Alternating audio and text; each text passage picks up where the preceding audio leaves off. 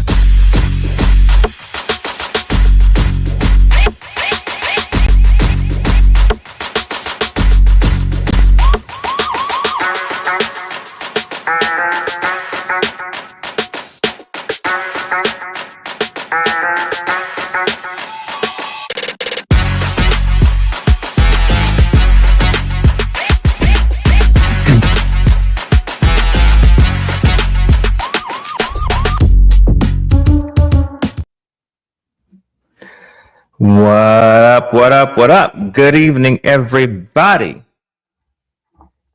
Good evening. Boy, oh boy. I am excited to be here tonight. It is good to see everybody. Salute to everyone that is already here. Good evening to everybody. Already I see A-Team. Good evening to you, dear, and thank you for being here. Catelia, thank you for being here. Good evening to you, dear. The one and only, lost in translation to you. How you doing, sir? Good to see you. Appreciate you, as always, and the wisdom that you always provide, sir. I appreciate you. Hey, Bubs the God here. Good evening to you, sir. It's good to see you as well. All right, that's all that we have so far in the building. So we got the howdy doos out of the way. And let's go ahead and throw this on the banner as well. Hey, if you do end up supporting the channel tonight, please ensure that you do not do the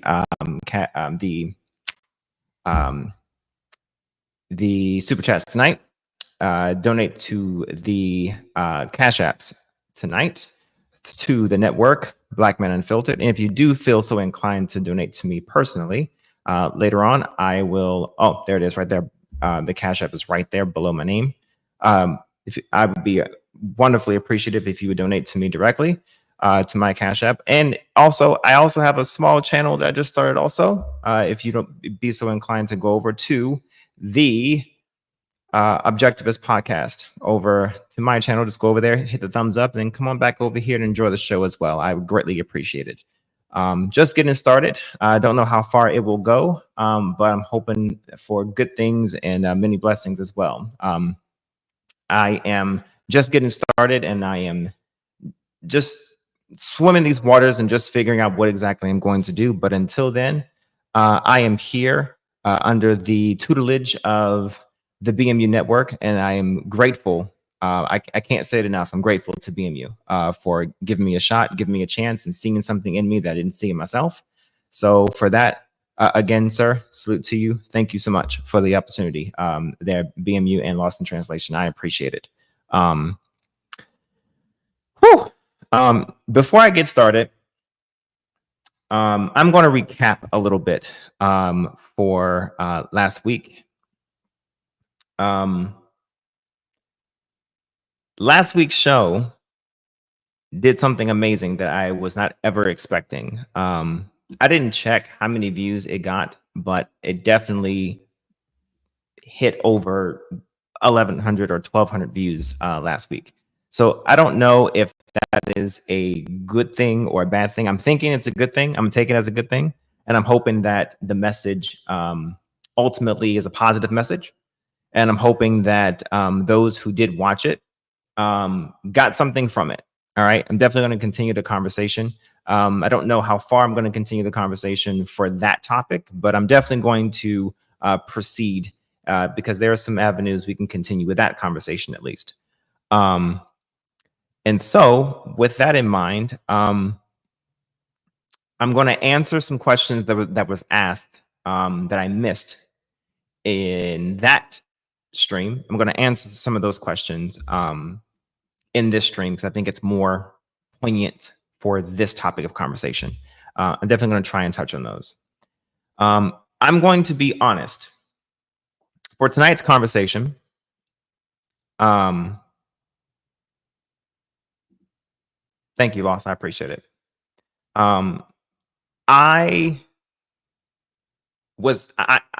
Before tonight, I was very pensive about tonight's conversation because of tonight's topic. I was not for sure, and as I'm sitting here before you right now, I'm still not 100% sure of how I'm going to approach tonight's conversation. Simply because tonight we are focusing on what I think is a very divisive topic within the Pride community. And if you zoom out of the Pride community, it is divisive amongst just the society itself or the societal construct or within our own country in itself. So it's divisive within the Pride community, and then it's divisive within our overall community collectively, okay? And so no matter how you splice it, it is divisive. The other part of it is I'm coming forward with a disagreement, but I'm also going to provide a obstructive view from what I'm going to say is a center-leaning, either right center-leaning or left center-leaning view of this topic, and to provide a different perspective that maybe might seem like it's a bias. But I'm going to promise that it's not coming from a place of bias, even though there is a disagreement that I have. Okay. That's my hope. That is my intent. But I am pensive about it. I am a little bit of, there is a little bit of apprehension, but scary conversations don't deserve, they don't deserve to be walked away from because they are sticky or tacky or sharp. They deserve to be had. And I believe I've proven that I am able to have the conversation without being incendiary or being spiteful in any kind of way. And I think I've proven that I can provide some constructive criticism. All right. I think I've proven that. At least I've hoped so. Okay. But hey, cummerbund thyself. Okay. Gird thy loins. All right. I'm gonna come hard. All right. Tonight. All right. I am. So hold your pitchforks. All right. Just put them down. All right. All right. Don't fire at me yet. All right. Just be kind. All right. So tonight, I am going to provide a few things. The videos I'm going to provide, hey, I did edit them, okay? All right, so we shouldn't have any problems tonight, damn it, okay? All right, so Lost, BMU, damn it, I did edit them, okay? I spent a lot of time, all right? And as I was listening to the perspectives of the Pride community, all the videos that I'm going to show you are the perspective of the Pride community. All right. And you're going to find, no matter what side of the flag you're on, or what side of the American flag you're on, you're going to probably notice that there is middle ground, not coming from me, but coming from the people that are within the Pride community. You'd be surprised of the middle ground that's already there before I even speak. So normally, my normal trajectory of these of my last two, how many shows have I done so far? 2. Okay, all right, so 2. Damn it. We won't talk about how my days have already been mixed up already. We won't even talk about it. Okay. The last 2 shows I've done, my trajectory has been for me to provide a little bit of context prior to the videos, or but here I'm going to let the videos speak for themselves. I am going to interject and fill in some color. that is from what I think is a societal kind of view where there is middle ground there. Okay. Now, one thing I will say for those who may watch this, who did not watch my previous 2 shows, I am not phobic of any type. Okay. And I'm going to move forward with the understanding that people understand the concept and the definition of what a phobic person is. Okay. I don't hate people. I don't dislike people because they're people. I dislike actions. I don't hate anyone. I don't dislike people unless they give me a reason to dislike them towards me, my family, people that I love. Okay. But I don't have a hatred bone in my body towards people because of who they are. That is not who I am. That's not who I've been. And as you can look at the picture behind, or the background behind me, shout out to BMU. I fought for this country. I fought for every one of you. So no matter what color, creed, belief, or what color the flag that you stand on, I fought for you. So with that being said, I'm going to let some of these people speak for themselves.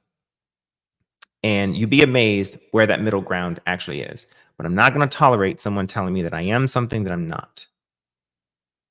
But there is room for constructive criticism, but I do not tolerate destructive criticism. There we go. All right. At least not here anyway. All right. So the first one, it's going to be a mix of educational, and then we're going to go into the kind of sort of opinionative or opining type information or videos. Okay. And we're going to go from understanding the differences between sex and gender, which I think is very important for this conversation. And yes, we're going to talk about the differences between transgender and transsexual. Yes, we're going to talk about that. That is very important. When I tell you there's a divide, there is a divide. So without further ado, here we go. And concrete. Whether you're male or female is black and white and rooted in your DNA. Your 23rd pair of chromosomes is either 2 X chromosomes or an X and a Y. That's it. End of story. And that's essentially what scientists thought too. But it turns out that sex isn't that straightforward. In fact, biologists today are saying sex is a spectrum, and the scientific community is still working on understanding and respecting the people who fall in the middle of that spectrum. To get this out of the way right up front, we're not talking about gender or sexuality here. Gender refers to social and cultural attributes and understandings of men and women and their roles, though not every culture has only 2 categories, and it's increasingly seen as a spectrum. Plus, the gender you identify as may or may not be the same one as what you express with things like your clothing and behavior, all of which can also be on a spectrum. Sexuality describes who you are attracted to, and it can be equally complicated and on a spectrum, and where you are on these spectrums isn't necessarily fixed. What we are talking about today is your biology, including your chromosomes, your hormones, your gonads, and your genitals. Okay, so let's keep that's I'm going to pause there and bear in mind that here the biological portion, chromosomes, hormones, gonads, genitals. We're going to be talking about those key components tonight. Heavy, because those aspects are the key defining components or delimiters, if you will, of the trans community specifically. Okay. Especially when we start talking about intersex, which is going to be the next component of this portion here, okay? So keep these things in mind. Chromosomes, okay, relative to genes. Gonads, this is sperms and eggs. Hormones, this is estrogen, testosterone, and others. And then, of course, genitals, penis, vagina, okay? All right, let's proceed. The catch is that these biological features don't always agree with each other. And they certainly don't always conform to those high school health class diagrams that tell us there's a single, universally correct pathway to being male and female. In fact, it's estimated that nearly 2% of live births are born with congenital conditions of atypical sex development. That basically means that something in their chromosomes, hormones, gonads, or genitals is different from what many people expect of a boy or a girl. This used to be known as being intersex, but these days it's better described as having differences of sexual development, or DSDs. And while nearly 2% might not sound like a lot, it means that there could be 130 million people or more with DSDs. Okay, so a lot of times when it comes down to the transgender movement or transgenders in itself, and when they're talking about, justifying, how do I put it? When it comes to justifying transgenders or transsexuals in itself, oftentimes they discuss or talk about DSDs in some sort of fashion. I'm lagging here for a second, so give me one moment.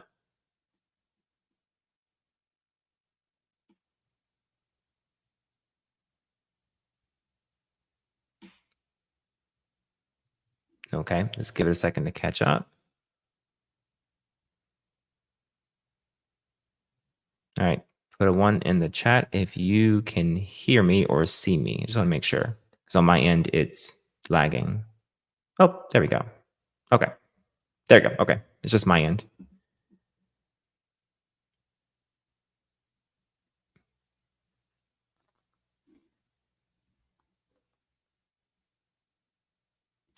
Let's see. Okay, I'll proceed. All right.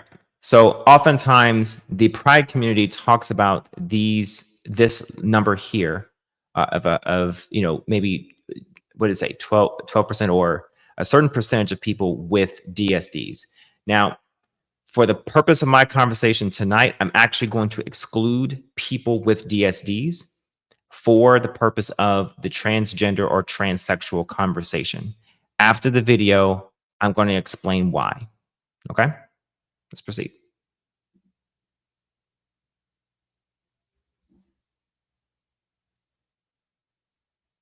If all those people were in one country, it would be among the top 10 most populous countries in the world. Plus, DSDs are not always something you can see. People can spend their whole lives thinking they're one sex based on anatomy, only to find at least part of them tells a different story. You see, your sex is the result of both sexual determination and sexual differentiation. Sexual determination has to do with what chromosomes you get. Those largely determine what happens to your body during sexual differentiation, the process by which you develop the physiological characteristics associated with your sex.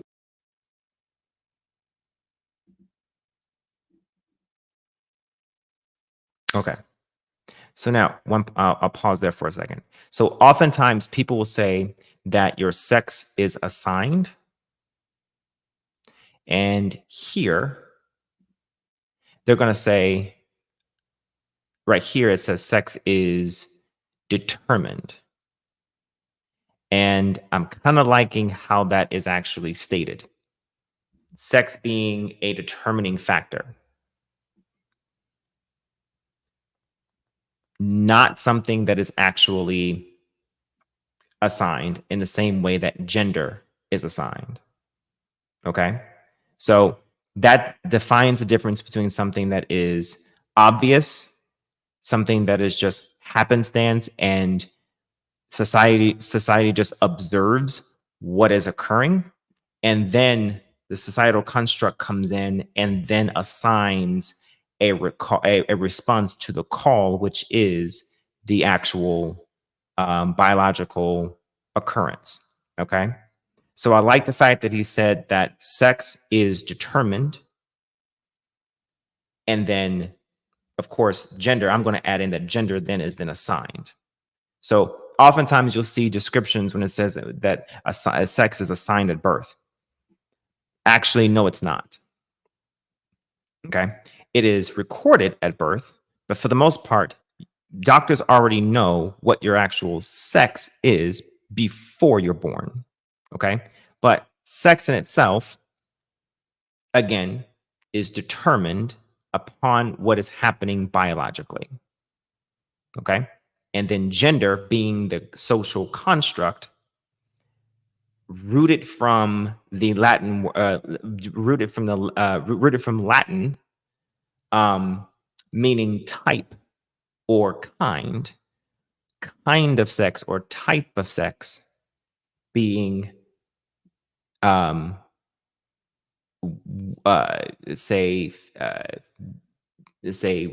I don't know, we'll call it man or woman, or type of sex in a sense of male or female. Okay. But sex in itself is determined. Gender in itself is the social construct. Okay. So if that kind of makes sense, there's your difference between sex and then gender. Okay. All right. Let's see if I can continue to actually play the darn thing. Okay. Oops. Boom. Go.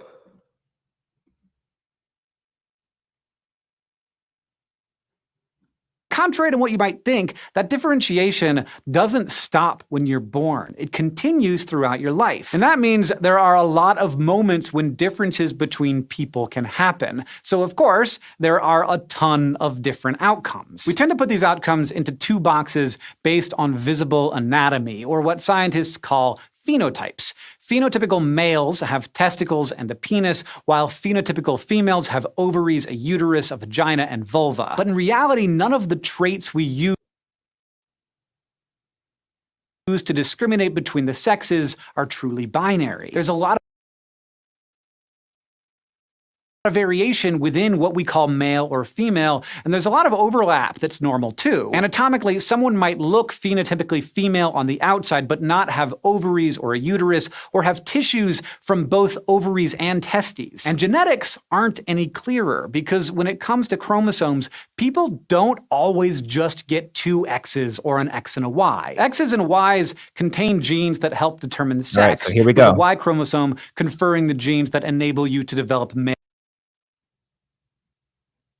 All right, so this is where you're going to end up having your kind of sort of differences here. Male reproductive parts. But the processes for producing sperm and eggs are really complicated, and they can lead to lots of different results. In this process, abbreviated version, specialized cells basically duplicate themselves, then undergo 2 rounds of division to produce reproductive cells, or gametes, that have half of the parent's genetic material. So it makes one set of 23 chromosomes. But sometimes the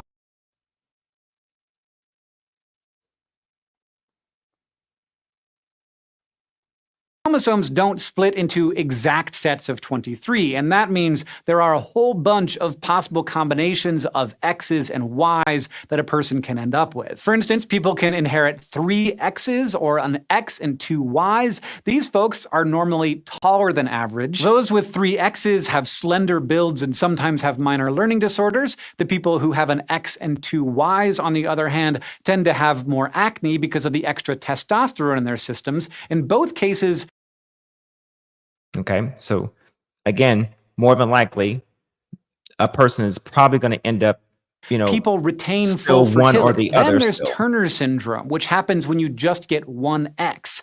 That results in female characteristics, but the people who have it tend to be shorter, don't really go through puberty, and may have mental disabilities and are sterile. And Klinefelter syndrome, which results from 2 X's and a Y, is the most common chromosomal sex anomaly. It happens in 1 in 6. Now, if you notice right there, that one said XXY, right? Now, the XXY, you have both types of chromosomes, but notice that you have more X than you do Y. Class, more X's, meaning that you are more female than you are male, in a sense, okay? So you still have both, but you have one more than the other one, right? So then it would depend on what your body's response during gestation, what did the genetic code do as far as producing the phenotypical portions on the outside? Did it read that code to then produce a penis, or did it then, excuse me, read that code to produce a vagina? Okay, so just put that out there.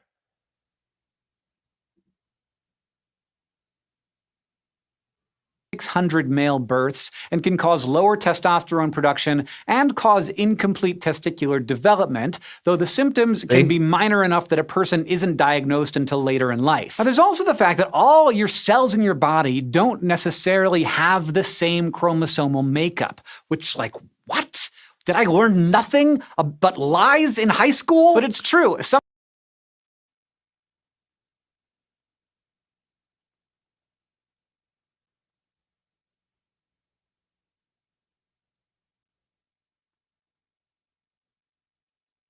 Someone with mosaicism can develop from a single fertilized egg but have a patchwork of genetically different cells. And someone who's a genetic chimera has different cells because they develop from two different fertilized eggs that merge in the womb. In both cases, it's possible to end up with a mix of cells with different sex chromosomes. Okay, now something very interesting here. I'll discuss this for a second, give it a break. So when it said the mosaic syndrome, where two fertilized eggs combine together. Okay, an interesting perspective about that is class. Let me see who all is actually here for a second. Okay, so class, really quick. Which age group of women has the higher chances of producing? I'm going to be careful how I word this. Which age class of women it actually has higher chances of producing a fetus that is a result of two eggs clumping together at one time? By the way, which age group?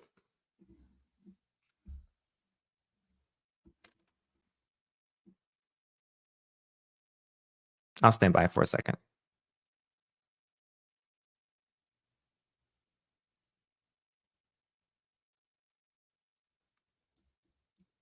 Come on. Let's see who knows it. Which age group has the higher chance of having a chance of conjoined eggs being fertilized at the same time? Which age group?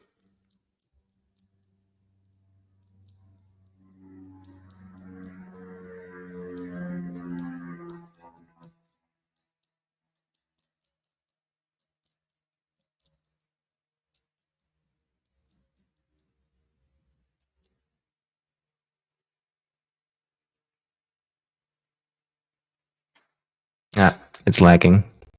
So I'm going to let that question marinate for a second, and I'll just continue until someone answers the question, because I definitely want someone to answer it, because I might talk about that another time.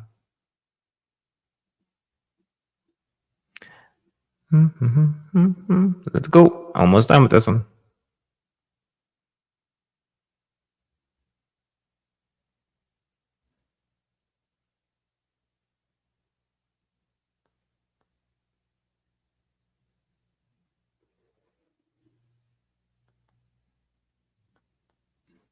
If it'll play. And depending on the distribution of those cells, mosaicism and chimerism can result in ambiguous sexual characteristics or both male and female reproductive body parts. It's even been shown that pregnant people and their fetuses frequently swap stem cells through the placenta in a phenomenon known as microchimerism. That means a chromosomal female can be carrying around XY cells, and her son can have XX ones. In some studies, these cells have been shown to stick around in the mother for several decades. But all that said, there are also plenty.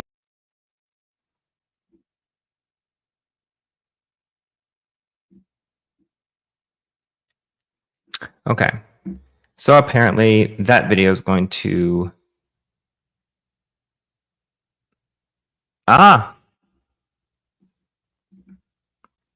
Well, look at there. So you're broadening your range there, bubs, but between the ages of 35 and 40. Not quite 30. You overshot it there, but yes, 35 and 40. So yes, the older the women are, the higher the chances are the eggs being clumped together and fertilizing together. So the higher chances of the possibility of this type of situation happening in retrospect. Yes, that is correct. But overshot it by 5 years. All right. Good day to you, sir. Welcome aboard. All right.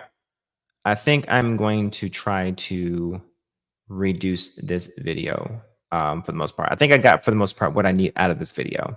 It's for some reason lagging and it's slowing down everything for whatever reason, and I can't figure out why. All right, so for the most part, I'm going to fast forward to, but basically for the most part, what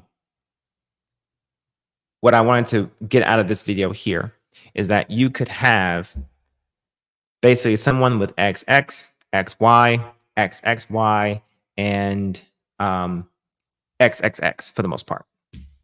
Okay. But the common genome or chromosome is the X part. Okay. Now, really quick, before I proceed, I do want to show this part right here. And I'm going to come down to the side. There. All right. So these are the different DSDs. And the reason why I'm showing all of these is because for the point of this conversation, before it really gets hot, I want to let everyone know that I am going to exclude these from the conversation. Okay. So people with AIS, people with congenital adrenal hyperplasia, Common syndrome, Klinefelter, okay, Swyer syndrome, Turner syndrome. And here's the reason why.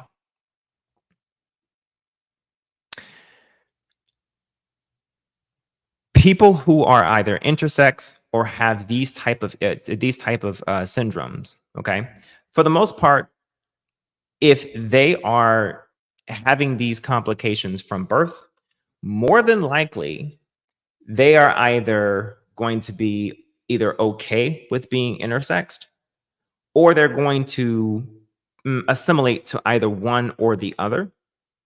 Okay. And they're not going to say that they are transgendered in most cases. The videos that I've seen, the research I've done so far, most of them don't necessarily ascribe to or align to transgendered or transsexual people. Okay. But where there's some confusion here is the actual definition of someone who's transgendered, okay, or transsexual.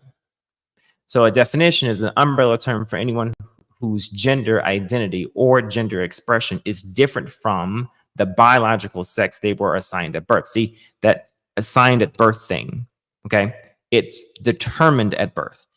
Okay, well, actually, no, that's gender. Correction. Let me correct myself. That's actually transgender, which is correct. They are assigned a gender at birth. That is correct. My mistake. Okay. And then transsexual is a term that is used to describe someone who is medically or surgically transitioned from one sex to another. Some people find this term offensive due to its medical history. Furthermore, after medically transitioning, many people cease to identify as transsexual or transgender and simply identify as a woman or man. It's best to avoid this term unless you meet someone who uses it to describe themselves. Okay. I've never met anyone who was offended by this term. Okay. So I'm a little amazed that that is actually offensive because I've never met anyone who was offended by that thus far.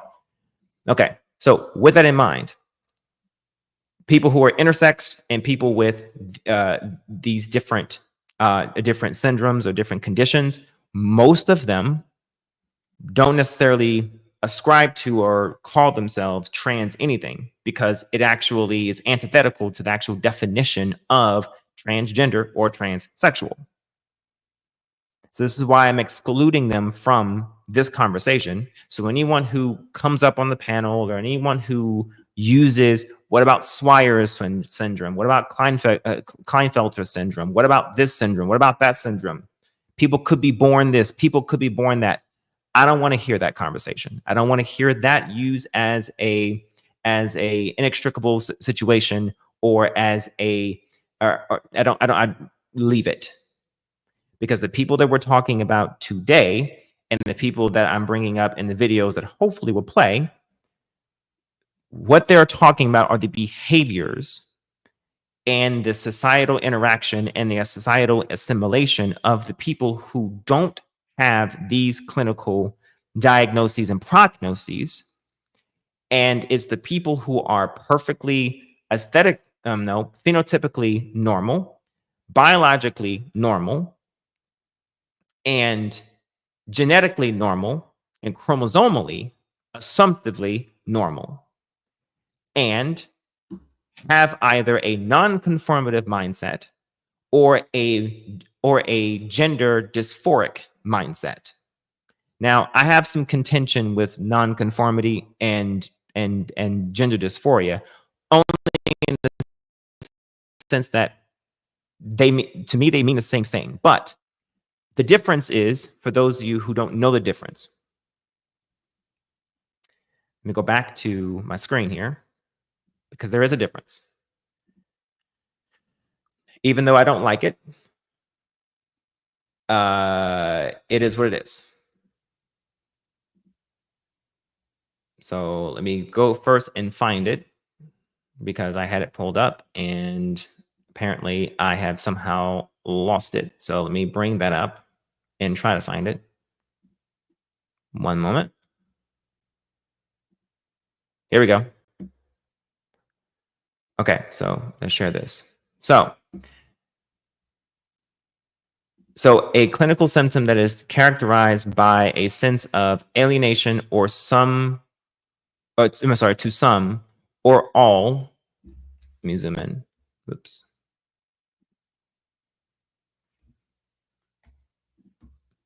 Try again. There we go. Okay, so a clinical symptom that is characterized by a sense of alienation to some or all of the physical characteristics or social roles of one's assigned gender. Also, gender dysphoria is a psychiatric diagnosis in the DSM-5, which it's now DSM-5 Tango Romeo now, which has focused on the distress that stems from the incongruence between one's expressed or expressed affirmed gender and the gender assigned at birth. Okay, so the difference between someone who's non-conformed and someone who is, I thought this one had non-conformed on here, but it's fine, I'll explain the difference. And someone who's gender dysphoric is that the gender dysphoric person is experiencing mental or psychological turmoil or distress from the incongruence of what their perceived gender is and what their assigned gender is. And someone who's non-conformative doesn't have any distress, but disagrees with the difference, with the incongruence, if that makes any sense. Okay, so I'm trying to make sure that aligns. So the only difference is that one is distressed and the other one is not. Okay, that is literally the difference.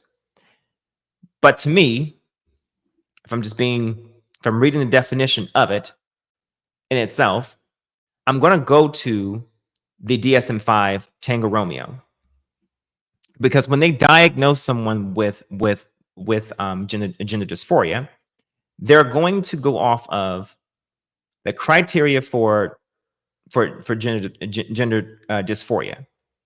And here we go. Boom.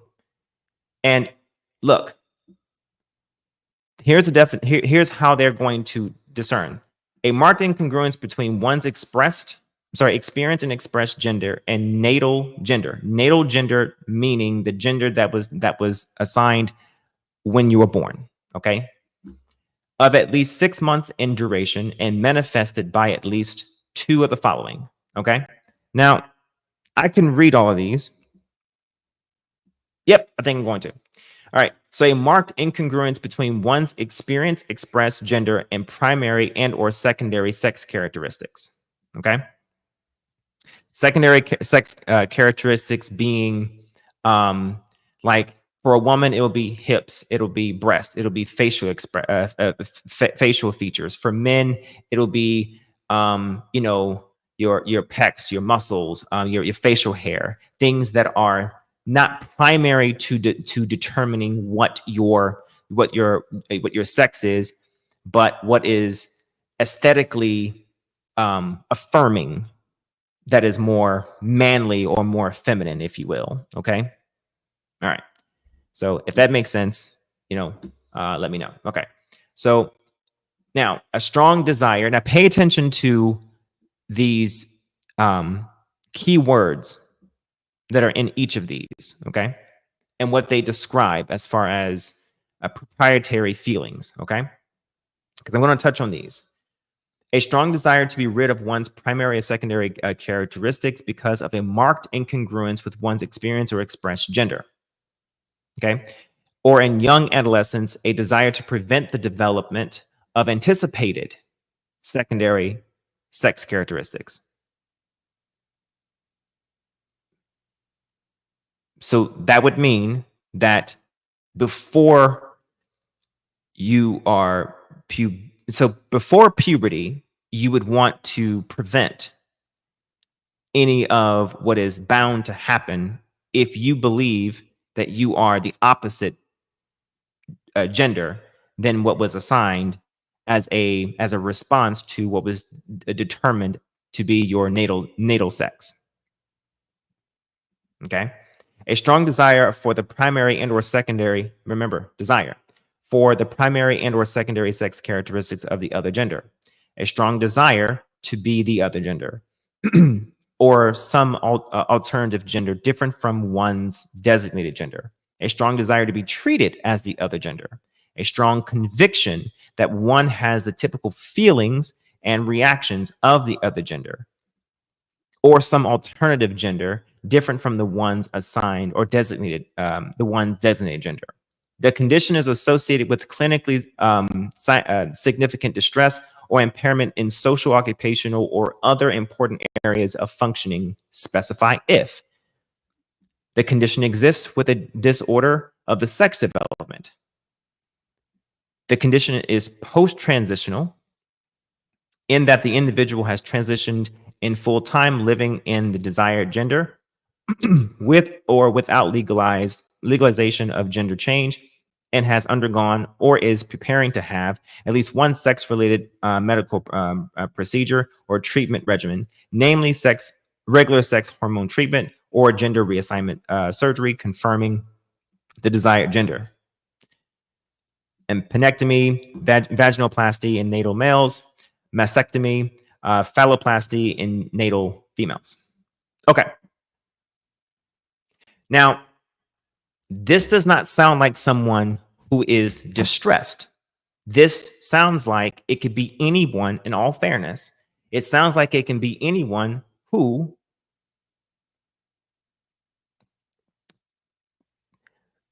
could exemplify either alpha through foxtrot right here. When I read this, I don't think of someone who is distressed.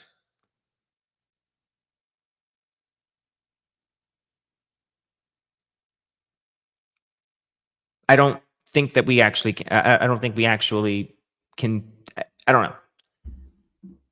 Let me know if you guys disagree, but I don't see where this is actually I don't know. I don't know. I don't see distress here. All right. All I see is a possible way of diagnosing someone with a particular condition or with something that we could say, okay, this person has this condition, meets this criteria, and would need to, be either evaluated or would need, to see a psychiatrist or, fill in the blank if so desired. Okay. In all fairness, but I don't see a distress. Okay. Now, I could see that if they have went through a particular transition. So let's say they spent all the money, right? And they still feel this way. Now I can see where they'd be, really distressed or pissed or feeling some kind of way, because if it's believed that this transition, these performative steps to transition, was going to be a fix to the gender dysphoria, and it did not work, I can imagine what that would feel like emotionally. It would be no different than a heterosexual woman going in and getting breast augmentation, facial augmentation, BBL, or whatever the case may be, who's suffering from body dysmorphia. Sound familiar? And then not being happy with herself. I can imagine it'd be the same thing. Now that I could see being distressed, but I could see also fill in the blank dysmorphia being a spectrum. But avoiding saying gender dysmorphia and calling it nonconformity because you don't want to be labeled, my opinion, don't want to be labeled as gender dysmorphic. To me, that's a little bit disingenuous. And I think that's the part that society has an issue with when it comes to this part of the community, is that it seems like there's a level of disingenuousness that's happening when it comes to arguing the position that some elements of the pride community actually has. Don't worry, the society has the same problem with Black people. When you don't argue from a place of genuine, cogent,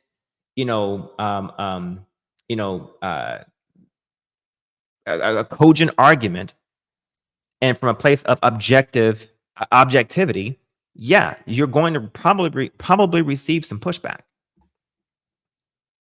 Okay, so for that case, I am going back a little bit and then going forward. I'm going to exclude anyone with naturalized and hereditary DSDs.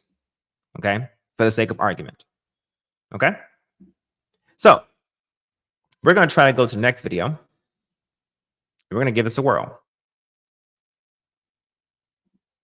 That I'm actually extremely ashamed to be a part of this community. And look, I know Pride Month is almost over. Thank God, because if I see another rainbow flag on my feed, I might buy a pack of Skittles and start slingshotting them at my screen. No, 50-50, man.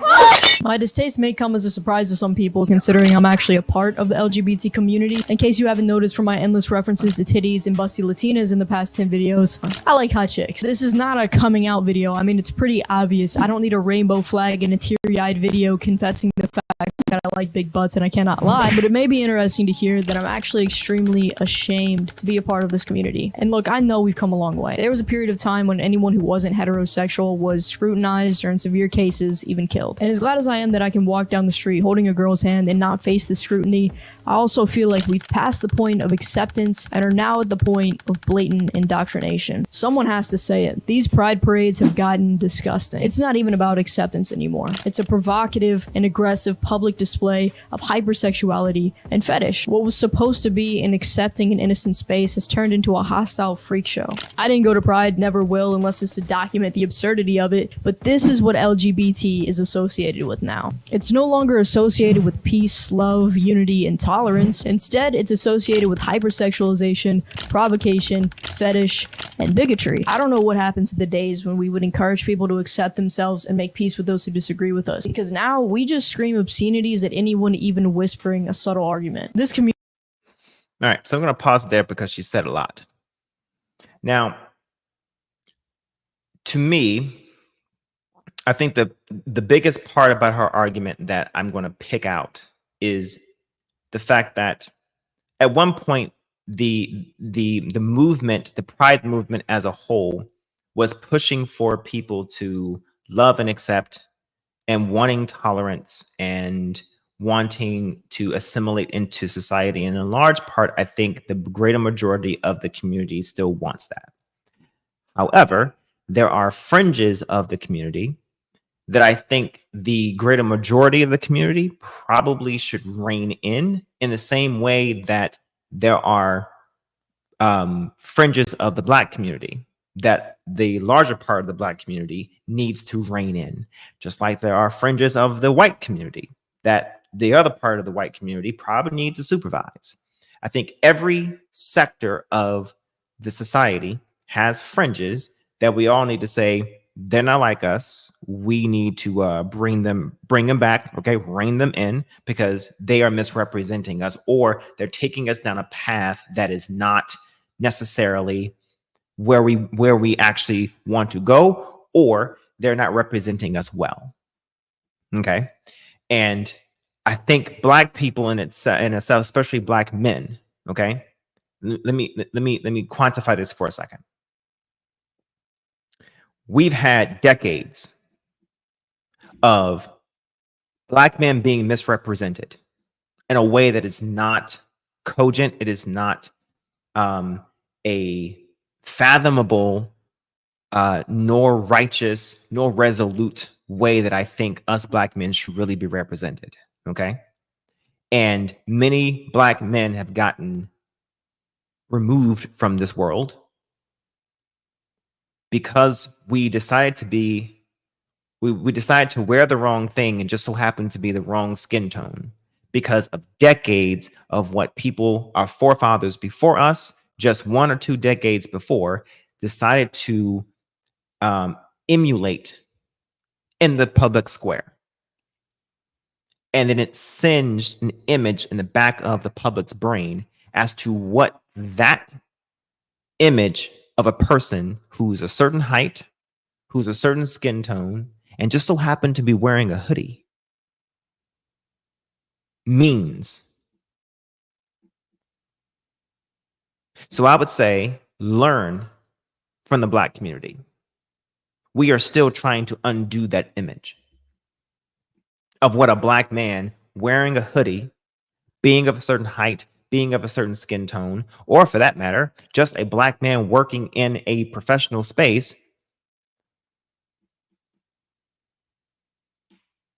how he is supposed to talk, and the fact that he speaks in Anglo-Saxon English, and that being impressive. Did y'all know that I was recently told within the past 365 days that it was impressive that I actually spoke well as a Black man? Cringe. Why? Because we historically have portrayed ourselves as uneducated and without common verb noun agreement in spaces where we should know better. So the point that I'm making here is that Pride community, learn from that. Because if you want your message to be heard, it is being shot out and ripped away at the damn fabric by the people who's doing this. Indoctrination. Someone has to say it. These pride parades have gotten disgusting. It's not even about acceptance anymore. It's a provocative and aggressive public display of hypersexuality and fetish. What was supposed to be an accepting and innocent space has turned into a hostile freak show. I didn't go to Pride, never will, unless it's to document the absurdity of it, but this is what LGBT is associated with now. It's no longer associated with peace, love, unity, and tolerance. Instead, it's associated with hypersexualization, provocation, fetish, and bigotry. I don't know what happened to the days when we would encourage people to accept themselves and make peace with those who disagree with us, because now we just scream obscenities at anyone even whispering a subtle argument. This community has managed to weaponize its own labels and use them unfairly, not hesitating to label any opposition as transphobic or homophobic. It's funny because we used to be the ones complaining about intolerance. Two girls holding hands in public were at risk of being fucking shot. They couldn't adopt kids, get married, start a family, so I completely understand why we spent so many years fighting for tolerance. But we have it now. And ever since we've been shown tolerance, we're now the ones refusing to reciprocate it. We've now become the side that is intolerant to opposing beliefs. The script has flipped completely, and it's not for the better. See, back in the day when I was a little G rolling up on my Heelys trying to finesse the hoes, I didn't even know what gay was, much less what trans was. I grew up in the South, the deep South, like frogging, gator hunting, Confederate flag South. I thought LGBT stood for let's go beer tasting. I didn't know a single gay person in my life, and I didn't have a phone or any type of social media to be exposed to it either. And yet somehow I looked like this. Yeah, that's 7 or 8 year old me dope slinging and pimping since '01, baby. My idol, if you can't tell, was Rob Deerdeck. And let me tell you, I got made fun of all the time. If only I had $1 for every time someone asked me, are you a boy or a girl? Why do you dress like a boy? Now I find this interesting as well. And Bubs, you make a point about religion also blocks the experiences of queer people, even the ones who are about peace, love, and unity. True. I don't think necessarily religion itself. I think the weaponization of religion itself. Religion in isolation doesn't stop anyone from being able to do anything. It's how people utilize religion. It's how people take take a spear, align it with religion, and then weaponize it. Okay. If that's the case,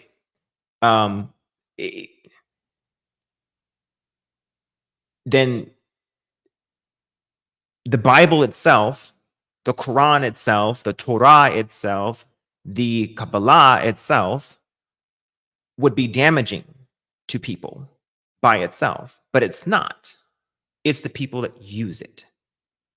And you weaponize tools of the government or tools of the society to weaponize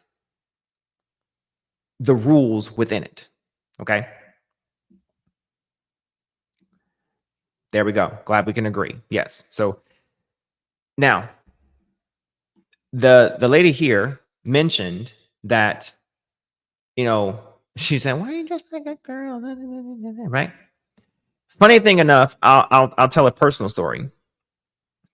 So everyone knows that I grew up without my father, without a male influence. Okay. And you can see it now. Okay. I have mannerisms that are not very, we'll just say masculine. Okay. We'll call it a spade a spade. Okay. Shame devil. Okay. I'm cool. But they used to be much worse. Much worse. And to the point where men would say, you know, they would look and say that I walked funny. Okay. Walked with a little sugar, they would say. All right. Walk a little sweet. And that would be problematic only for the simple fact that I walked near them. Okay. And I must be something other than what was acceptable because of how I walked. I walked the way I damn walked because I was near my mother all my damn life. Didn't know any other damn way to walk. Would expect. But I find it interesting. Didn't even know what sexuality was. I had no idea. All I knew was I walked like that, and I walked like the rest of the women that I was around all my life because I wasn't ever around any men. Okay? So, same experience, lady. I always get so pissed off when people would call me gay, faggot, dyke, because at the time I didn't know that I was gay. So I would just be standing there like, What the fuck are you even talking about? I'm none of these things that you're calling me. It wasn't until I was going into high school that I realized, oh shit, I like tits. Everyone around me knew before I knew. The reason I'm telling you this story is so that you're aware that I wasn't acting or pretending or trying to fit a label or any of that bullshit. I never. I'm sorry. I must have missed something. I'm sorry. I was talking.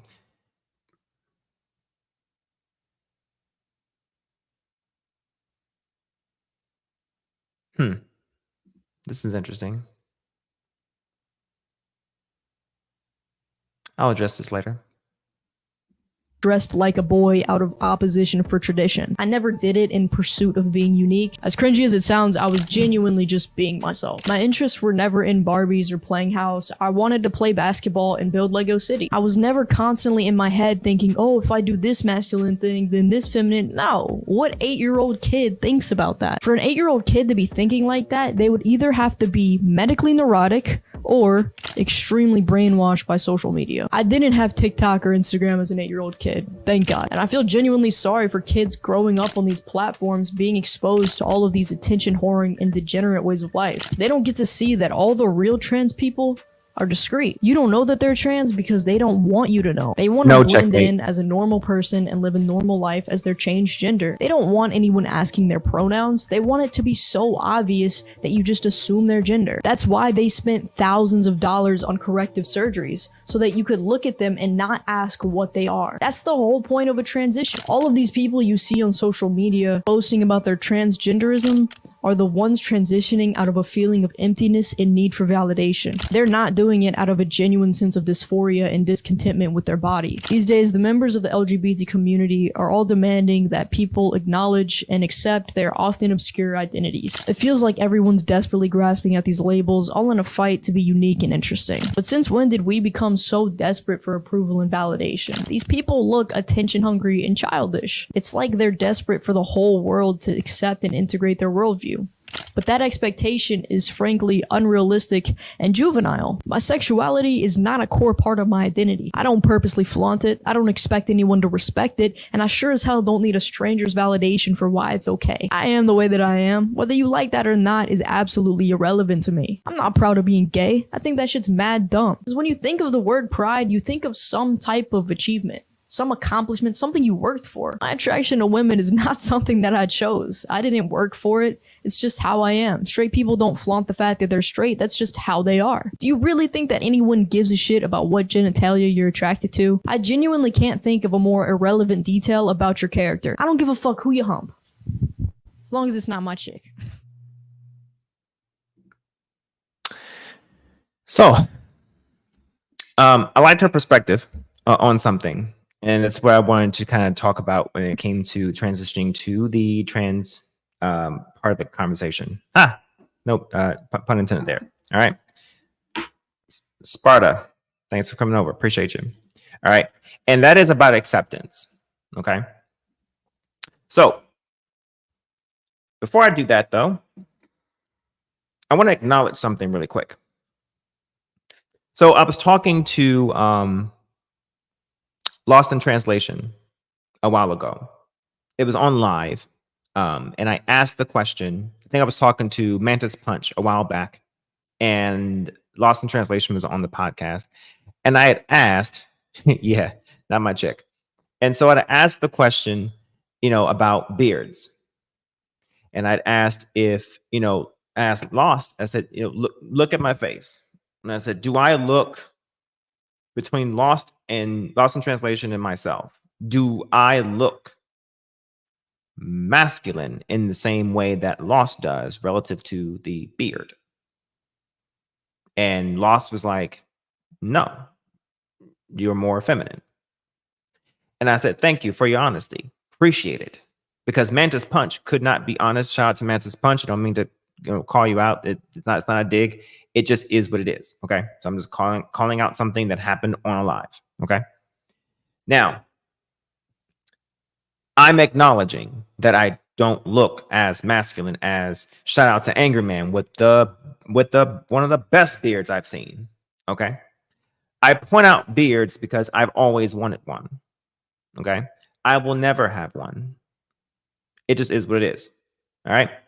Apparently, genetically speaking, my mother has a baby face and my father has a baby face. What the hell do you think I'm going to have? Survey says a fucking baby face. Just is what it is. Okay. Now, when it comes to accepting yourself, I want to say that there is a part of the transgender mindset or transsexual mindset, both of them, that seems to go in tandem with this mindset of just not accepting oneself.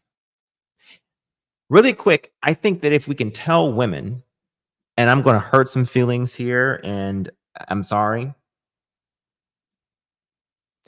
Here we go. If we can tell women that a verbose and extraordinarily an exorbitant amount of adipose tissue is sexy and beautiful, and they should love their curves, then we should be able to tell men that it's okay that you don't feel as if you belong in the skin that you're in. Here's why I say that. Because I'm a 5'8" male. And when I'm amongst men who are broader, taller, larger hands, the men that are just, you just look at them and you just say, damn it, man, right? There's a part of me that I've always felt, even as a younger kid, that didn't feel as though I had those qualities.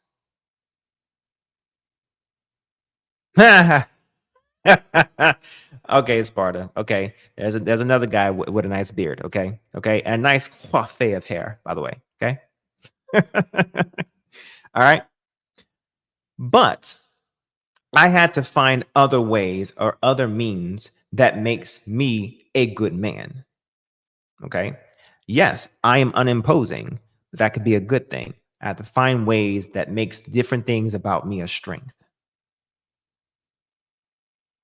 And I eventually grew past being upset about everything that I didn't think that I got that I should have deserved. Okay. Especially all the damn vegetables I ate. Okay. That was supposed to make me tall as shit. Okay. All right. Shout out to Cat Williams. All right. But that does not mean that because there is some issues with what I feel about myself physically in some areas, it doesn't mean that I don't belong in the field that I'm definitely am. And so when I hear about, in the next video, you're going to hear a, sorry, I want to get this right. No, the person is non-binary. Sorry. So you're gonna hear a non-binary person say that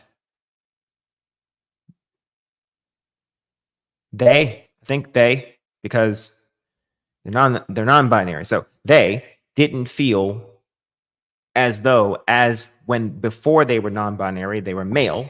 So he, at that point in time, didn't feel comfortable in the clothes that the average male wore in that point in time. Cons into pros. Say it again. Transmuting the cons and pros. I don't know what you're referring to. You're gonna try again. So with that in mind, that's just a simple process of just accepting that things just aren't what they are. Find a way to understand and like and love yourself. Isn't that what we tell women? To like and love yourself? Even if you're clinically overweight or clinically obese? So I'm confused. And if you don't like yourself in the skin that you're in when you are a male, what makes you think you're going to like yourself 50, 60, 80, $100,000, $200,000 later? Isn't that a risk? And I think society is trying to say that is a huge risk to invest into when we start talking about who's going to pay for you to, because I was going somewhere with that, who's going to pay for you to be able to have gender affirming care, gender affirming surgeries? Because care and surgeries are two different things. Okay. So it goes back to the difference between transgender and transsexuals. So transgenders only transition non-medically, but socially and socioeconomically, okay, and physically within their countenance, okay. So they change physically, they change pronouns, they change socially, okay. Transsexuals do all of that, and they change hormonally and surgically. Okay. So there's even a war within the trans community about who's really trans and who's not. Don't let me say it. There'll be a video later on that. Okay. So check this out.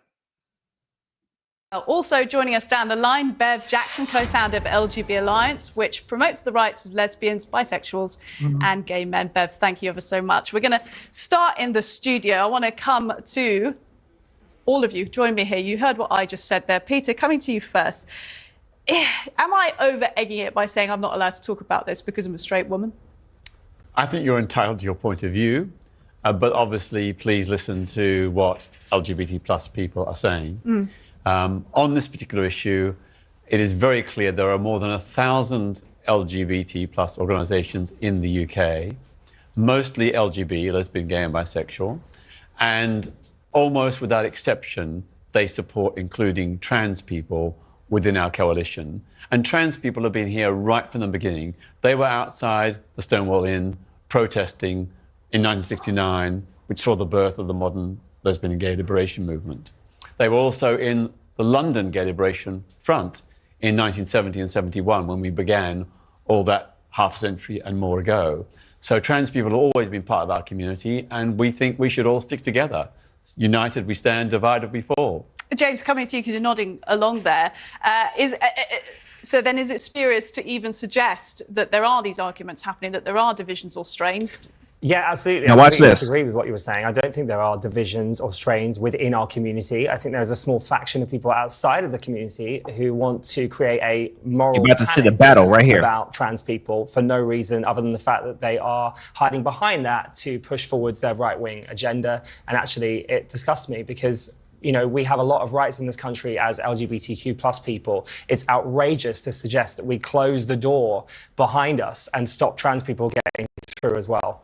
Now, one of my sort of thoughts when I was approaching this show this evening was that we didn't have a trans person who is remaining trans coming to be part of this debate. So I've heard from you both on this, but obviously, Ollie, you are in the process of detransitioning from trans. So I don't know whether the trans community will feel they have. I think I just want to interrupt there, and Ollie, you can disagree, but is it not right to say that you're detransitioning from being transracial, not transgender? Did you ever come out as transgender? I was transgender. How long were you transgender for? For a year. Because I'd argue that if you were a transgender woman, you're therefore a woman. And if you're saying you're not transgender now, therefore you were never transgender. No, I struggled with...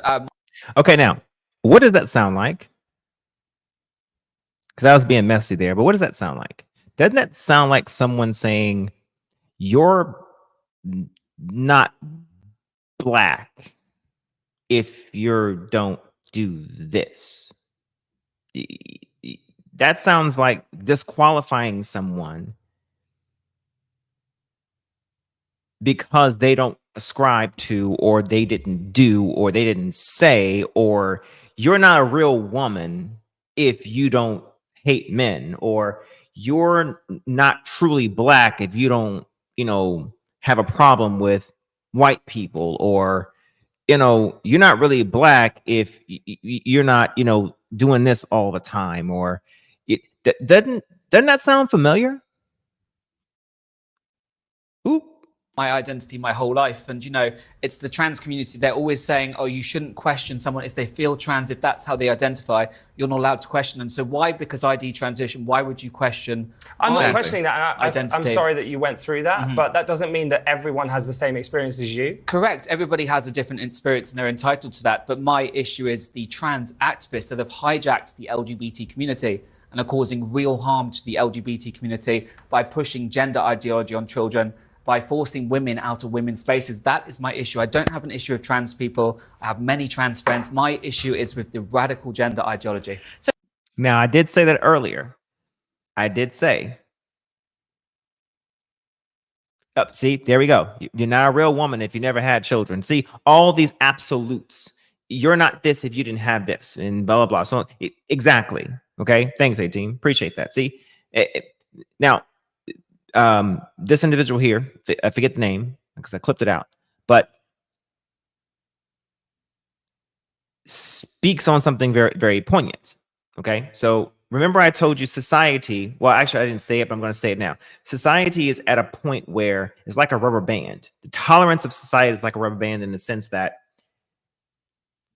the tolerance is starting to stretch, and then it's at a point where it's getting ready to pop. Okay. Because now that transgenderism and transsexualism is here, okay, and then now it's like, what else are we wanting? Okay, because it sounds as though you're wanting the movement is wanting it to just be everywhere, and if it's not everywhere, it's a problem. It's what it sounds like. And what society is saying is that, hold up, there needs to be some bifurcation. There needs to be some separation, some distinctions, some defining, some definitives, because if not, if everything is anything, then anything is nothing. For the most part. Okay? As we're starting to push things to children, or as we push things, we as a society, I mean, push things to children, push things, push descriptions and terminologies, a way to decide, and so on and so forth. And it's like everything is starting to pop and bust for the most part. And we don't have any concrete understanding and concrete kind of civil concourse with what society's expectation is to the people and what people's expectation is to society. And then now everything is anything for the most part. And that's problematic to society because what it leads to is chaos. And now women, biological women, are speaking out and saying, this is a problem. But here's the issue. And this is one of the problems with any subsect of society that seems to feel as though there is a victimizing chip on its shoulder. Black people have it too. Okay, we always have that I have a dream podium right there ready to decide, and as soon as we think we see anything that looks racial, here it comes. We either have Malcolm X's podium or we have Martin Luther King's podium. Okay, ready to go. Never mind if we actually did anything to create a problem that we actually got ourselves in. Never mind that, right? But what ends up happening is we think that because we've been victimized, okay, and persecuted, prosecuted, and treated terribly by society at some point in history, that we can move through society without any kind of criticism. And I mean constructive criticism, not destructive criticism. And we can move through the society with impunity, to the point where if a woman says, hey, you and I are not equal, you're transphobe. What? No. Or, hey, there's a problem with the fact that there is over 3,678 people between the ages of 12 and 18 that have received gender affirming surgeries in America. That's a problem. Oh, there's something wrong because you have a problem with trans people. Well, no, I don't.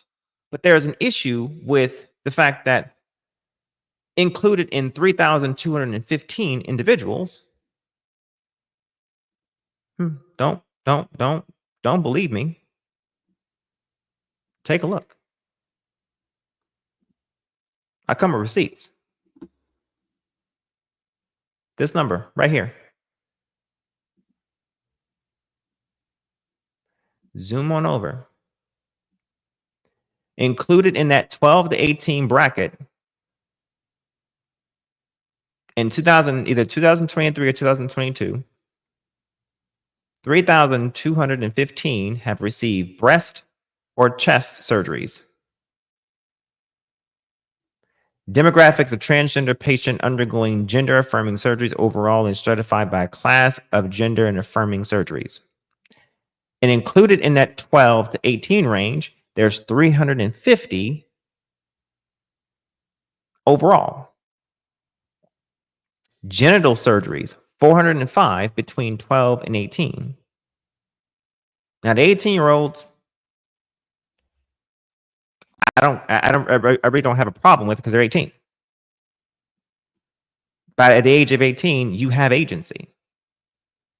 Now, you probably don't have your own insurance, and you probably need consent from the people whose insurance you were on, but neither here nor there.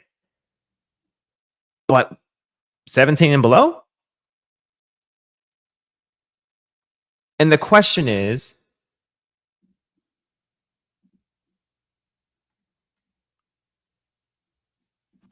why?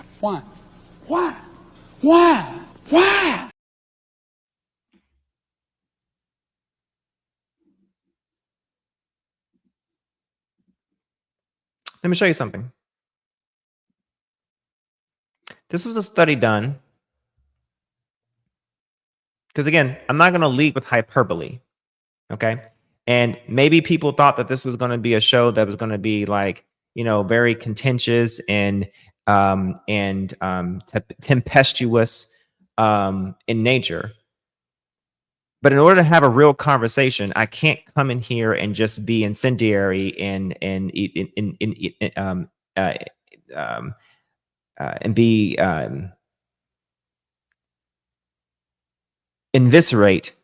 eviscerate people. I gotta say the word right. Eviscerate. I can't do that. I gotta give it. I gotta give it in a way that says, "Hey, do you see a problem with this?" I don't disagree with your existence. I disagree with the ideology that says there's something different with kids today that says that a child between the ages of 7 and 14 or 7 and 17 or whatever can walk up to a parent and say, "Hey, I am not what's between my legs, and you should give me a GAS, a gender affirming surgery."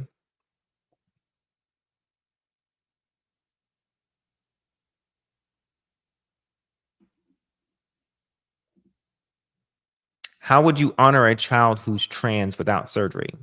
Okay. I have a contention with who's trans. Okay. So before I go back to this abstract right here, I'm going to leave your question up and I'm going to answer your question as to why I have contention with the question, if you don't mind. The reason why I have contention with the question is because the question is contradictory because of the definition of trans. So I'm going to go back and find the definition of trans.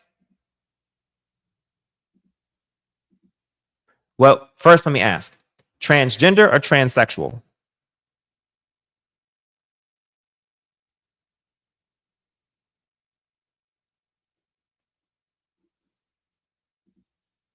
Are you saying a child who is transgendered in the sense that they,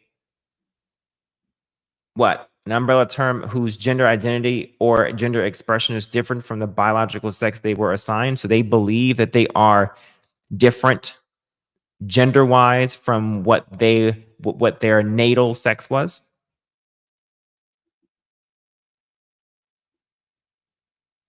Hold on, BMU.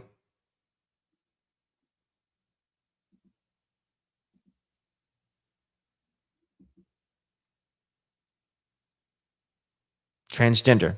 Okay. My take on that. Okay. Now I got the answer. Okay. So my take on that is this. Because we're not going to stop someone or a child from being able to experience influences from the world. Okay. Try as you may, unless you just don't give a child a phone, don't, you know, let them watch or listen to stuff or whatever the case may be. They're probably going to be influenced by it. And more than likely, if they go to a public school, the school is probably going to have tolerance leveled education about the pride community, which to some degree I support in a sense of tolerance level.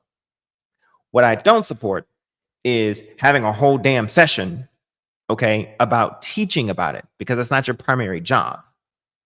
A counselor should have a session in the gym saying, hey, you know, let's understand and be nice that there are different people in the world, and you shouldn't be discriminatory. You shouldn't be an asshole to people who look different or who act different or whatever the case may be, okay? Because children are assholes. They just are, okay?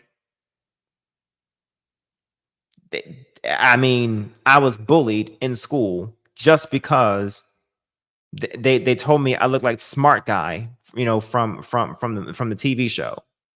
Okay. I even had a little rat tail when I was in, like, what was it?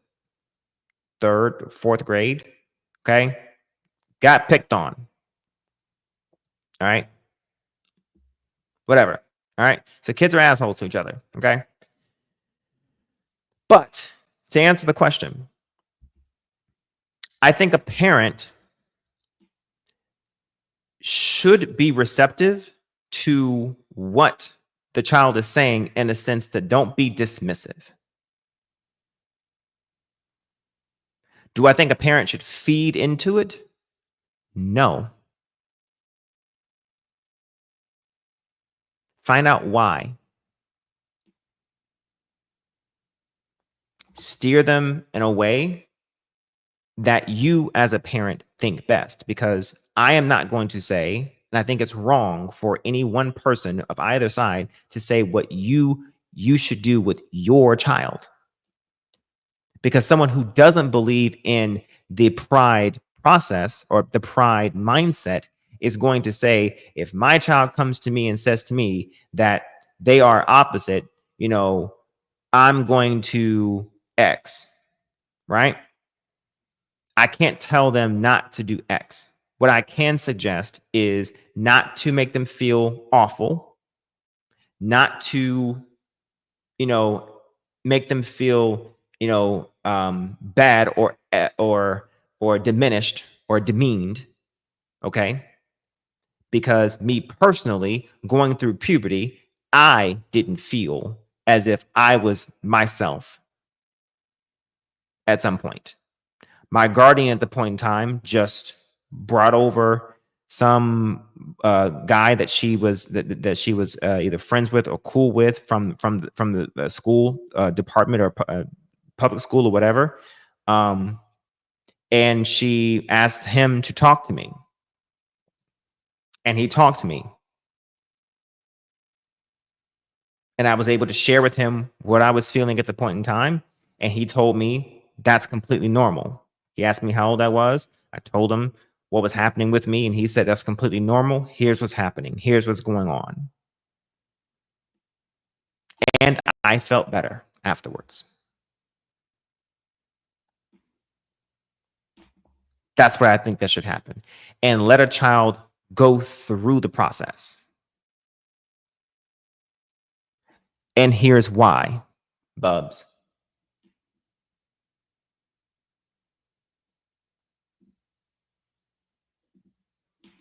Oops. Here's why. This study was done right here for 139 boys with a gender identity disorder.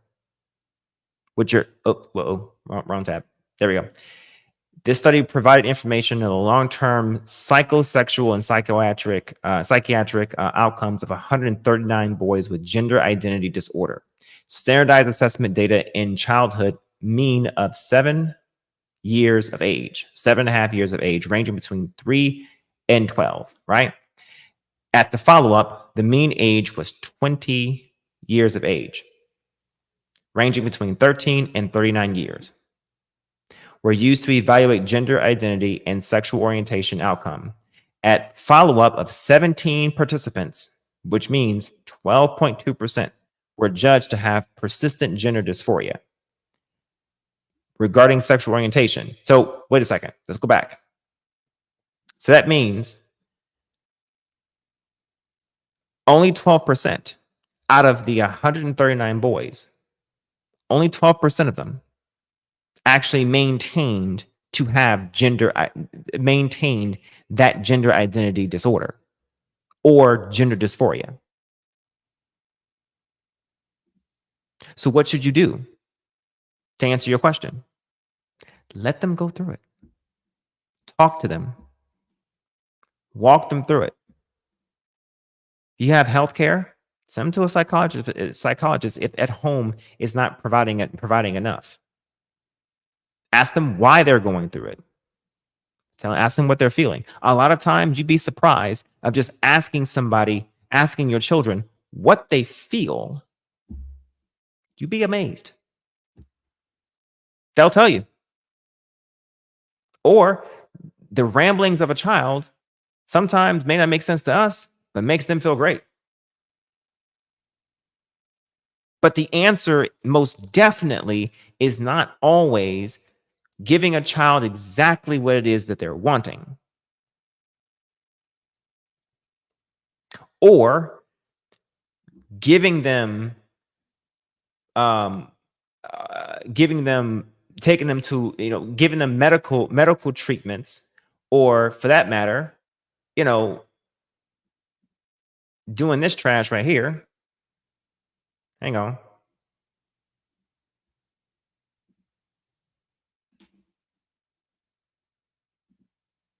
Doing this trash. Breast and chest surgery, genital surgery, other cosmetic procedures, and you're including a cosmetics procedure with a 12-year-old between 12 and 17. Come on. This is what society, I think, is really truly pushing on. And again, let me specify, the far fringe right people are going to push back on any damn thing that isn't walking around with a goddamn cross on it. And the far fringe left is going to be falling over themselves and tripping over themselves in anything that doesn't have the deepest color rainbow on it. I'm not talking about those people. I'm talking about the people who are of civil, consorted mind in the middle, who got some goddamn sense, who can look at this and say, you know what? Transgendered people, fine. It is what it is. But I can tell you this. Between the ages of 12 and 18, that doesn't make any sense. That's what I think society is talking about. I think that's what society is pushing back on. I can tell you another thing that society is pushing back on. This right here, Medicare and Medicaid. It should all be self-pay, privatized pay. Here's the reason. Let's go back to the definition.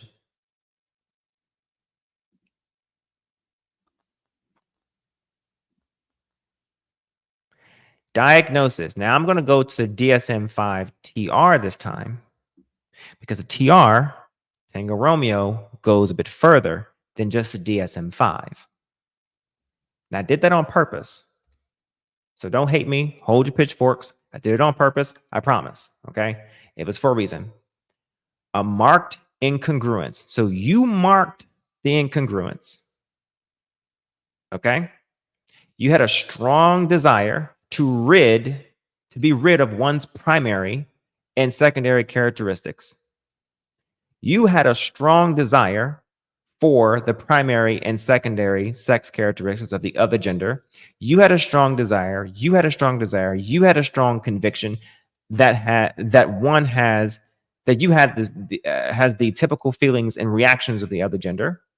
And that in order to meet the criteria of the diagnosis, the condition must also be associated with clinically significant distress or impairment of the social, occupational, and other important areas of functioning.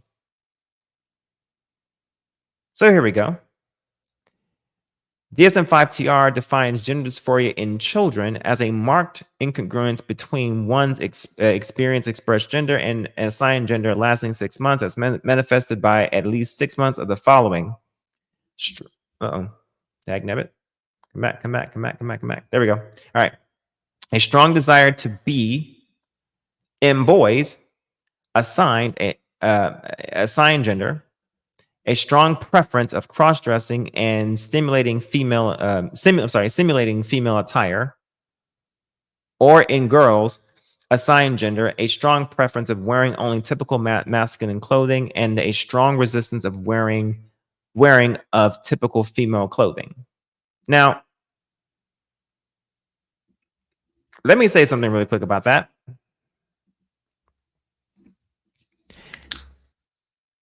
RuPaul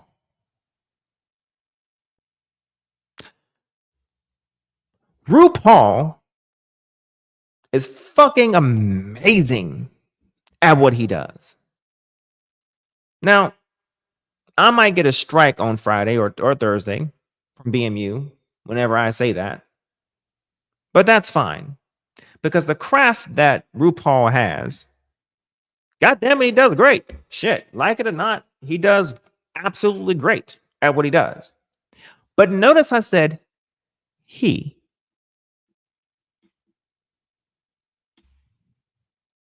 There's a reason why I said that. He. I can respect someone that doesn't participate in the destruction of the social construct by not saying that I am equal to a woman only because I decide to wear feminine clothing and do it really well. Does that make sense? I can respect that. I can also respect a transgendered person who says, or transsexual person, excuse me, that says, I am not a woman, I am a trans woman. I can respect that a whole lot more than someone who's saying that I am equal to the same type of person, human individual, as my wife is. I can respect that. I'm pretty sure women would too.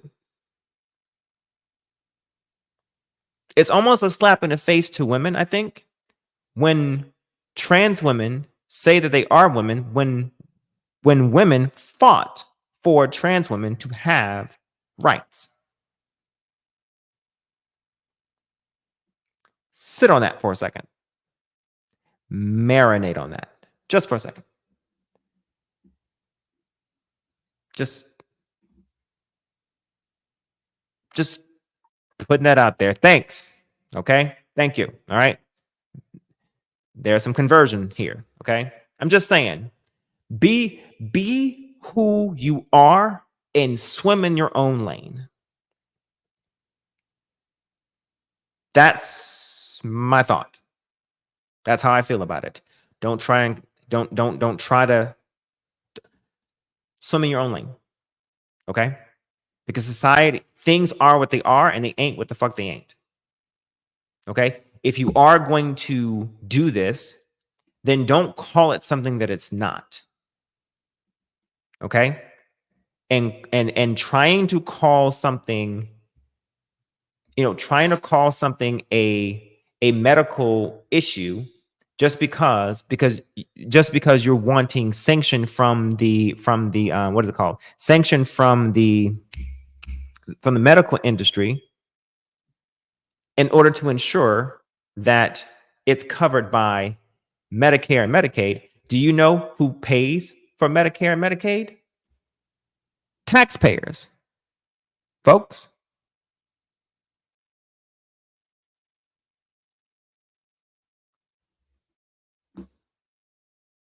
So if you're wanting for people to respect you, understand that there are equalities that are there. You're going to say, boss man, how are there equalities already? Let me explain. Oh, I'm sorry, Smitty's Corner. I was getting ready to have an objective opinion for you to let you know that there are some equivalencies and some equivocation that's already there. I apologize.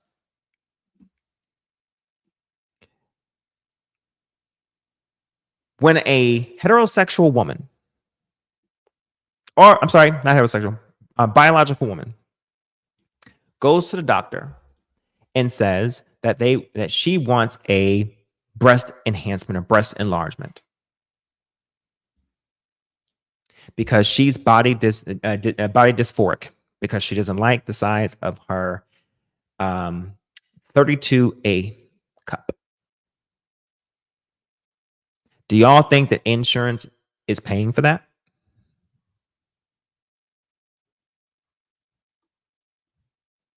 No.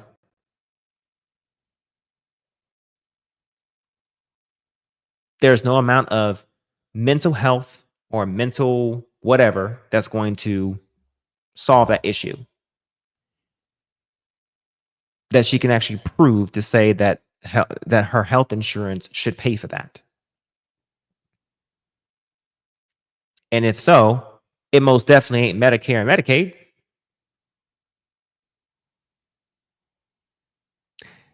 Now, for the trans community to come and say that certain things aren't covered by healthcare and call it discrimination, this is where I think society is having some contention, because essentially the trans community is saying that society is being discriminatory.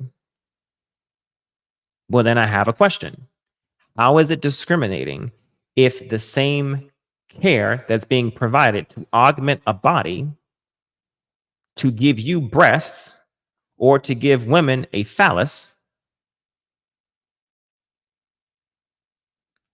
how is that discriminatory by calling that elective? You elected to transition, because remember, all of this, I'm going back to definitions because everyone loves to come back to me and say, let's go to the DSM-5 TR because that is the most updated one.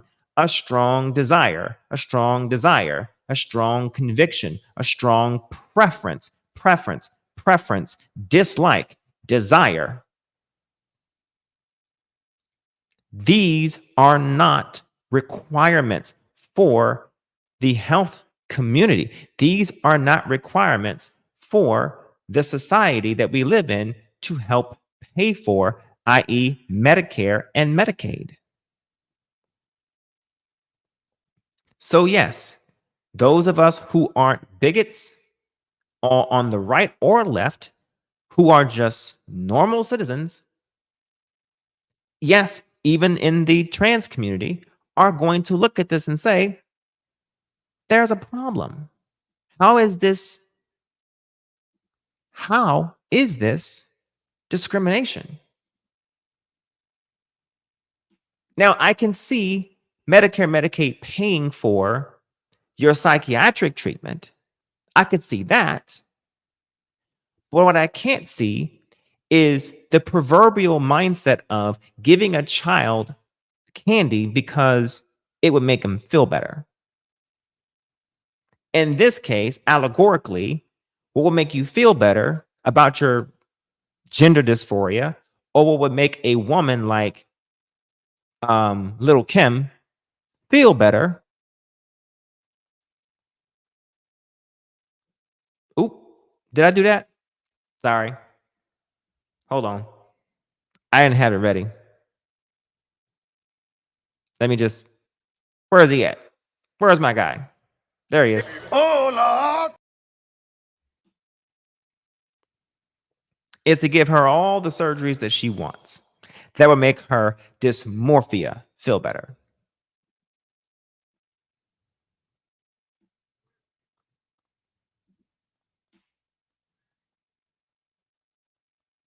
Wait, trans women are men. That's it. That's all. Well, yes, I agree with that. Trans women are biological men. I don't have any contention with that.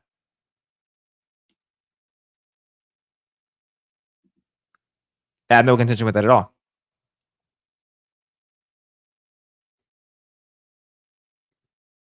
And when it comes to the biological portion of it, we have actually put it back up for a second.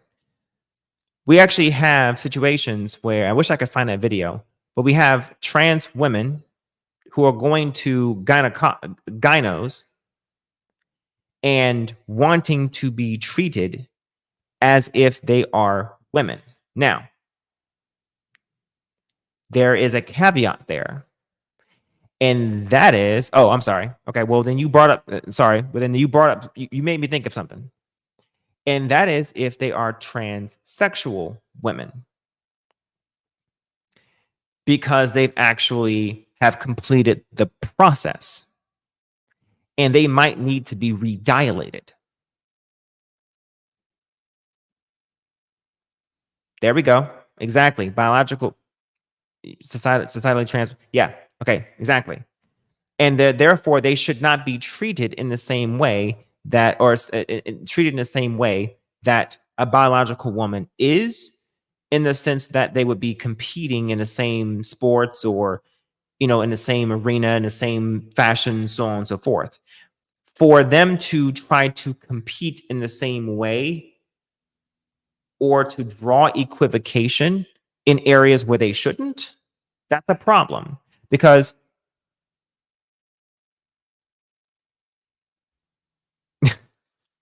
okay, Bubs, you're messy. Because here's the thing. Say that you were having let's say you're having a blood clot and you have a heart attack because of it. And you need EMT to come get you. EMT is going to come get you, and they're not going to care about your identity, your preference, your social selection, your social requirement. They're not going to give a fuck, because your body, whether you like it or not, is going to metabolize exactly as what you are biologically. It doesn't matter what you try and do to your body is going to metabolize exactly as you have always been. And they're going to give you the medication that's required for what you are and always will be biologically. So if you are a trans woman and they give you the dosages of what they would normally give a woman, the dosage of medications is not going to work on you in the same way that it would for a woman. And if you are a trans man and they give you the dosages of a man, it could kill you.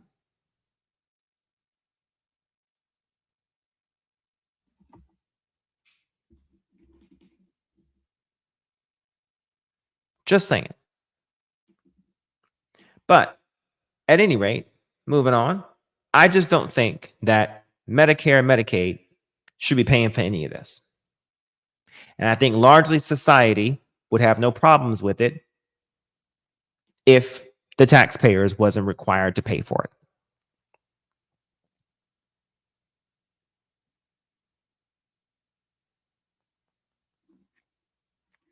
You ask me what's wrong with scripture? Are you asking me?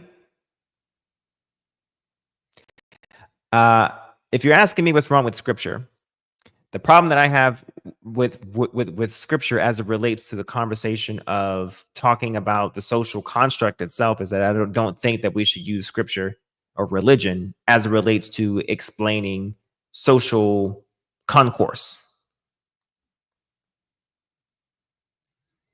Now, you can most definitely use scripture if you are mentoring or having a conversation about spirituality, if you're going to like a spiritual like psychologist, or if you're going to that arena.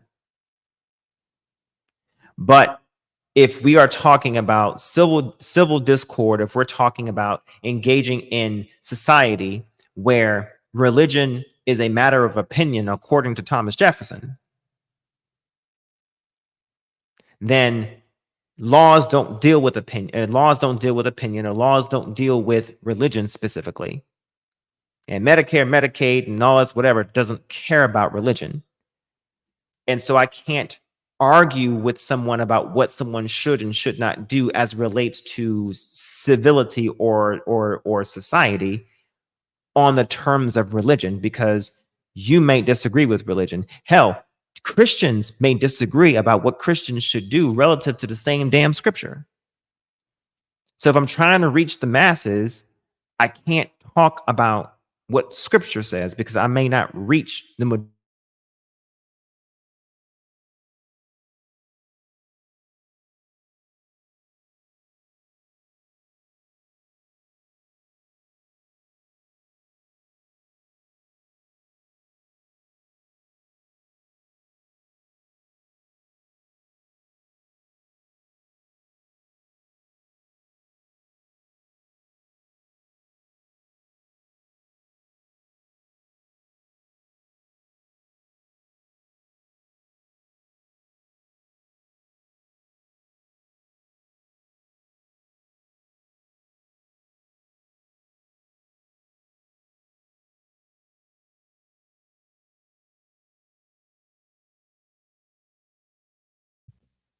Look at there. As soon as I start talking, look at there. As soon as I start talking about scripture.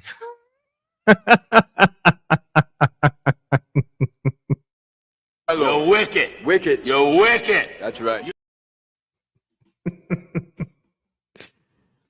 All right. So put one in the chat if you can hear me. I can hear myself. I just want to make sure I can be heard.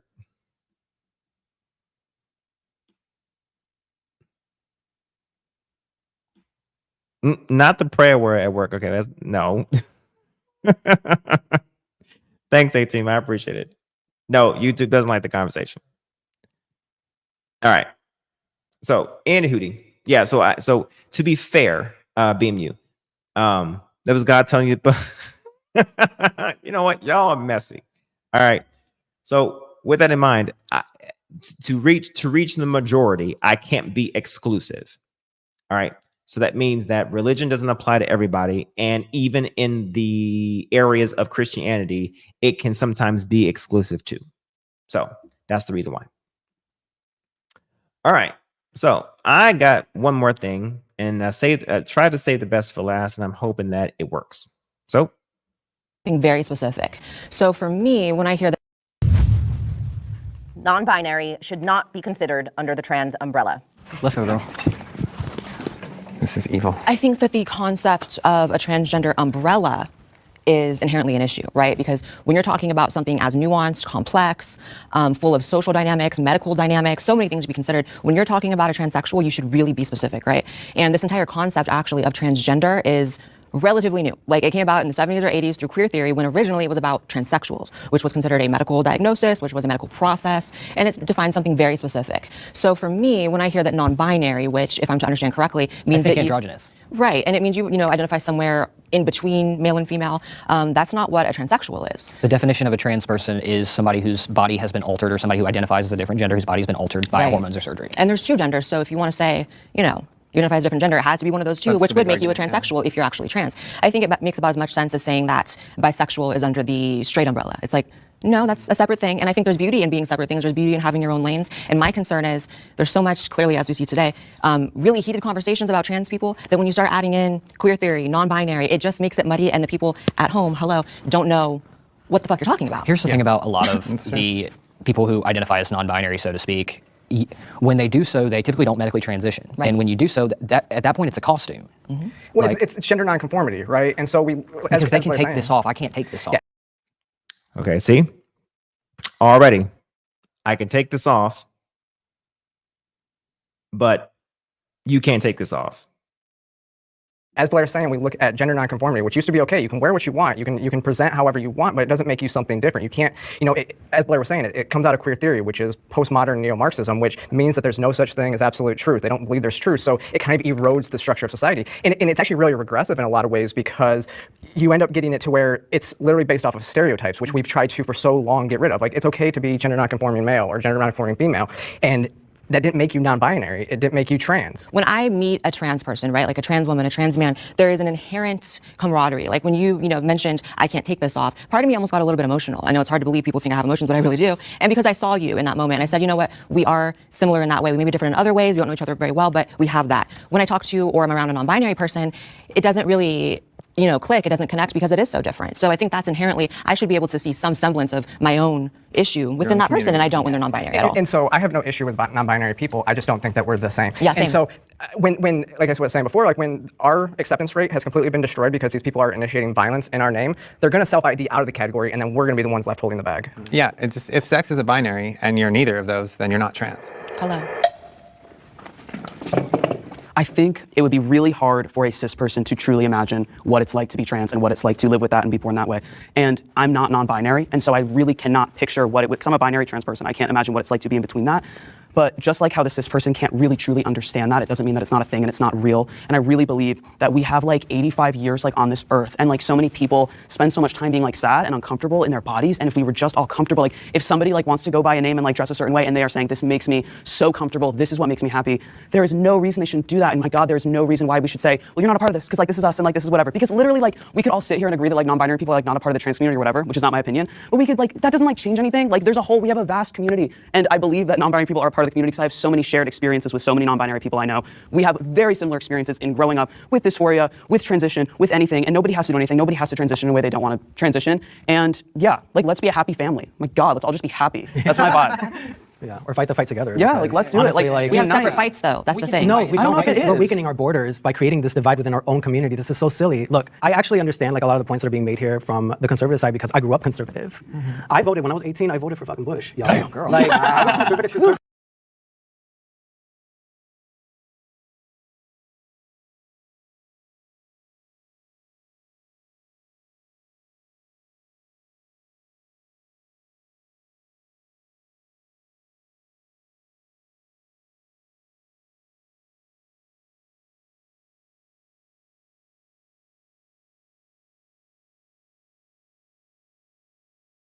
Oh, there we go. Sorry. Appreciate that. Mute Monster got me. Now, this is the person that I noticed earlier. I had mentioned this earlier, that in the middle, who looks very colorful. This person is non-binary and did not feel as though they were comfortable in their own kind of sort of skin here. Okay, when they were not non-binary, they were male previously. Okay, so just want to let you know that this is the individual I was referring to earlier. Okay. Okay, we're the same age. So it was not until my later age that I kind of decided, like, you know what? Let me be more open to different types of communication, different types of people. I actually talked so much shit about pronouns, like they, them, all this. I was like, what is this trash? When it first started really coming out, I did not disagree. I did not agree with it. I was like, what is this? This is stupid. How can you be a them? Blah blah blah blah. You were correct. And I did the whole thing, the grammatically. You're interrupting me. But you were correct. But I'm agreeing. They asked you not to comment, and you're commenting. So if you could stop, that'd be great. Thank you. So anyway, as I was saying. So I changed my mind because I got to spend time around other people who were non-binary, who were non-conforming, and I got to speak with them and I got to experience their life and their experiences. And then I realized myself, I'm like, shit, maybe this is what I've been experiencing my whole life, only because I was exposed to it. If I would have never been exposed to it, I would have never known that this could have been my experience. And I would have lived the rest of my life as a different person, as somebody who I'm not. And it's funny that you keep talking, that some people keep talking about, oh, you need to go through HRT, you need to have surgeries in order to be trans. That is all garbage. Another thing I never said, it's just so crazy. Again, you're still interrupting me while I'm talking. This is the second time now. You're addressing me. This is the second time now. If you can claim someone said something they didn't say, they should be able to correct you in the moment. Do you feel good now that you said what you needed to say? I feel fine. Wonderful. I'm sitting pretty, I'm fine. So, I mean, sometimes it's like the power that needs to hold me back. I mean, you're appropriating a medical condition. That's what you're really doing. I exist. I am proof that non-binary people exist and that it is a thing. And because I'm sitting right here in front of all of you, I'm a real person. This is my experience, just as yours is a trans experience, that as a trans woman, as a trans man, or as whatever. But I'm not here to belittle your experience or to tell you that you don't exist. And that's the difference between you and I, that you're trying to cancel you. And when I told you guys a civil war, I told y'all. When I say you, I'm talking about conservatives. And maybe it is you. You're part of the thing. You're part of the thing. Here's where I get to interject because there's a lot of things said about Stop me. addressing her and just talk to everybody. But what is your dysphoria? Well, there was something. Okay, so There's a question. What is your dysphoria? I don't want to say the word lie, but I guess that's what it is about what I've said here, right? I never said you don't exist. So we can add that to the long list of things y'all have said. I've said that I didn't. We know you exist. You're here. You're not fictitious, right? My point is you're different than me, and I don't even think you deny that, but yet when I say it, it's an issue, right? The same way that he said he can't take that off, you can, right? It's different. At the very least, it's different. And when we have a community that there are so many categories, demi-girl, demi-boy, astrosexual, all this shit, but y'all can't fathom that maybe that would be a different category than what I am when we have such different, as you keep saying, and everyone keeps saying, experiences? It doesn't make sense. A bisexual is different than a gay man. Can I ask you a question? I just want to ask you a question. What is your dysphoria, though? Because gender dysphoria, or sex dysphoria, as I would rather call it, is an uncomfortability between my secondary sex characteristics, not just what I wear on a daily basis, because masculinity and femininity doesn't have anything to do with being trans. But that's not true. But that is not true. You can have dysphoria without having to be dysphoric about your sex parts. But what is your dysphoria? You can have What dysphoria is about your anything. dysphoria? Straight cis women have dysphoria about their breasts all the time. They get breast augmentation. It's not dysphoria. That doesn't mean I need you to answer that the I'm not question. dysphoric about certain things. That doesn't mean that. And you don't know my life. You're not in my life Well, that's why I daily. asked you a question. You don't know what I I cannot- experience, the different things that I experience personally. I cannot believe that I grew up as, you know, this 5-year-old little kid experiencing just crippling gender dysphoria, like horrible thoughts, struggled so much my entire life to be sitting in this room and you're explaining to her what dysphoria is. I have my experience. It It's doesn't mean that I amazing. didn't have crippling. You got a different It doesn't experience. mean You got a that different I'm not- experience. We all have a different. We all have different experiences. It's different. I know, but we're all both not Different things. That's it. It's that simple. We don't identify as our gender at birth. Obviously, I'm not a non-binary person, so I can't speak for non-binary people, but I can talk about what I've been taught by non-binary people. From what I understand, when it comes to some non-binary people, sometimes they have to go into the gender binary for safety reasons, depending on the environment that they're in. A non-binary person stepping into this world and dismissing the gender norms of what people think a man and a woman is supposed to be like is so powerful. If you don't want to be mutable to the times of the expansion of the trans and non-binary experience, then just say that. I would rather you just say that you are not willing to move forward, learn the new terminology, learn the new pronouns that come with the trans umbrella and the trans experience. So right here. So remember I mentioned that the community seems to be suggesting that because you have a criticism, and they're saying this to another set of trans people. They're saying this by saying that because you're not wanting to accept a new, let's say a new set of categories. What did Lost Translation say? Because you're not wanting to accept a new round of categories or a new idea, a new principle, or whatever the case may be. What's happening? You're basically ostracizing, or basically, what are you doing? You're basically calling within the trans community transphobic, essentially. Okay. I would like to welcome to the stage. Why do I keep saying that? Welcome to the show. All right, Mantis Punch. Good day. Well, good evening, or good almost morning there to you, sir, depending on where you live. How are you, sir? I'm from Oklahoma. It's 10:45. Well, welcome aboard, there, sir. I'm from the Marine Corps, so I guess I can say and adopt that term. Welcome aboard. What do you think so far, sir? What do you think? There's a lot to unpack, but before I mention about today's topic, may I briefly mention something that was mentioned last week?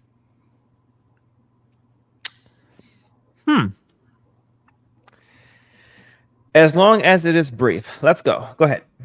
Okay. So the person that you used as a, I believe the TED Talk, Lisa M. Diamond. Correct. I believe it was. Yeah. Sorry.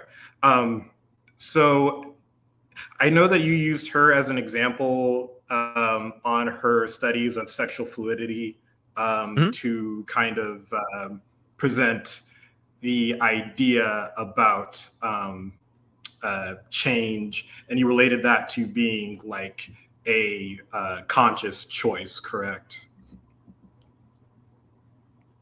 Almost. Go ahead. Okay. The reason why I want to point that out is because during her studies, she had at no point said that in regards to sexual fluidity, that these were willing choices that were made.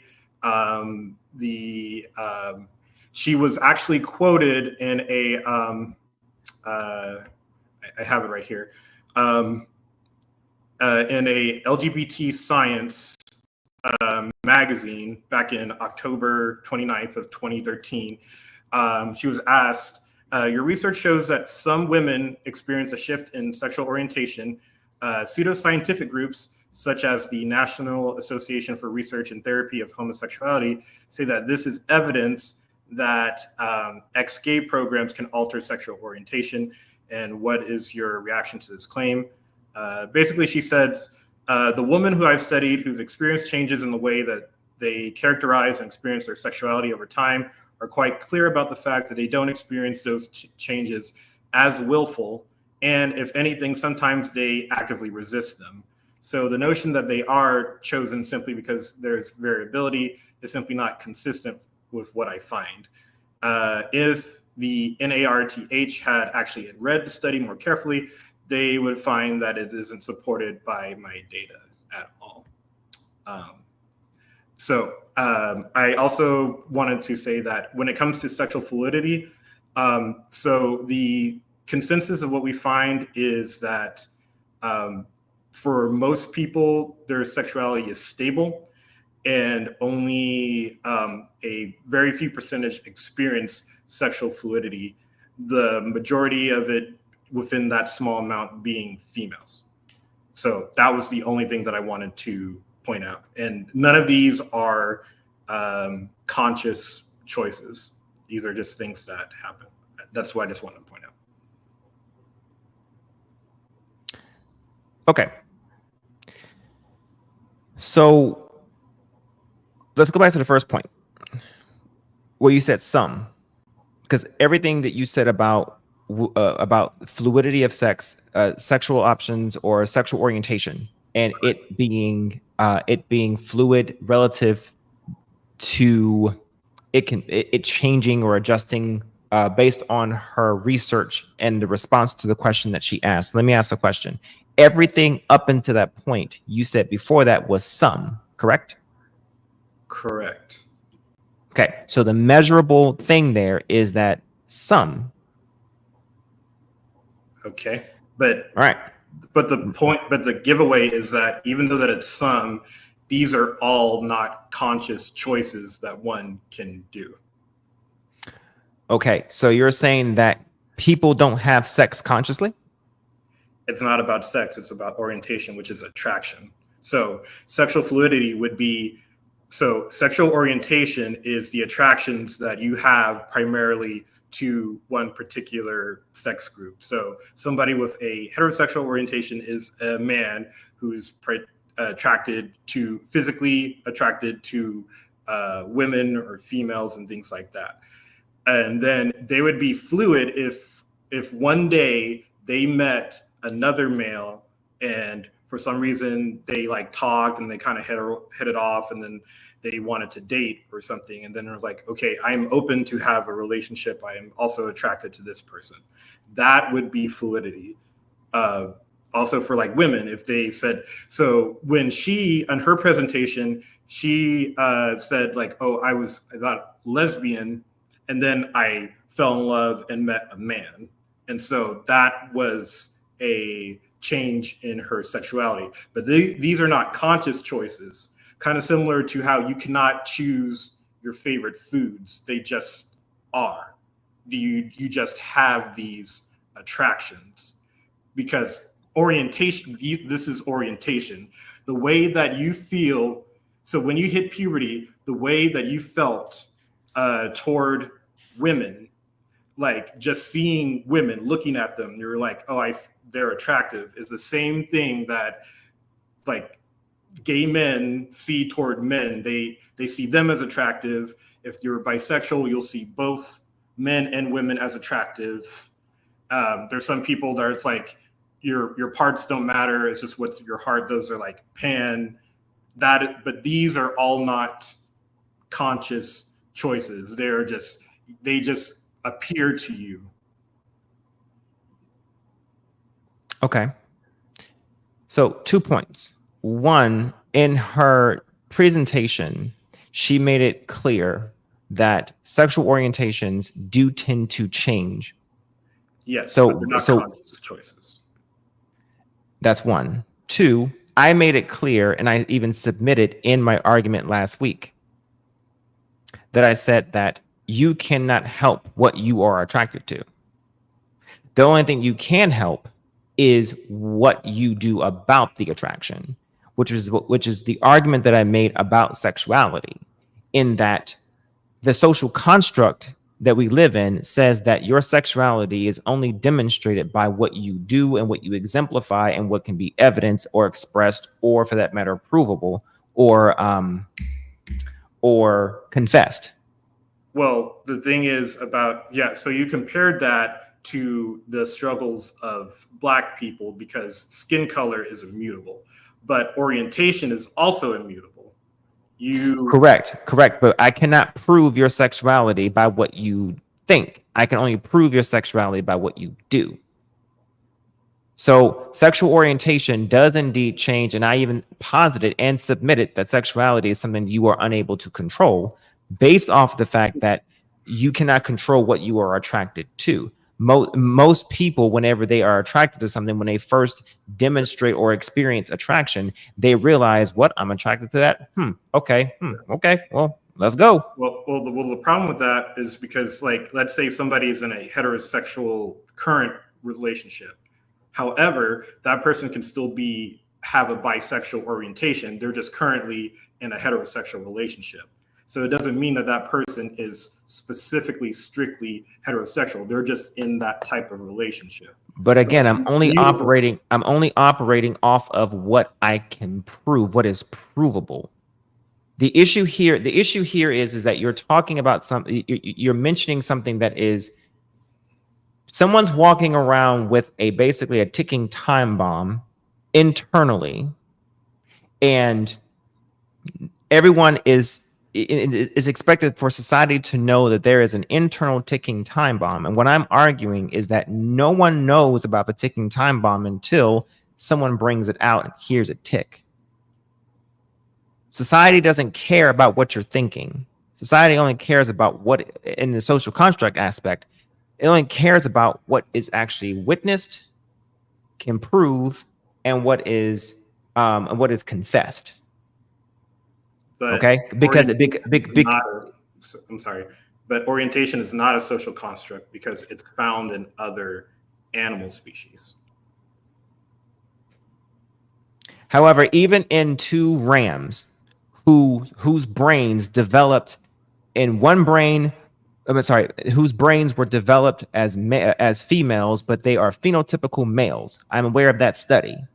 Even the lady who observed those two males, you still couldn't tell that they were doing some homosexual fuckery until they were doing some homosexual fuckery, is the point that I am making. You could not tell until they actually did something, is the point that I'm making. I mean, we can prove it through, I believe we can be able to map orientation in the brain. There are neurons in homosexual brains that have consistently shown to line up accordingly. The same thing with female like lesbians and things like that. Well, in that regard, that would mean that we'd have to test everyone's brain and tell. Well, hold on. By that logic, let's follow your logic. That would mean you have to test everybody's brain, and to this current day, no one exactly knows what happens in the brain physically to be able to determine if someone is actually born a particular way, to be able to map out where in the medulla that particular thing actually happens that actually makes someone particularly attracted to a male or a female. You cannot map. Thank you. Mapping out orientation is not something that. Thank you. Minority Report type shit. So the point that I'm making here is that I see the point that you're making is that something is inherent, and just because it's not outward doesn't mean that it isn't there inwardly. I got it. But the point that I'm making here is that nothing in the social construct is available for observation or criticism or characterizing or categorization until it is either performed or confessed. And if it works one way, it has to work the other way.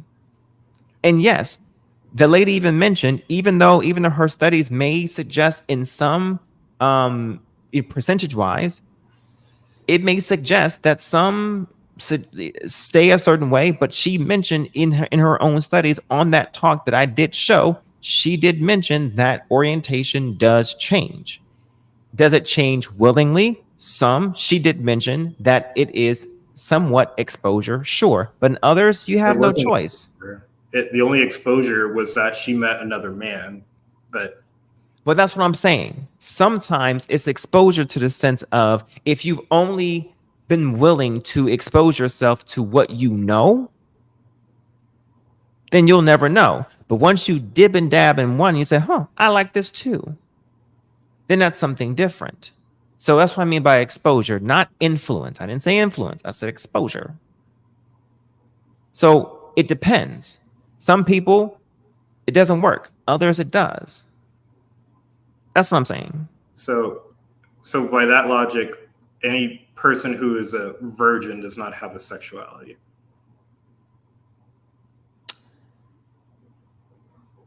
And any person who's a paraplegic who might be attracted to somebody doesn't have a sexuality or an orientation. No, but someone who is a virgin who is able to receive arousal from a particular individual does have a sexuality, yes. Okay. So there is a way to prove that. However, it's not determined until they're able to actually experience an arousal. Okay, but we can prove it though. What do you mean? You said so we can prove someone's orientation. There is a scale that we use. It's called the Kinsey scale that measures attraction levels from like opposite sex to same sex. There is a measurable scale that we can. So what's your solution? Go around testing people? No, just let people live their lives. Well, I didn't suggest not letting people live their lives. I literally said that last week. Right. No, but I wanted to clarify is because there was a mishap because you were comparing like, well, being black is an immutable characteristic, but these okay, I see the issue. Yeah, let me immutable characteristics. No. Let me clarify because I see where the issue is. Can you change being black? No. Checkmate. Okay. Well, a lot of people, I mean, for the majority of people, they can't change being gay. But 100% of people cannot change their genetics. They cannot change their melanin in the sense of the melanin genetic. Yeah, Michael Jackson changed how it looked, but it was still there. Yeah, genetically. Because I guarantee that if someone who lightened their skin, if they were to reproduce, they would have dark-skinned babies. The point that I am making here is that what is most definitely immutable is your ethnicity. And your orientation is also immutable because that's the scientific. No, it is not because the scientific consensus. Because the lady that mentioned it that I used definitely stated that it can change. Change does not mean that mutable. Immutable means unchangeable. Mutable means changeable. All orientation is immutable. You have no control over it. But Just what like I'm you saying have is no control over exactly your you have no control over whether it stays there, and you have no control over whether or not it changes. Okay, but you being a black man that I'm looking at right now, you have no control over the fact that whether you like what you like or don't like what you don't like, and whether that will change 10 years from now or not. But I can guarantee your black ass this is that your black ass is not changing from being black, whether you like it or not. Yeah. That is the point that I'm making, is that what's evidenced in by society is that I have seen women go from being all about the meat and going straight over to tacos. Like that. So you can tell me scientifically what is possible, but we have seen where it is possible, where they say that it's possible, where they do what they physically do. But I have not seen, besides a few people, Lil' Kim and Michael Jackson seem to do it well. But people are not able to readily change the fact that they're black.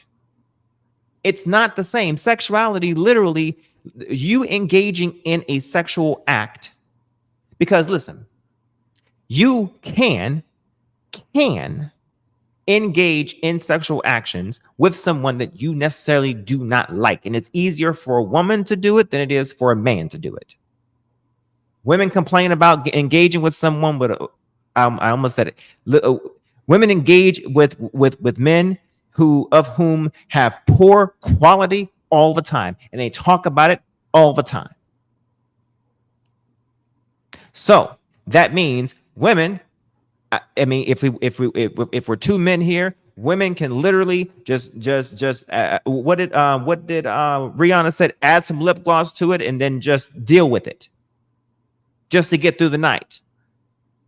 They don't have to be attracted to the man that they're suffering through.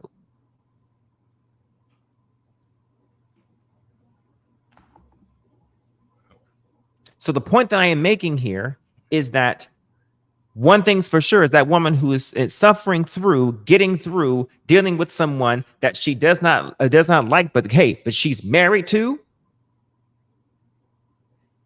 cannot change the fact that she's black. Ever. And that is more mutable than sexuality will ever fucking be, is my point. I mean, but what you said kind of checkmate. I mean, what you said kind of goes against what the Southern Poverty Law Center, which deals with civil rights and hate crimes, does, because they believe because it's not about who you sleep with as part of sexuality. Your orientation is immutable. And the fact that people are going to disproportionately treat you certain ways because of your orientation is what is deserting with civil rights. The same thing with people's skin color. I can actually give you the, well, I mean, I know that we have a lot of talks about, but I mean, it'll have to be another, but the whole sexuality as a choice thing, unfortunately, has been used by a lot of the attraction is what you can't control. Whether you act upon it sexually is the choice. But thank you. That's all. That's all I'm literally saying. That's all I'm literally saying. You cannot. And listen, Bubs, if you mind me saying, Bubs is he mentioned on his show that he's a gay queer man. Okay, Bubs is literally saying attraction is what you can't control. Sexuality is a choice. You choose what swim lane you want to swim down, but attraction you cannot control. I submitted that to anybody. Those attractions lead to the sexuality part. Right. The choice you made to choose down that lane of what sexuality you acquire, you align to. If you are a heterosexual man, you're only going to be attracted to women. It's like just straight up women. Or if you're a gay man, you're going to be attracted to men And these attractions are what leads you to the sex part. Because the reason why you want to have sex with this person is because you are attracted to this person. And so for the majority of people, this is stable from what the research shows. When it comes to sexual fluidity, these are new attractions that you have, but just because like you are currently like with somebody, it's like, for example, you could still have there are a lot of people who are in romantic relationships because your orientation is it's like the love, the romantic, all of that stuff. It's not just who you have sex with, because there are people in relationships that, and I remember Angry Man brought this up because he was mad because an asexual person is somebody who does not feel any attraction generally to anybody, and that is their orientation. And usually some asexual people feel complete disgust with the act of sex, but there are asexual disgusted people but have a romantic attraction toward probably like the same sex or opposite sex, and so that would be their orientation, even though they don't want to have the sex. And all of these things are. I'm sorry. I'm gonna stop you here. All right, and I respect the fact that you're bringing up a statistic that is absolute in the sense that it proves true in a certain statistic in a certain category. But I'm going to say that it's not absolute. The fact that it's not absolute proves the point that I am making, is that we see the evidence that people are fluid. There is literally a gender or sexual fluid category in the LGBTQIA plus community. I recognize that there is a fluid. However, that fluidity is not of the control of the person. I never said that it is in the control of them. My argument last week was never to suggest that their attraction was in their control. I never said that. Okay, but the reason why that for civil rights, the reason why that both LGBTQ people and Black people and Latinos and all these minorities and stuff is because humans with these immutable characteristics, such as certain orientations, skin color, doesn't matter. These are all like immutable things. It's just that people will discriminate and treat you differently if you have these certain criteria that you have no control over, such as your skin color, your orientation, all of that. That's what I was trying to, this is what's been used for like the ACLU, the Southern Poverty Law Center. This is why I don't see why we should not conflate the struggles of like Black people and the LGBTQ people, especially because it's like, anytime that we have this discussion, I'm kind of confused because I'm like, there's a lot of LGBTQ people who are Black. So do they just stop being, so once they're LGBTQ, do they just stop being Black? No. No, the issue with that is that they are not the same in that, I'll put it like this. Let's try putting it in a different category that makes more sense. Would you not agree that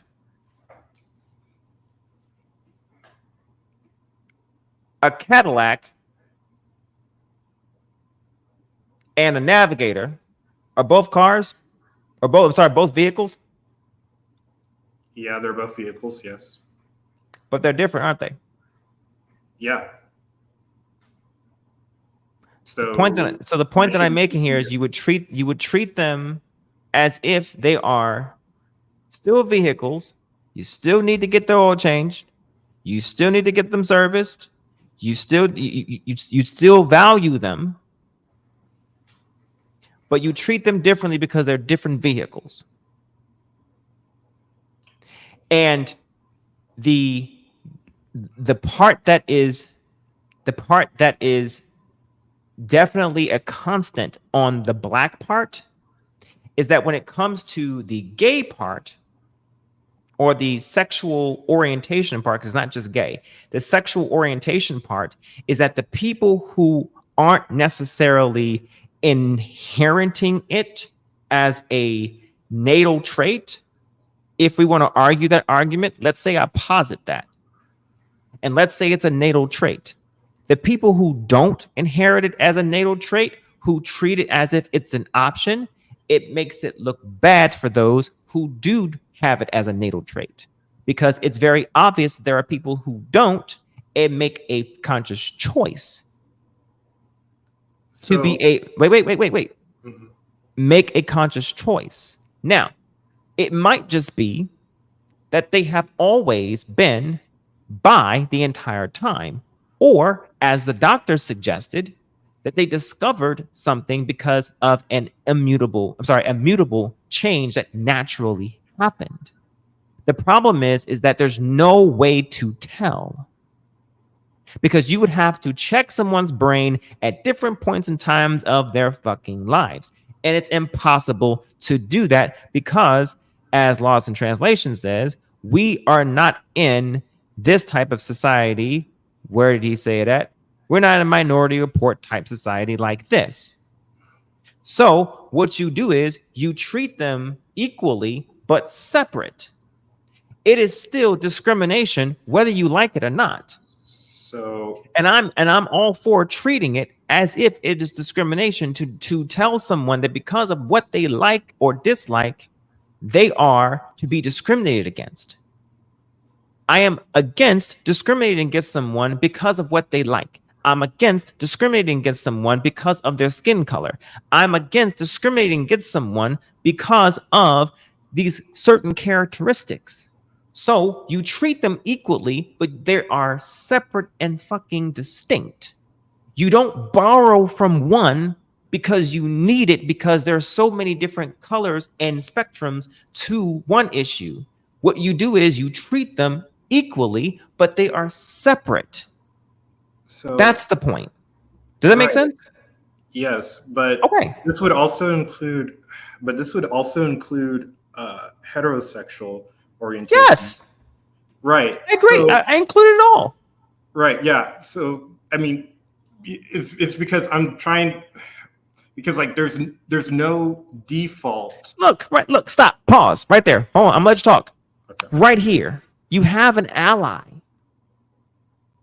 Right. He agrees. So I'm talking to someone who's part of the G community. Right. Okay. Right.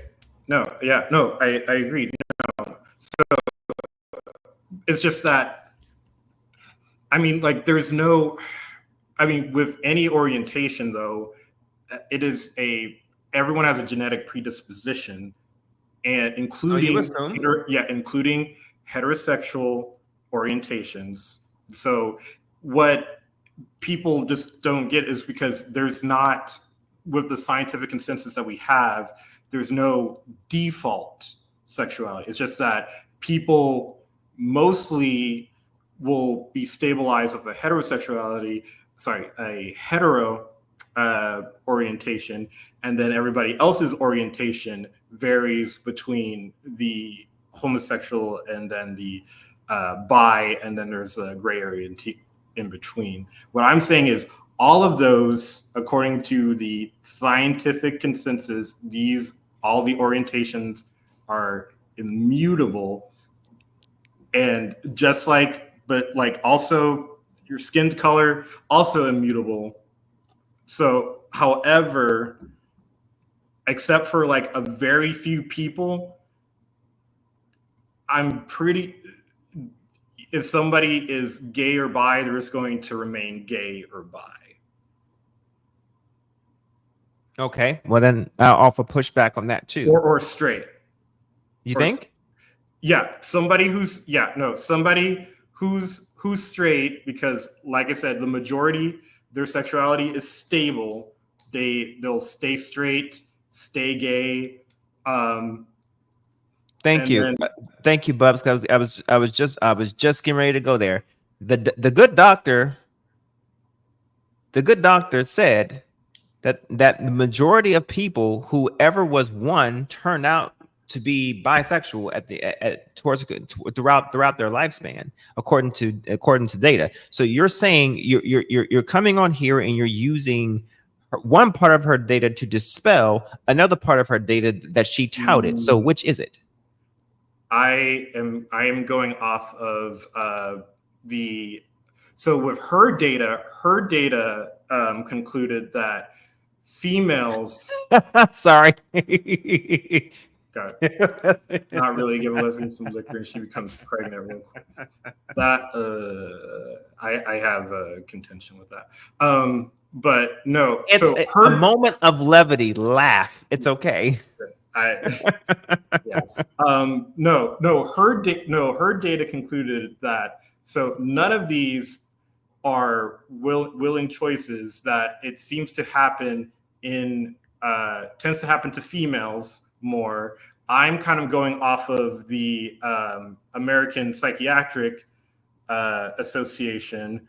If I can, I took notes. So they made a article, came out, Measuring Surveying Bisexuality, 2016, that says research suggests that women's sexual orientation is slightly more likely to change than men. The notion that sexual orientation can change. Pause right there for a second. Women's sexuality is more likely to change than men. We understood that part. Right. The notion that sexual orientation can change over time is known as sexual fluidity.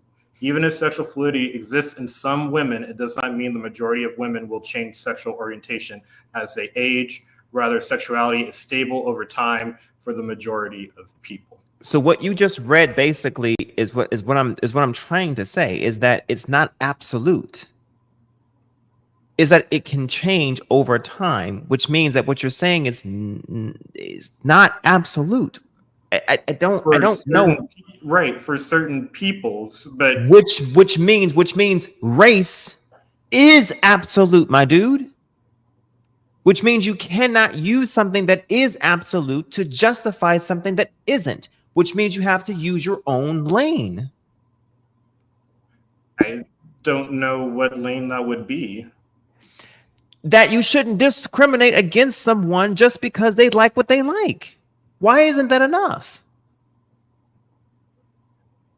I mean, because you've won multiple court cases without using racial discriminatory related statutes. Right, but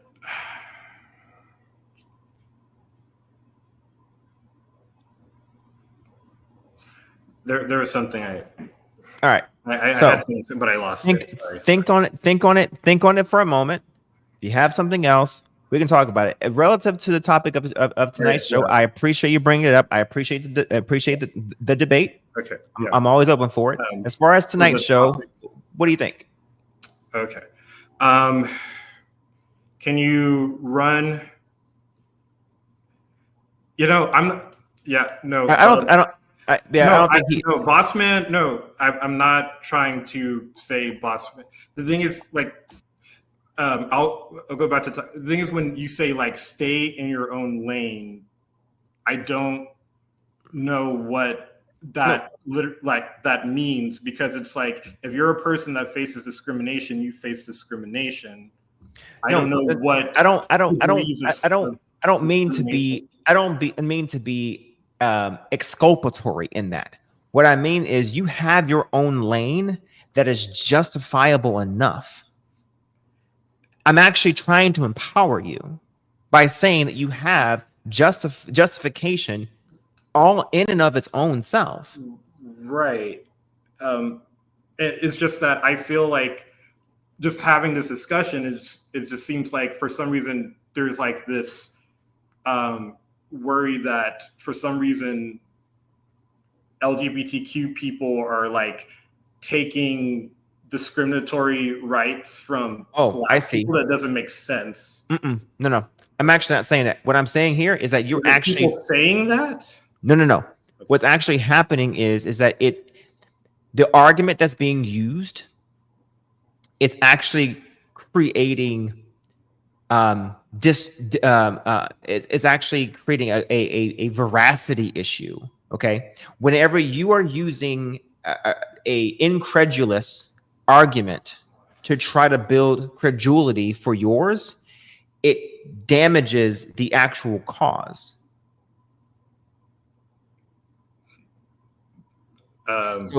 So if you try to say that, so like the transgender and transsexual issues in itself, okay? If you try and say that I was born trans in the same way that someone's born gay, now you may have more room on the gay part, right? But you have literally no room on the trans part. Here's why. Because what is the definition of trans? Trans is a person whose gender identity differs from their physical sex. Yeah. So it's about their. Yeah, you were not here at the beginning of the show. Well,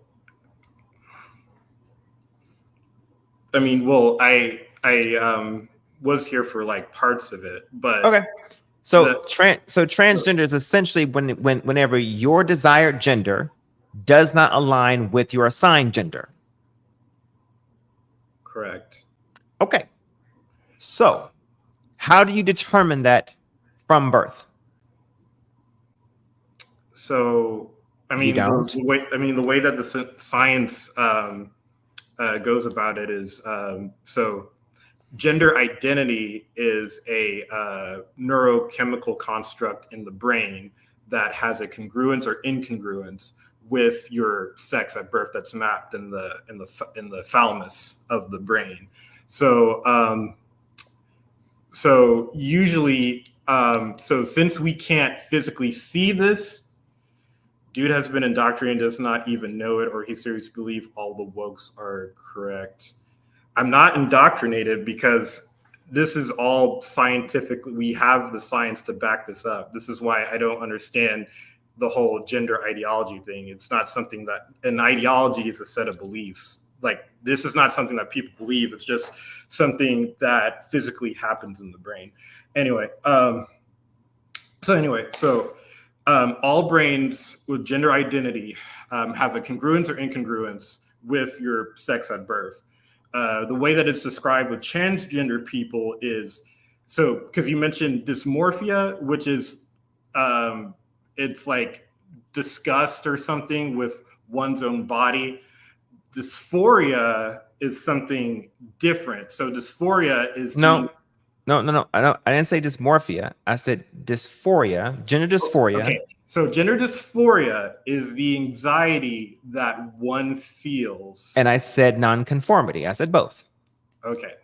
So dysphoria is the anxiety that one feels in regards to one's perceived. I said that. Okay. And which is totally different from gender nonconforming. Gender nonconforming is just like, oh, I just don't apply to the rules that society says. You're not feeling any kind of angst, anxiety, or any type of duress or distress from it. It's acting as if it's in the opposite end of the spectrum. Right. However, medically, there are trans people that don't experience any dysphoria at all, but they're still trans because they still have the incongruence of their brain, their identity to their assigned gender at birth. Okay, and this is where I have a problem. Okay. This is where I have, and I went through this earlier, is because if I don't know the difference between gender nonconforming and gender dysphoria, I am going to read these things right here, and you tell me, do they sound exactly the same? Okay? Okay. Let's read this together.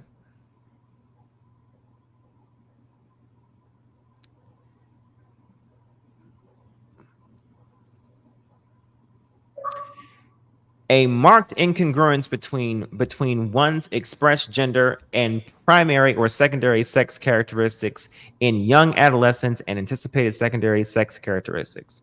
A strong desire to be rid of one's primary and or secondary sex characteristics because of a marked incongruence with one's experienced expressed gender, or in young adolescents, a desire to prevent the development of anticipated sex characteristics. A strong desire for the primary and or secondary sex characteristics of the other gender. A strong desire to be of the other gender, or some alternative gender different from the one's assigned gender. A strong desire to be treated as the other gender, or some alternative gender different from the one's assigned gender. A strong conviction that one has the typical feelings and reactions of the other gender, or some alternative gender different from the one's assigned gender. And if we go a little bit further, a strong desire to be of the other gender, or an insistence that one is the other gender in boys' assigned gender, or strong preference of cross-dressing or simulating female attire, or in girls, a strong preference of wearing only typical masculine clothing, and a strong resistance of wearing of typical female clothing, a strong preference for cross-gender roles in make-believe play or fantasy play, a strong preference for the toys, games, or activities stereotypically used or engaged in by the other gender, a strong preference for playmates of the other gender. In boys, a strong rejection of typically masculine toys, games and activities, and a strong avoidance of rough and tumble play. And in girls, a strong rejection of typically feminine toys, games, and activities, a strong dislike of one's sexual anatomy,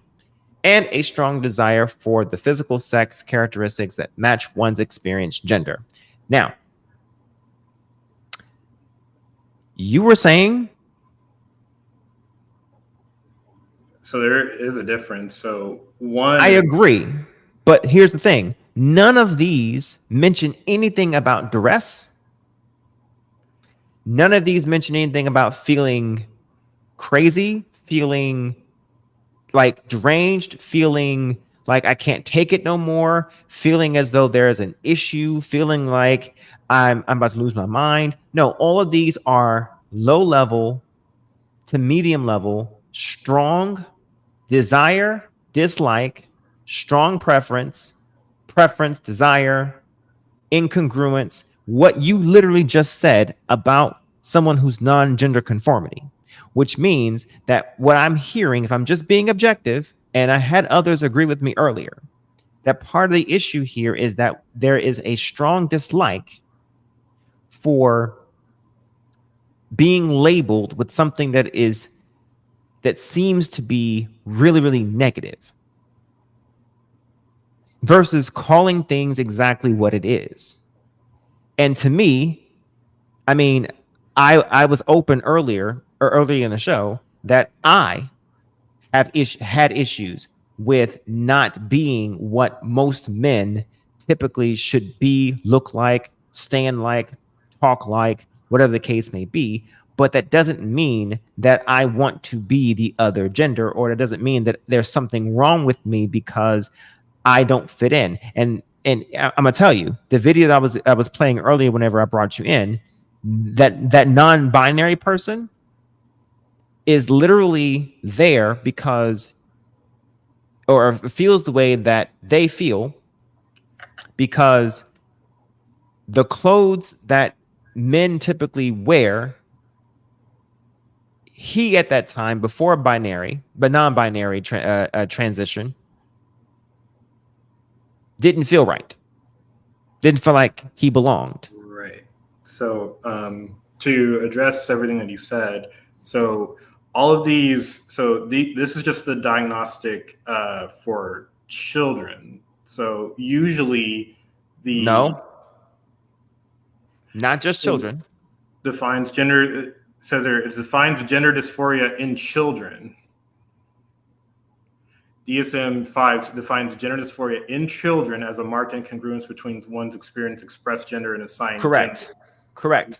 And up here as well. So I read you up here, and I read you down here, because whenever they're doing this, they're also using this for this portion, and I read you all this up here too. In adolescents and adults, and I read you the children portion. Yes, correct. Right. So I read you the entire thing. Right. But so the difference is, so the strong desire, I don't think that is like a personal choice that they're making based on the science that we know of transgender people. It is just a feeling that they want to be this way, whereas a gender nonconforming person, they're like, oh, hey, I know this clothing or all of this is for girls or women, but I like it. Kind of similar to, so it's like drag. So nonconforming is like drag. Wait, no. RuPaul is definitely drag, and he is definitely conforming. He is a he. Okay, I'll give you another one.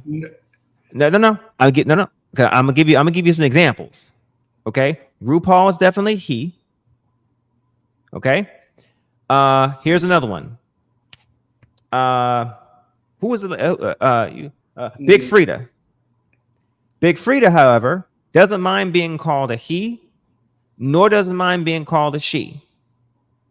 No. Gender nonconforming is how you express. What I am saying here is that individual, when it comes to not being gender nonconforming, that person does not want to be called a he nor she. Right. That non-binary mindset means that they don't want to be called he or she. That's why I call the non-binary person they. Yes. Okay. So what I'm saying is somebody can be. So there are people that are non-binary and also gender non-conforming. There are also people who aren't trans that are also gender non-conforming, and also trans people who are gender non-conforming. Okay, so now pause there for a second. Do you understand how confusing that is? It's not. No. Yes, it is. It's not. Okay, you're talking to someone who is not confusing to you because from your perspective, you're I'll say you're in the thick of it, okay? But to a normal lay person who's not in the thick of it, it is confusing. You only think it's not confusing because you have skin in the game. But to a society, mind you, y'all are a minority, and for y'all as an LGBTQIA+, right? Why do you assume I'm gay? Didn't you mention you were? I never mentioned what my orientation was. Do you not mention that you were part of the LGBTQIA+ community? I never mentioned that either. I apologize. I take it back and I retract it and I recant my statement. Then you are an ally then. Correct. Bingo. Okay, so you are part of LGBTQIA+. The A is an ally. A is asexual. Then fuck, I messed it up then. Fuck, and then I still take it back. All right. Wait, no. Because then they add letter AA. Fuck it. Okay, I'll keep my retraction. Okay, if you want to know, so LGBTQIA, lesbian, gay, transgender, queer, I is intersex, and And A is asexual. asexual. Yeah. Got that part. But they also included a bunch additional A's. But I can't remember if they include the ally within there, because listen. I have like a bunch of freaking definitions up. It could be. I just abbreviated LGBTQ. That's it. But I do know what the IA stands for, though. Okay. Cool. All right. Well then, no, I'll take that part back then. All right. So you're an ally then. So you are well versed in this. To someone who's not, this is the part that I mean when I say that the community wants acceptance, demands acceptance, and demands consideration, but doesn't extend the same to the society. I don't follow. When you said, when I said, do you see how that can be confusing? And you said, it's not though. Pause, because I'm someone who's not a part of the community, and you would argue that I do pretty well, right? Right. So that's because I actually have a vested interest in that I'm actually studying it. To the person who doesn't actually study it, to be able to get up here and at least be able to talk at some level of modicum of understanding, so I don't look like an ass up here. Right. Okay. The average person doesn't. And the average person is programmed to address someone according to how they look. Yes, ma'am. No, ma'am. Yes, sir. No, sir. It is not an insult. It's not always to be someone who is trying to be indifferent or immutable, as is the new word. The point that I'm making is that it seems as though every time the community comes across a situation where a change is not happened immediately, the community has a problem with, the community responds in a more incendiary way than what was actually causing the incendiary reaction. Someone misgenders you, and then it's not you, but someone creates a misgendering situation. Right. And then it's a larger problem than what it actually should be. So here, I got an example. Can I ask a question? Sure. So, okay, when you mentioned that, because like when you mentioned like the community, are you talking about like just the loud internet community, or? So what I mean are the people who unfortunately are the loudest ones, that are the purveyors of the worst among the best. Does that make sense? Just like in the Black community, we have those who are the loudest that are the worst among the best of us. Okay. Does that make sense? Yeah. I'm recognizing that there's a good majority of every community that actually don't act an ass of themselves. Right. However, I feel like, so in that regard, I mean, I know there's going to be like but you were able to stand being corrected, though. Yes, even when queer people help to educate information, a lot of times there's resistance to it. You at least are willing to understand, boss. Yes, I am willing to understand. I get where the community comes from. I get where because everyone wants to. I get the contention of like wanting to address. Dude calls the biggest part of his own community the loud online part. It's not big. Oh my gosh. Because apparently he meant that Bubs meant that part for me. But you're able to at least I mean correctly. Even when queer people help to educate information, a lot of times there's resistance. You at least are willing to understand. Okay, thanks. I appreciate it. Right. Anyway, I lost my train of thought. God. So sorry. It's fine. So the point that I'm making there is that and in most instances, it's the issue of the small portion of people that do the most, that represent and say that speak the loudest, that are the progenitors of what everyone sees the most, and unfortunately gets the perception for the entirety of the community. And the point that I made earlier is that the community should probably step up and correct those, because if not, you're gonna end up in a situation like the Black community is, trying to correct an image. That's the point I was making, is that when we have situations like this, for instance, okay, so there's a whole Pew Research page of experiences, challenges, and hopes of transgender and non-binary U.S. adults, right? Now, some of these I can grant, okay? Some of these people are just assholes, right? Now, I found one where somebody was misgendered over the phone, and they felt upset that they were misgendered over the phone. Are you kidding me? Misgendered over the phone?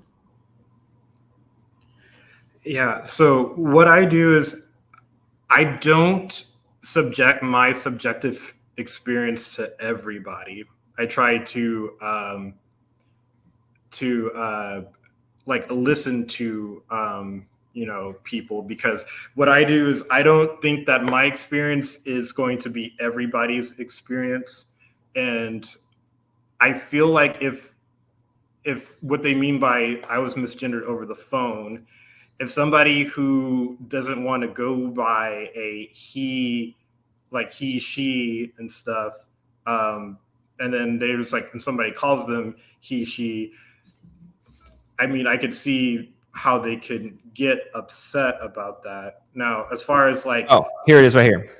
So I got misgendered on the phone, and I get misgendered on the phone a lot, and that's really annoying. And then even after I correct them, they keep doing it, sometimes on purpose, and sometimes I think they're just reading a script or something. So you're acknowledging that sometimes people are reading from a script.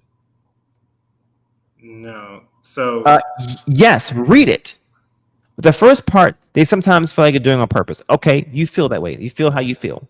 I think they're just reading a script or something, which means if you know that people are reading from a script, you are basically discrediting your own subjective feeling. They probably, the reason why they probably said like they're reading from a script is because they probably experience people who reading from a script. Do you know how many people, customer service people, read from a script? I used to be a telemarketer. I read from a script. So the issue is when someone tells you, oh, hey, by the way, it's not she, it's he, and then they keep on using the one that you don't want to refer to, then that person kind of, it gets in that person's brain that like, oh yeah, they are now just like that. Now they're just doing it on purpose after being corrected. Okay. And Now let me offer a solution there. Or is the person projecting a previous experience onto this person? Because let me ask you a question. If you turn off these cameras and I were to say to you, hello, my name is so-and-so, would you not assume that I'm a man talking, or at least an older teenager, right? I mean, yes. Right. So that means it doesn't matter if I say that I'm a woman. It doesn't matter if I've said to you that I prefer to go by ma'am. Our brains are taught and trained to go by what is objective. But you just haven't. Wait. I need people to understand that things are not always purposeful. It isn't always about what you told somebody. Sometimes it is what is just innate. When we naturally hear a low tone, we naturally hear masculine. I have actually called a full-grown woman sir, because the lady came in and I look, my head was down and she walked in. She happened to be one of the ladies that like smoked a lot. And so her voice was like really, really raspy, but I wasn't paying any attention. My head was down. She can't, because she comes in and she said something. And I said, be with you 1 minute, sir. And I looked up and I said, oh shit, I'm sorry, ma'am. Because I looked at her and I can then tell that it was a ma'am. But she wasn't trans at all. But I could not tell because I wasn't looking. I wasn't able to cross out what was obvious as far as audible with what was physical, because I was looking down and she'd come in and all I heard was her voice. What I'm trying to get out, what I'm trying to say is that everything is not always intentional. But you got to realize that when you put yourself in the type of situation where you are a man transitioning over to a woman, if you do not get your Adam's apple shaved, if this, then that damn equation. If you do not get your Adam's apple shaved, okay, and if you do not, for the most part, and also it's not. I'm sorry. One more thing. I did not agree with it. I was like, what is this? This is stupid. How can you be a them? Blah, blah, blah, blah. You were correct. I did the whole thing, the grammatically. Okay. Blair, right here. A lot of people don't like Blair, but guess what? You're interrupting me. But you were correct. But I'm agreeing with they you. asked you not to comment. Blair obviously got Adam's apple shaved to ensure that the transition was at least, what's what I'm looking for? At least assimilating. Then you're going to run into a situation where your deep voice is going to come across as honestly male apparent, and it's not always purposeful. Not everybody is a bigot because they hear a masculine voice and automatically think male. It's not purposeful. But what if you keep on doing it after being corrected? It's still not purposeful. Because I've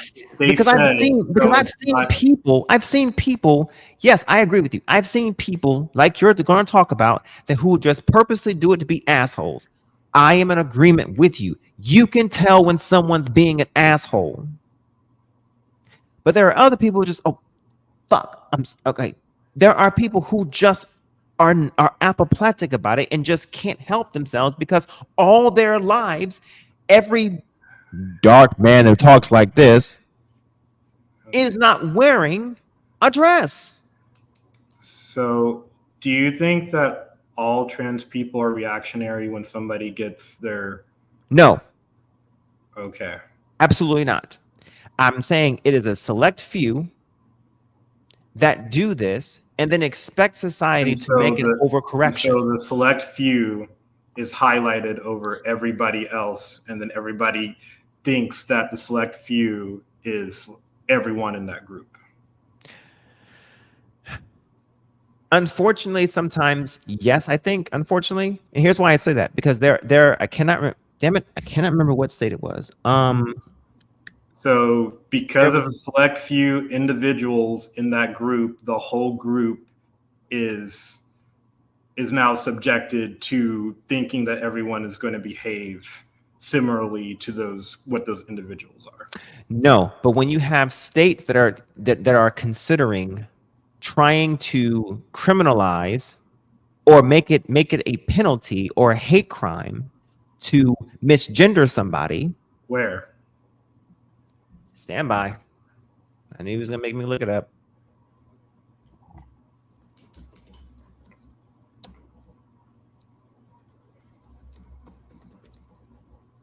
Because as far as I've seen, it's only harassment if you're intentionally trying to misgender somebody. If it's on accident, I mean, everyone. Yo, that is true. That is true.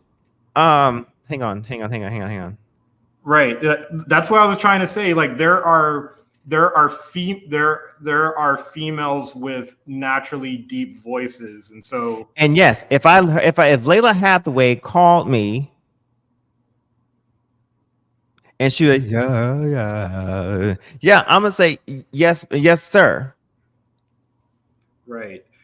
And then, but the thing is, like, if I heard that, I would probably say yes, sir, too. And then if she would say like, oh no, it's ma'am, then I'll just go by ma'am forever and ever and ever. And that's it. That's like end of discussion. So, but from what I'm hearing is just that somebody with a deep voice was like, oh, by the way, it's ma'am. And then they're like, well, so I don't know the other person. Like, does the other person wants to continue to call them sir, even though they're corrected, or are they just subconsciously keep on calling them sir, even though they don't mean to call them sir? Some people have the ability to make the adjustment very easily and very swiftly. Okay.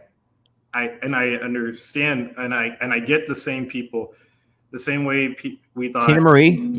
Yep. Another one. Okay. But hey, Layla Hathaway, however, let me tell you something. She has like a very like she could almost rock you to sleep with just her voice though. Layla Hathaway has that ability, and Anita Baker when she was younger too. Absolutely. Okay, now back to the conversation.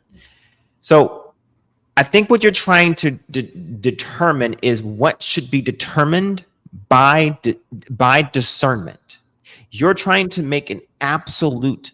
You're trying to ask me to make an absolute of what should happen if this happens.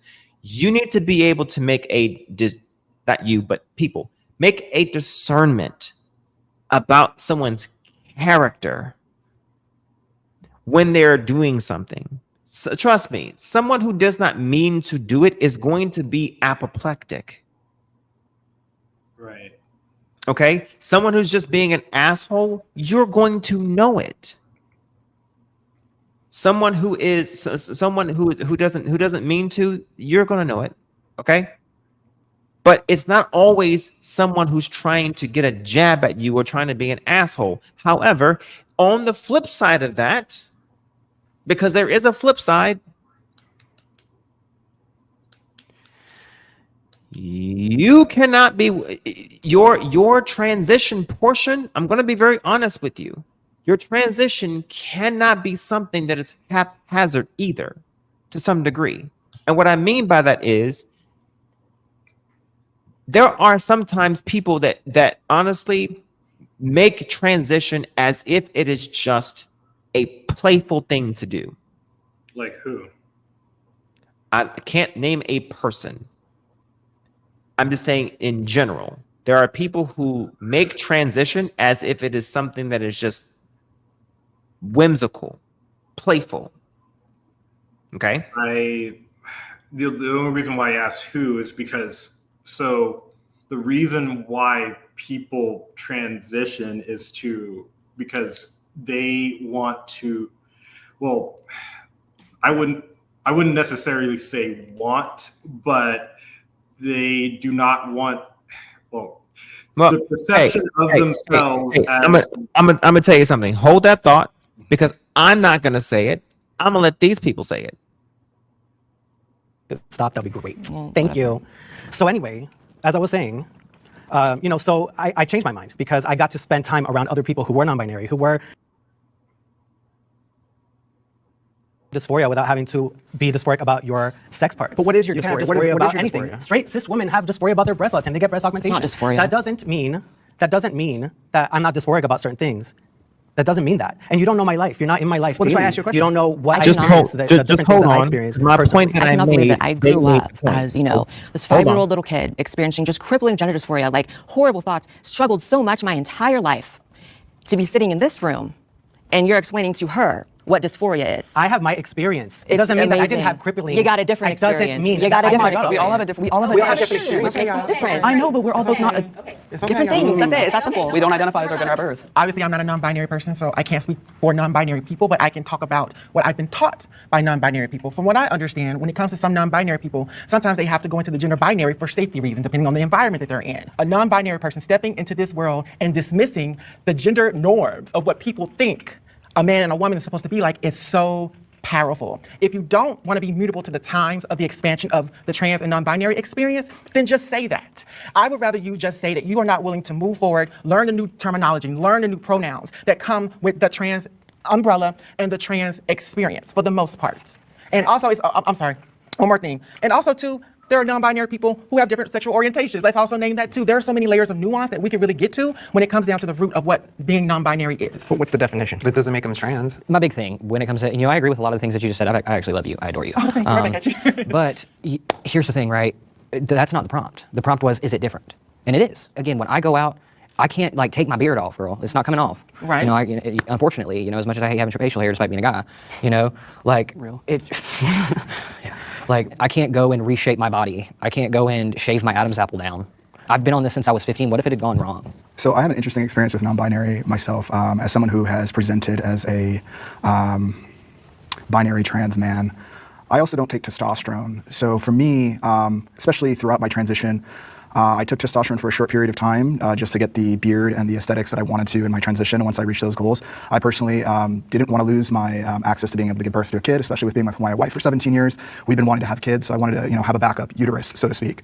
And in that process of doing that, I've discovered a lot about myself and my own identity of what is a man, what is a woman. And for me, when I take a look at the issue in the conversation, there's kind of two things happening. Simultaneously, our community is infighting with each other instead of looking outwardly at these structural systems that are actually truly affecting us with laws, politics, access to medical care, and et cetera. While simultaneously, we see that the idea of fitting into the patriarchal structures, the misogyny, everything that is kind of placed in us, I don't subscribe to that. I mean, all my life have been breaking the rules of what a gender ideology is just by my pure existence. I didn't grow up with the idea of knowing what trans was my entire life. I discovered that actually being homeless. I didn't discover that through some collegiate access to college or influence from others. There was no one around me that knew or that I knew it was trans. I discovered that myself. But as I've aged in my transition, because I've been trans for damn near almost 20 years now, I've discovered my own fluidity in that area because I actually enjoy my female side too. It is a safety concern. Doctors are willing to share a female restroom.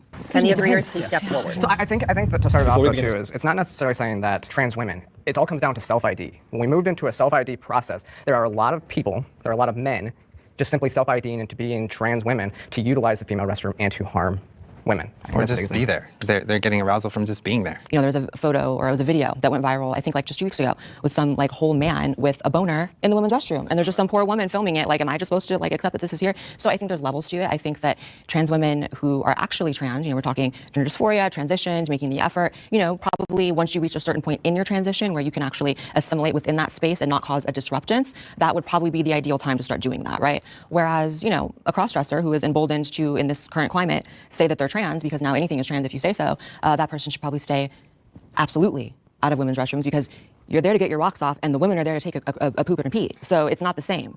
And I really empathize with women who, have an issue with it. And I can probably hear some women commenting, well, how do I know the difference between a fetishist and a real trans person? It's hard. It's hard. However, that's the only nuance that I know to give to it, which is there's different reasons people are trans, and some people really are trans because they're horny, and some people are trans because they really felt that way from, a young age or whatever. See, I agree to an extent. When you go to transition, and this is a fairly universal experience, once you get to a certain point of passing, that's about the time that you would start going into the other bathroom as opposed to not make the same sex uncomfortable. Mm-hmm. Once you reach that point in your transition, a lot of things change, but you start to see things from another perspective. You start to see things from the perspective of a cis person. Yeah. And I actually offer some solutions to this because I believe the free market can handle all of this stuff, because in government-run and government-funded buildings, there should always be a third space for us to use. And I do. When I go to the Capitol and stuff like that, I always use third spaces.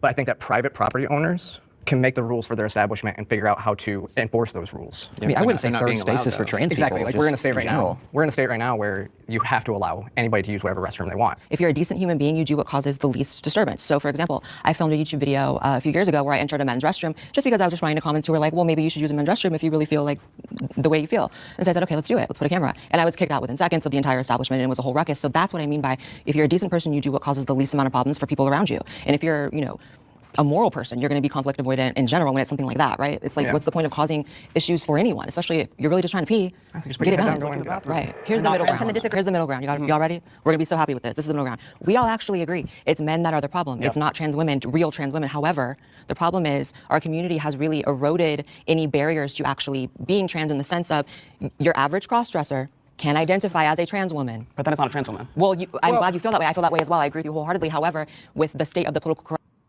Okay. So a cross-dresser is not a trans woman. And the person who is opposing on the other side agreed with them. Let's run that back. That is poignant. Capital and stuff like that. I always use third spaces. But I think that private property owners can make the rules for their establishment and figure out how to enforce those rules. I mean, I wouldn't say third spaces for trans exactly. people. Like we're in a state right now. We're in a state right now where you have to allow anybody to use whatever restroom they want. If you're a decent human being, you do what causes the least disturbance. So, for example, I filmed a YouTube video. Hang on. That, right? It's like, what's the point of causing issues for anyone, especially if you're really just trying to pee? Get it done.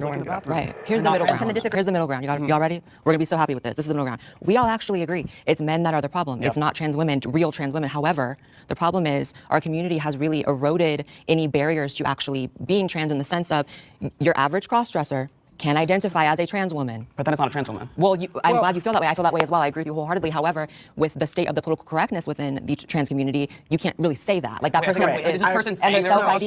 no, They say that they're trans. I actually do agree with you, Blair, 100%. Because that's one of those things. Yeah, I told you, I'm Let's really go. like that. And the reason why I say that is because sometimes when we self-identify, some people can take advantage of that, and that is something, unfortunately, that we cannot control. But we have to combat it with facts, with research, and with the information that's presented in front of us. It seems like we're the ones that's teaching everybody else because we live in a predominant cis world. We're teaching them about us. And I just really think we cannot afford to be intellectually dishonest about our experiences as trans people. There is something that I think we can do. There's solutions to this. Like I do think that something like you have to be on hormones or something like that for 2 years or something before you can even change your ID, like across the board. That would eliminate the cross-dressers from being able to go there because then you can say, hey, my ID says this, and you can, and so it shows that you've actually taken steps. It's not about passability. It's about how long you've actually been taking the steps to transition. It's okay. Okay. So here's a thought is to find a way to standardize it in a way where no one can come in and try to step on what is your space as the trans community. This way, it's not broken into for someone to take advantage of. Because there are spaces and areas where people can take advantage of it, that's one. But then two, there's a situation of people in general are not aware of all of the nuances between, what did Bub say? The LGBTQ plus existence, right? So people are not aware and aren't sitting down, because I'm going to tell you something, Mantis. And if I need to, I can have the voice of my wife come up here. Is that I sat down for days reading about everything to make sure that I'm able to speak somewhat intelligently, and I still don't know everything. Okay, so that way I can say something on both sides about this. On one end, I feel for people who are transgendered, in a sense, and not transsexual. For transgendered people, it's a situation of where you're not quite all the way over, but you're still in a situation of you're still kind of in limbo where you're socially transitioned, but not sexually transitioned in a sense. Okay, so there is a situation of where people can still misgender you or mislabel you. And then there is a rage when you're not labeled correctly relative to what you're wanting to be labeled. And sometimes what ends up happening is there's an outcry because what you're wanting to be labeled is not coming to fruition. And a part of the reason being, if I'm just being objective about this, part of the reason being is because people are naturally inclined to respond. And I'm not talking about bigots. I'm not talking about people who just won't assimilate. That's not what I'm talking about. Ignore those people.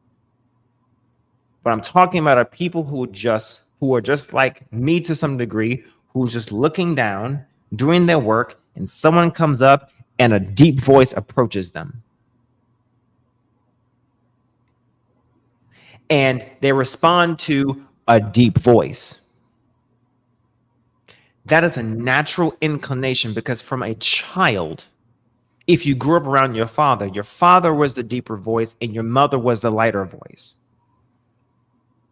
And if you are transgendered and you have not, this is why Blair mentioned it kind of cynically. I am going to admit that. Okay. But she does a lot of gatekeeping. That's my only contention with her. But however, Black people do a lot of gatekeeping too. Is it not warranted to some degree? Because if it's not warranted, society gatekeeps a lot of things. Because if you don't gatekeep certain things, if you don't, then there's no structure.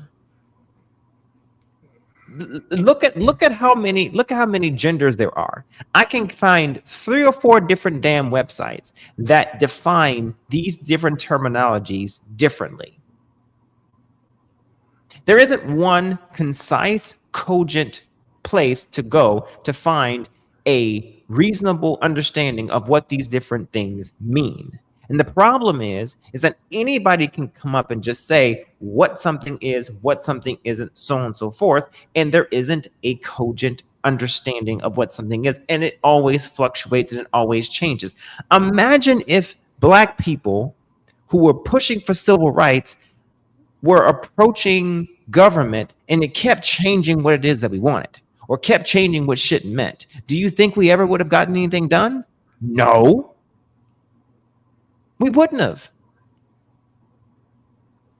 So the point that I'm making here is that you can't expect change when the change keeps changing.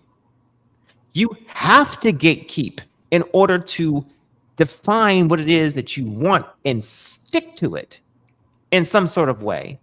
And then those who want something else, swim in your own lane. Because otherwise, you're going to be in situations like this. I think there is case then that this show is premised around, where we're going to have conversations like they are over in the UK. Should the LGB drop the T? So my thing about that is drop the T has been a thing since 2015. I wonder why. The reason why is because it had to do with the rest of the group had to do with orientation. Exactly. And that had to do with gender identity. But there are some people but when it came down to it, trans people were included because out of a society of people born the way that they are, they're not the norm, and so like they're being ostracized for being who they are, just like the rest. So you mean in the same way that LGBs are grappling on to are pulling or abstracting from the civil rights issue? You mean LGBs are having a problem from T's doing the same things that LGB did to Black people? What? That doesn't make sense. Because when you say LGB and Black people, it's like you're saying they're two different things, but there's LGBT Black people too. Follow what I'm saying. I understand that there are LGBs that can be Black. That's not what I'm saying. I understand that. What I'm saying is LGBs are upset at T's because they tried to correlate being trans as the same way, to be born with it in the same way that LGBs being born with being lesbian, being gay, or being bisexual. Well, LGBs did the exact same thing to the civil rights process of being born with something that they quote unquote cannot control, which I submitted with last week. My position is not changing. So the point is that LGBs are mad about the same about T's doing the same thing that LGBs did with black, with race and ethnicity. No, because just like because with your ethnicity, you still get ostracized. You still get ostracized with being somebody who's not straight. You still get And a car still gets washed. Agreed. But I don't understand why, like, there can't be like an equal civil rights, like everyone, like the whole stay in your lane thing, and like you obviously face discrimination, and correct. So, like, but what is the purpose of the whole purpose of the stay in your lane thing is just saying you are different, but even though because even though that you're different, like we can still work together to fight our common goal is just to fight discrimination, fight inequality, fight all of these things. I agree. We can do that without trying to provide equivocation. The equivocation, there's correlation without equivocation. There's a correlation in the sense that there's a group of people within society, whether it's Christian nationalism, whether it's white people, whether it's, short people, whether it's tall people, whatever you want to call it. There's a group of people that have a problem with a certain characteristic. Okay. Now, one people have a problem with a certain color of people. One set of people have a certain problem with a certain action of people. Because remember, again, no one can prove what you think. We can only prove what you do. Okay. So I can only go off of and argue what is proven. Okay. So I can't prove that you thought about being attracted to anybody. I can only prove in a court of law by statute and regulations what you do. And the fact is that you cannot discriminate against someone by what they do within the confines of legality. And you cannot discriminate against someone by the color of their skin. However, the color of your skin is something you are no shit born with the moment you come out of your mom's twat. However, sexuality, that is still left into the open. Literally left into the open. In fact, I even argued last week that when it comes to sexuality, you cannot prove your sexuality until you're able to even get an arousal. But your ethnicity is clear and evident the day you're born. So you're literally born with your identity. With your ethnicity. You're not born with your sexuality. You're born with a predisposition to it. That is not proven. It's only proven. It's literally, Mantis is literally only proven within 13 to 15% of people they've been able to test. You cannot say that definitively. But what I can say definitively is people are born with their ethnicity, and that is what they rule with in court. And being an ally, you can only go off of what you can solve in court objectively. You cannot go off of what is opined or what is pontificated based off of science. What you can go off of is what you can find empirically in court. Your argument was the basis of why it can be legal to discriminate gay people, though. No. How? The LGBTQIA plus has won in the Supreme Court without using the born this way argument. They've won in two major Supreme Court cases without it. Because of what I was saying before, of the scientific consensus that orientation is immutable. No, they won off of the simple fact that you just don't discriminate.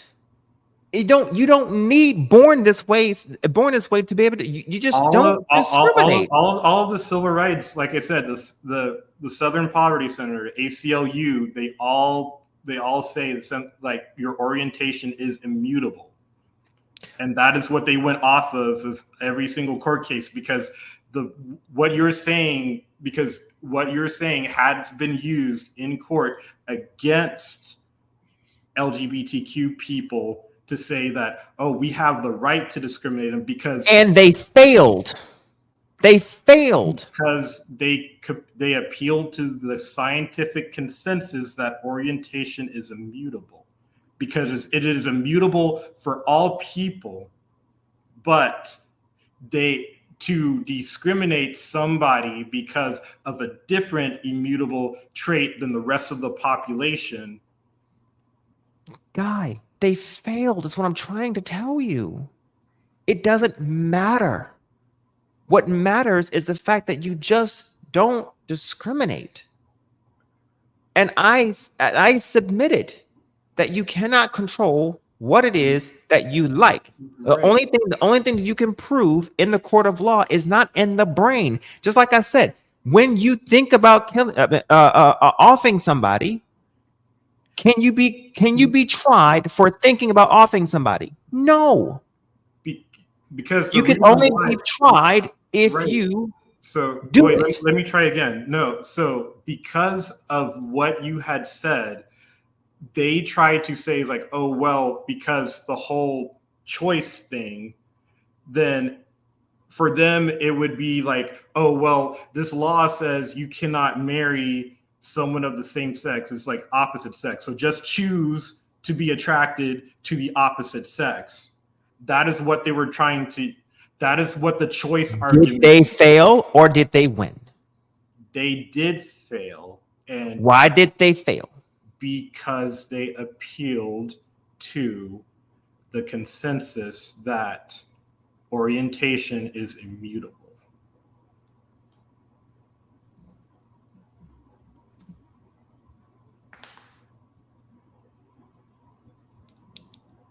It wasn't based off of it wasn't based off of just discrimination for discrimination's sake.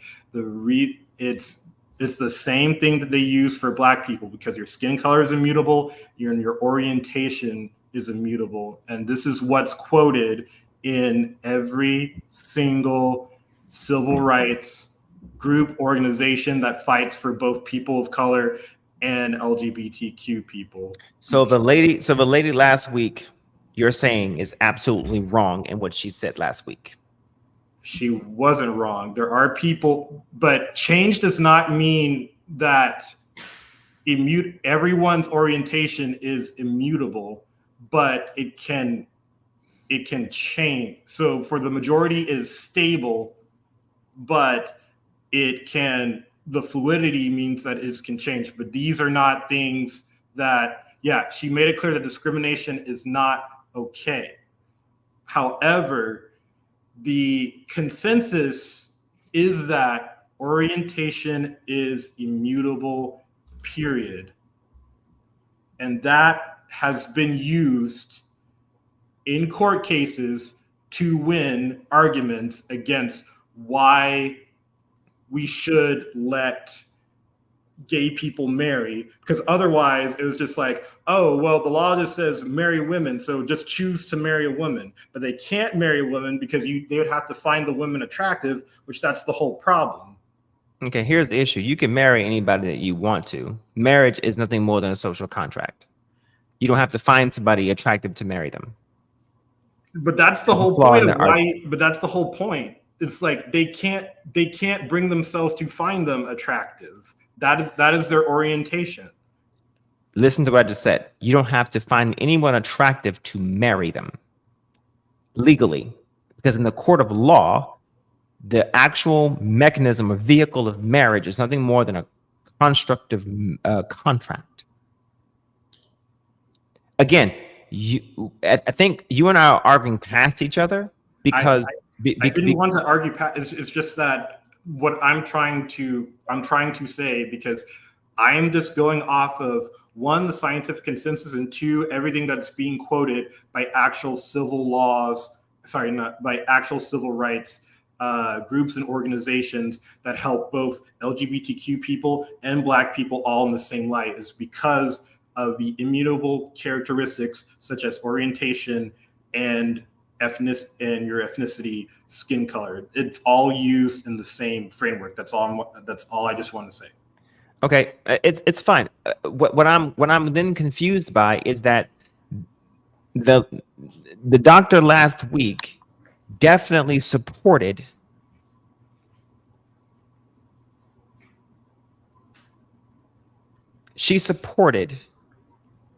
everything for LGBTQIA plus people and dislodged the argument of using the born this way argument, provided two cases at the Supreme Court that didn't use it, and mentioned with that sexual orientation was mutable. It is only mutable for a small portion of people. Otherwise, that's not what she said. That is what there has been research. Like before, I quoted. So her research was done in 2013, I believe, and so the magazine that I quoted her from afterward, that when she was, because literally, like I said, she was approached by so another organization tried to use her research as a basis of saying, well, then conversion therapy should work then because orientation is mutable. However, she has never said that your orientation is mutable.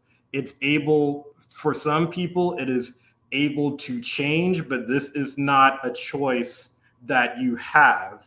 Just like that you do not choose to be the skin color that you are.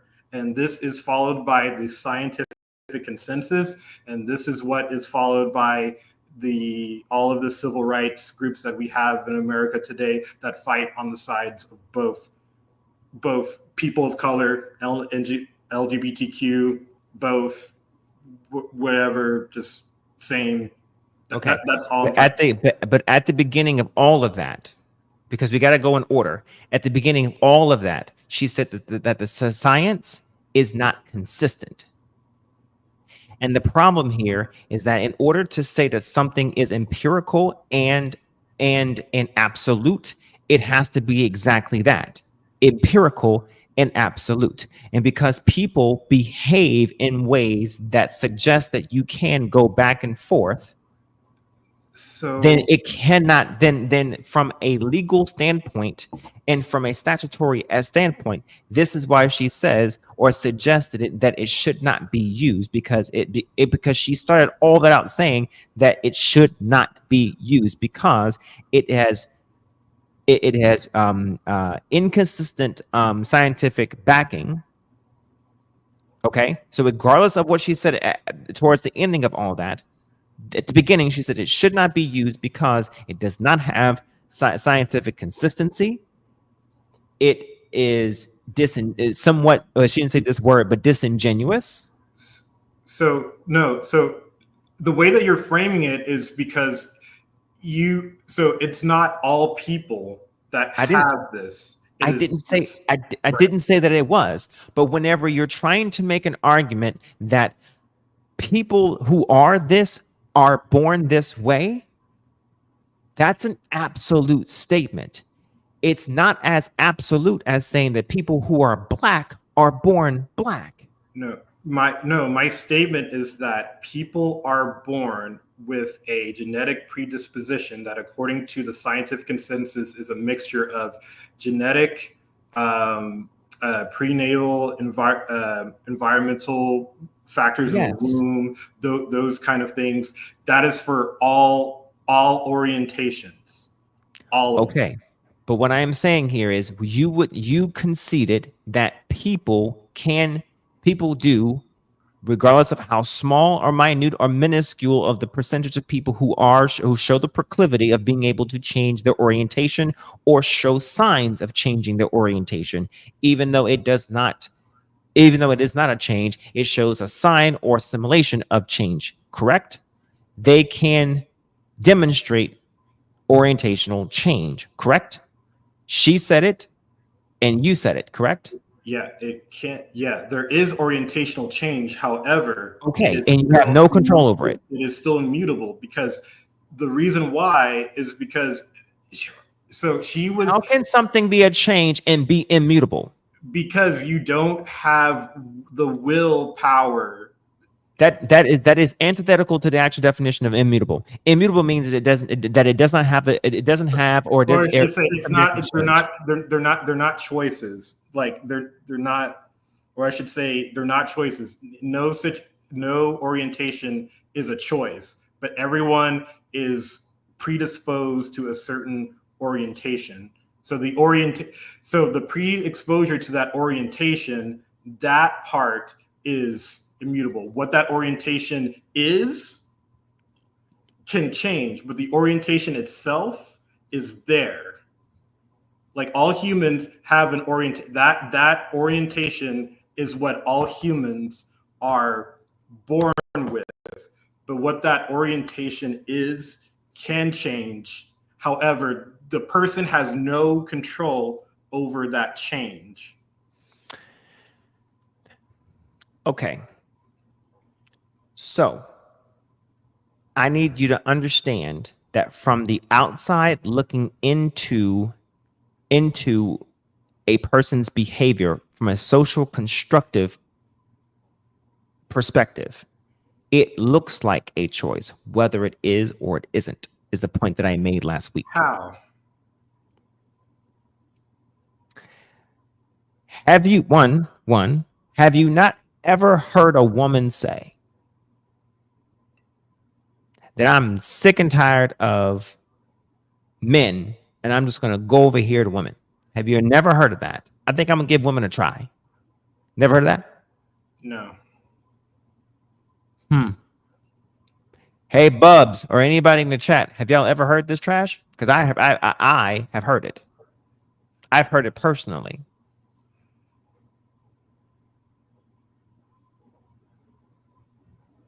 If no one has control over the change, then the word transition would not exist. Okay, so transition means something.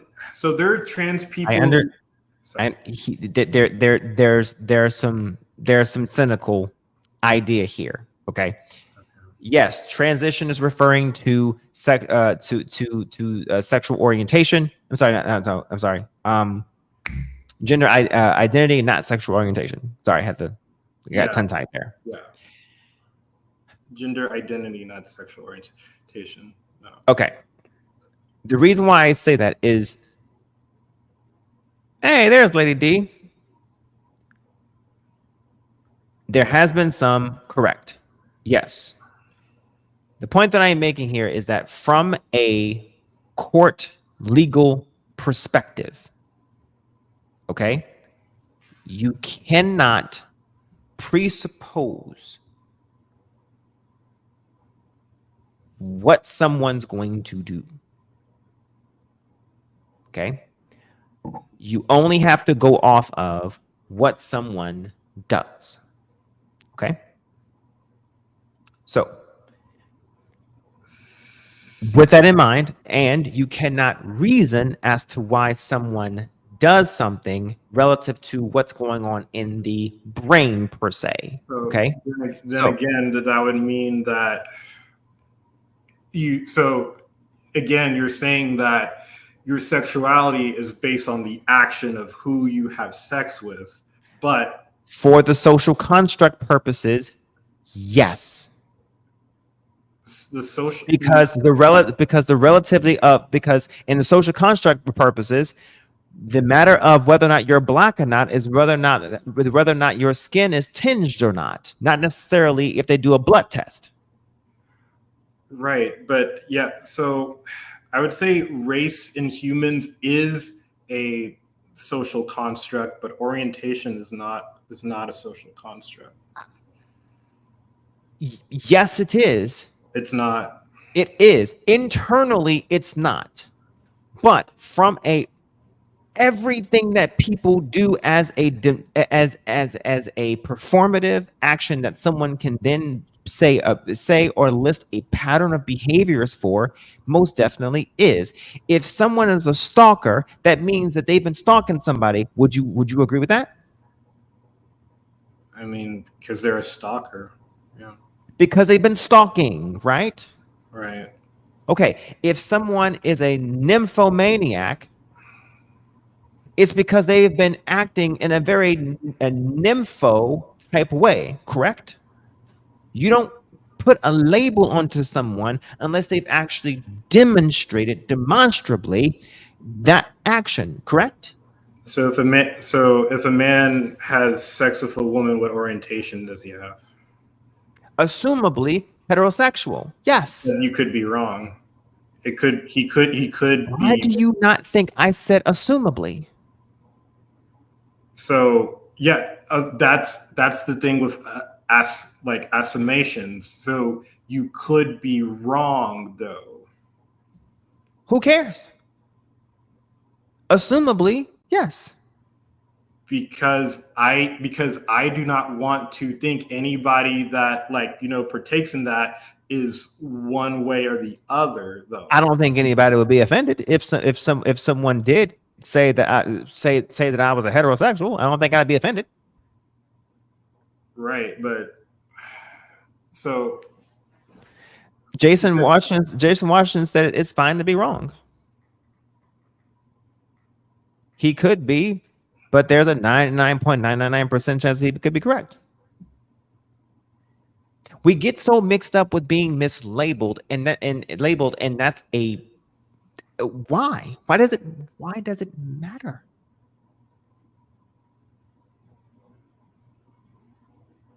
Discrimination is discrimination. And the moment that you try to link what your sexual preference is to someone's, because here's the thing, if you're walking down the street, I'm not going to know what type of sex you have, but I'm definitely going to know that your black ass is black. That's the difference. I'm not disagreeing with you in the sense that scientifically speaking, you're correct. But in a social construct, it cares less about science unless it wants to care about science. And when it relates to being black and when it relates to actions that people do, it relies on what it can see, hear, taste, and smell and feel. That's it. Okay. Unless it wants to care about a scientist's opinion. So, but it's not all about sex. There could be two people that don't engage in sex, but they're of the same sex and they're holding hands. Nobody cares. If you see two women holding hands and they're two women and not two girls, we're going to assume that those women are together. Okay. And if we're wrong, we're fucking wrong. Unless we go and ask, unless you give a damn enough to go and ask them about it, who the fuck cares? Obviously, the two women who are walking and holding hands together don't give a shit about what people think. Right. So we're going back to this again. So I agree with you there, but I don't understand the whole stay in your lane thing. Because the point is that discrimination is discrimination, but it shows its ugly head in different ways that's more apparent and more potent than others. When you walk outside your room, walk outside your house, and you go and you walk into your place of business, people aren't going to readily know if you are an ally, if you are a B, if you are an L or whatever. No one's going to readily know, but they're going to readily know and be able to readily put you in a category of being black well before they ever know what you stick your dick in. Right, but it's not just, that's the thing about orientation. It's not solely just about. You're missing the point. You're missing the point. You are in the weeds. Come out. What I'm saying is that one type of discrimination is right there for everybody to see. The other type of discrimination is not readily right there. It's still potent, but one is right prima facie. It's right there. And the other one is literally choose if you choose to wear it on your sleeve. Right? Both of them are wrong. I'm not disagreeing with you. I will never look at a gay person, a lesbian person, or any type of person and say that it's right to discriminate against anybody. I'm not saying that. But what I am saying is that you were born black before your ass is ever born or ever confirmed to be any sexuality.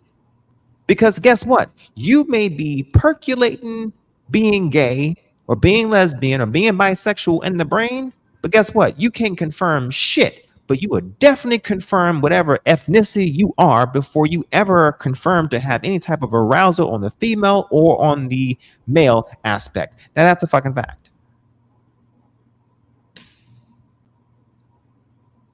You confirm what you like when you're able to verify that you got a female or a male erection from what you either felt, saw, or heard.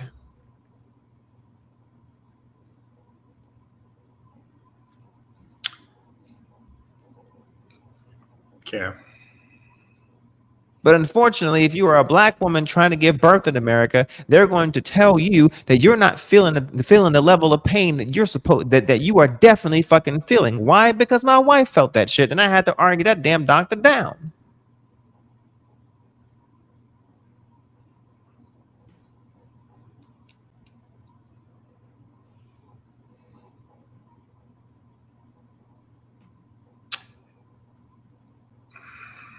So it is slightly different, potent in their own right, and deserves their own pedestal. Still civil rights, parallel, down the same road, two different lanes.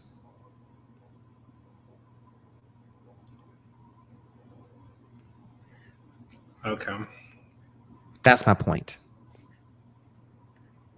I'm trying to uplift it and give it its own credulity without someone being able to use that as as a way of trying to bust it down and break it down.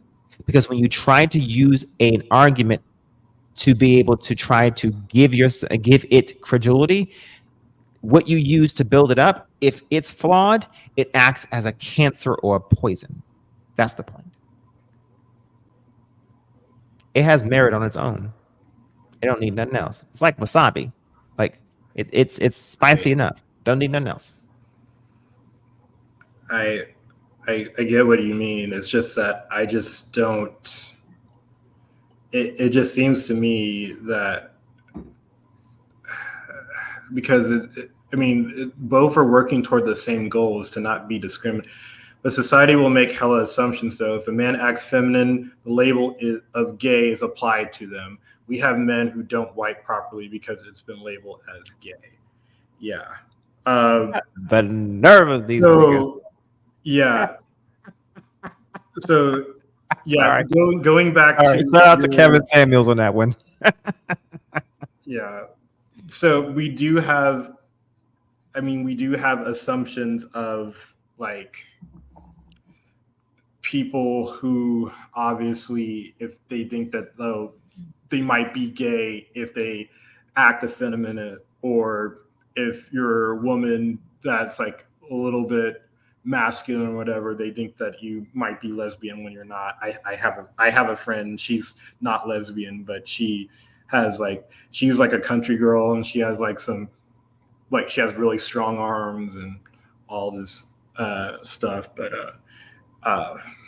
so like, even though that doesn't have to do with like your like the wearing it on your sleeve type deal, I would say that's a problem when people assume like, oh, if you're effeminate, you're this, or if you this, or blah blah blah. I will say, going back to the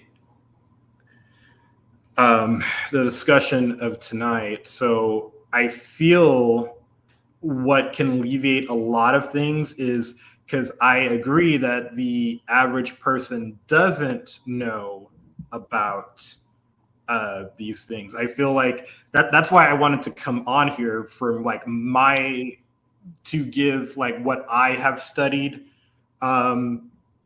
about these issues. And I would say that, ultimately giving more education to people about, transgender people, because for one, it's not, what I keep on hearing is the word ideology. It's not an idea from the science that we know that it's not an ideology. There's science to back it up. An ideology is a list of ideas that people have about like a certain thing. The reason why they are is because of, for the majority of people, you have a congruence in your brain that aligns with your sex. It's the same thing with intersex people. They have something that aligns with them. And it's just like, okay. And then in society, we have says like, oh yeah, well, you're a boy, you're supposed to like these things, stuff if you're male. And then if you're female, you're a girl, you're supposed to like these things, so and so and so and forth. But how transgender people work is there's an incongruence. And it's expressed themselves in two ways. So, and it's usually brought on because the human brain categorizes things called schemas. And so the schema, the schemas that humans form, especially when it comes to like their own identity, usually manifests around 3 years of age. So for the average kid, this will never happen to them. But there is a subset where the adults start saying like, oh, hey, so you're obviously a boy. We picked this out for you, this blue overalls and stuff, and we're going to give you a truck and stuff, because that is our society has marked as like, blues for boys, fire trucks are for boys, all this stuff is for boys. But the individual themselves says, okay, this doesn't feel like right. They're calling me a boy, but that doesn't feel right. And then their schema goes to the opposite direction in either one of two ways. Either goes to the opposite sex, so it's just like, oh, I want these things because I'm a girl, and girls in our society want these things, or it goes in neither boy nor girl fits with me. What does not change though is the male female aspect. That doesn't change. So for me, since I know about that sex and gender are totally different things and how gender identity works in the brain, I do not assume that every single person who is male is technically a man, because male and man are two different things. Now, I know that majority of society right now, especially in the US, it's just like they were taught that these two were similar, but there is a subset of people that have it born with an incongruence, similar to how usually the majority of people, we are right-handed, but then there's a subset of people who are left-handed. So trans people are kind of like the left-handed when it comes to their own identity, when it comes to their sex. So it's only about your sex. You can only identify with things that exist within the human qualia. So the people that unfortunately the right are trying to claim, this like the animals are not genders. All these mythical creatures, those are not genders. There's no other animal species that have genders. All animal species have sexes. It's just that we as humans like to anthropomorphize animals all the time by saying, oh, this is a boy cat, this is a girl cat and stuff. But animals themselves do not have a sense of gender that humans do. So based off of that, that is how I am comfortable calling trans men and trans women women. And as far as gender nonconformity, all that is, so going back to RuPaul's identity is with his sex. However, he expresses, like, because of drag as a performance, the exaggerated roles of a woman, and RuPaul likes to wear these things that have social implications of being a woman. But RuPaul is not a trans person. Putting on the dress does not make you a trans person, because RuPaul only does it as a performance. After the performance, he's done. He goes back to his house or whatever and stuff, and he wears his men attire. As far as trans people, they want to be perceived as their gender identity. So they will wear, so for example, for a trans woman, as opposed to like a cross-dresser or something, a cross-dresser might wear an outfit like during certain situations or whatever. A trans woman's wearing the clothes that she wants because she just wants to live her life as her perceived identity. She wants to go to the grocery store, her job, all of this stuff. It is like consistent, persistent, and insistent every single time. Same thing with a trans man. It's like, there's no way, like, I'm not taking this off. So and I'm sorry for rambling on, but I wanted to express that so that way, because I remember before you said like, oh, this is confusing between trans and then non-conforming and this other thing. So I just kind of wanted to bring in sort of a distinction between everything in a way that I hope it makes sense. Done. Sorry, we're rambling done. All right, I appreciate it. Chat, really quick. I just want to make sure I'm tracking. I think Bubs is the only one that was here from the beginning. Did I misconstrue, or confuse anything definitions-wise of anything that I had mentioned earlier as far as definitions regarding? Hang on, there's been a lot. As far as anything within the LGBTQIA plus community, did I conflate anything? Or if anyone heard anything, did I conflate anything at all?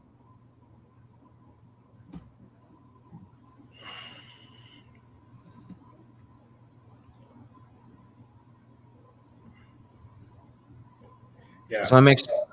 I agree with Bubs. I mean, you were clear. I just wanted to be more expressive about when you mentioned for like the rest of society, like, oh, we can't tell between who is trans, who is non-conforming, and who is non-binary. So a non-binary person is just a person who's like, men or women do not fit me.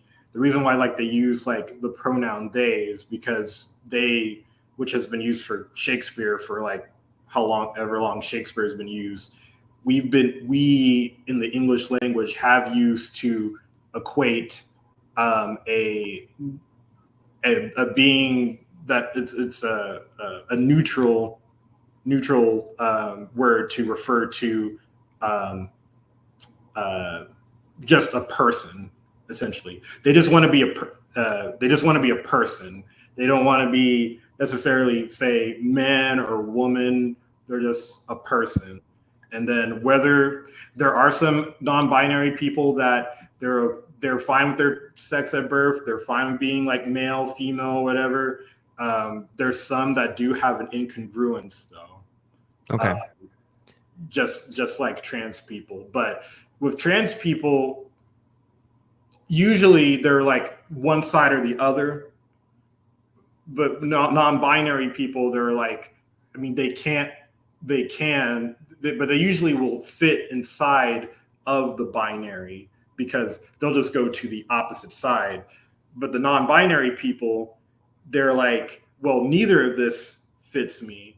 Some of them will medically transition and some of them won't.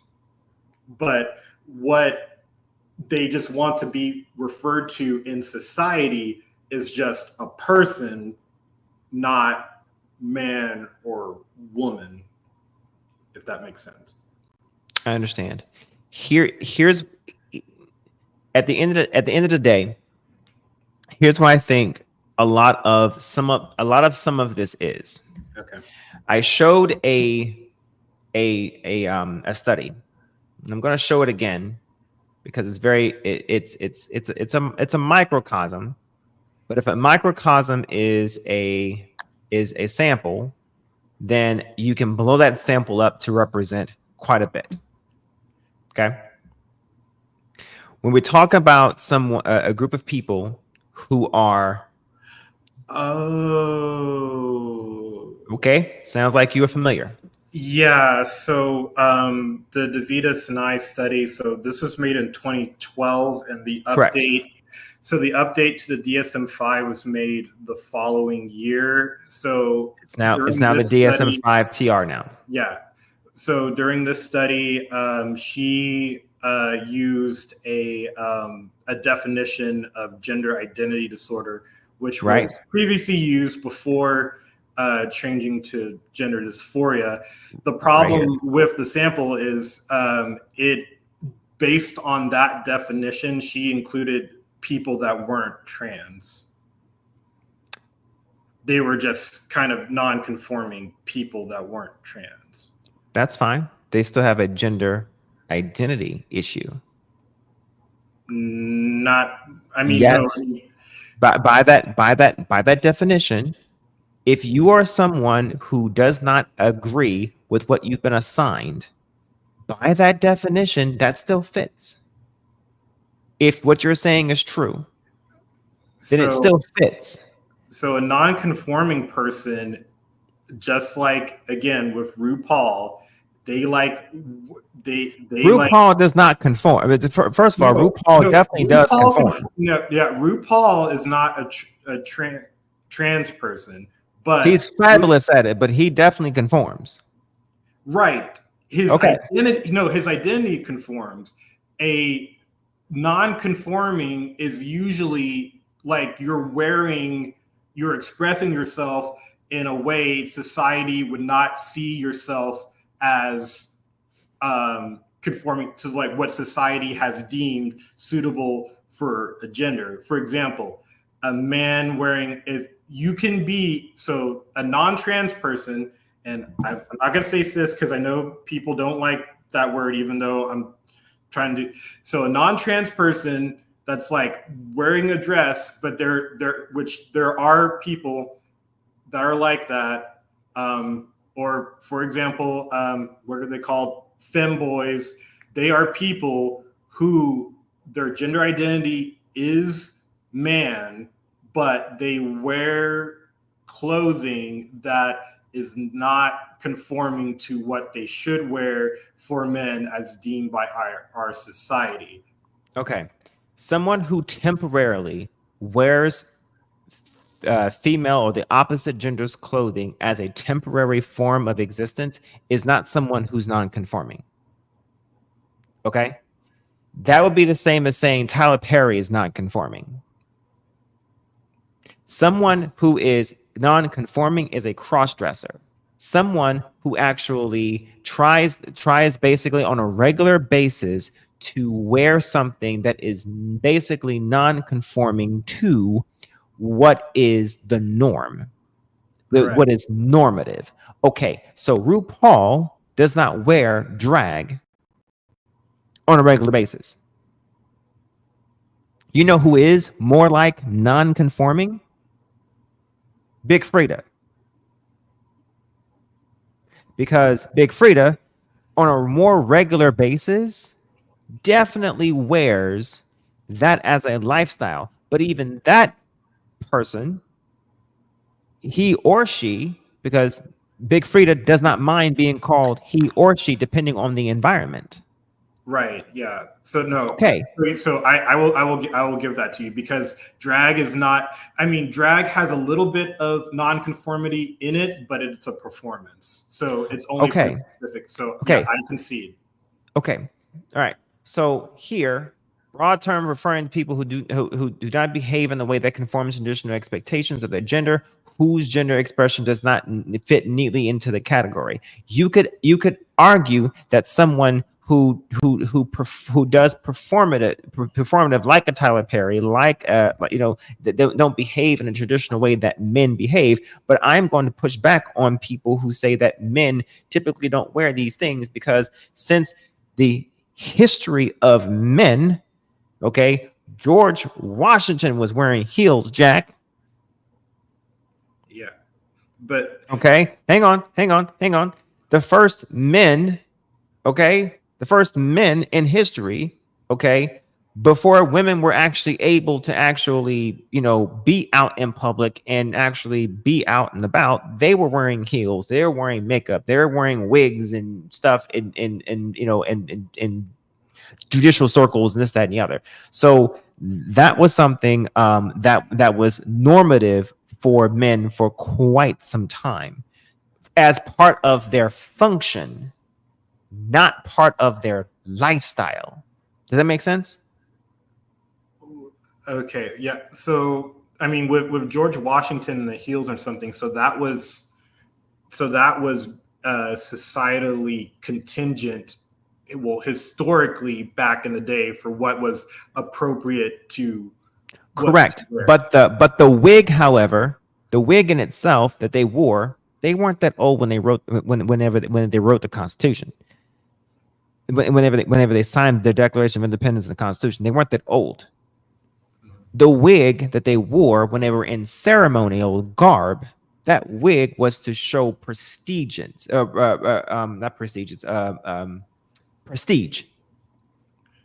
Right, but was it designed for only men to wear?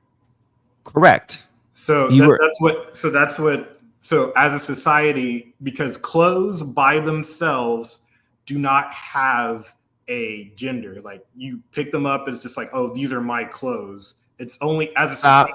Stop. I'm not gonna let you do that, because if you a man put on pants right now and a woman put on pants, the zipper is definitely on one side for a man and one side for a woman. We're not gonna do that.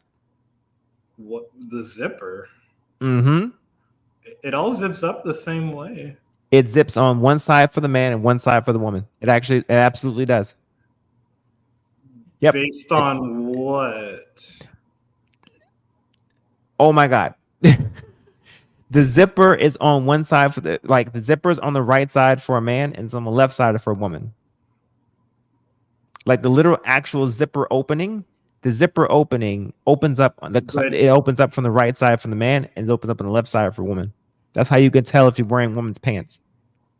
Okay. Even the buttons on the inside for the man and the buttons on the outside for a woman.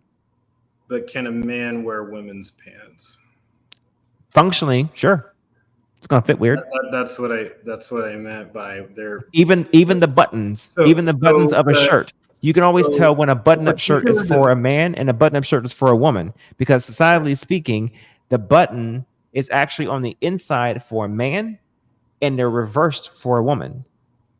Go and pick up any button-up shirt, any pair of pants that zips in the front, and you will see, I guarantee it, if they're not purposely unisex, you're going to see, even they're going to pick one. They're going to pick the side that is of the dominant male portion. I promise you. But you're going to see that female clothing, the zipper is opened up on the left side and the zipper on the right side for the men. And the buttons are going to open up on the right for the men and on the left for the women. It's just that I don't see why, like, for females. Why? Don't ask me why shit. I don't fucking know why. I'm just telling you it's something that I fucking observed.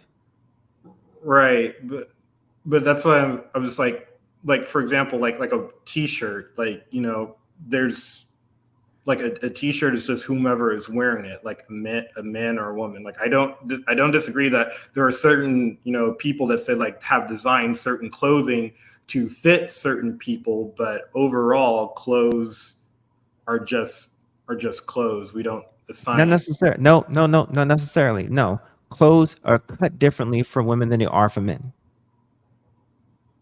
They measure clothes differently for women than they do for men. Clothes are actually more complicated to measure for men than they are for women. So to say that clothes do not necessarily aren't necessarily designed specifically for women and aren't designed with a woman or a man in mind is actually not true. When you measure a man, just to measure his torso, you're measuring at least 5 to 10 different measurements. For a woman, 4. Okay. But is relatively speaking. So, okay, how about underwear then? For underwear, it's reversed. Women are more complicated in underwear section than they are for men. Okay.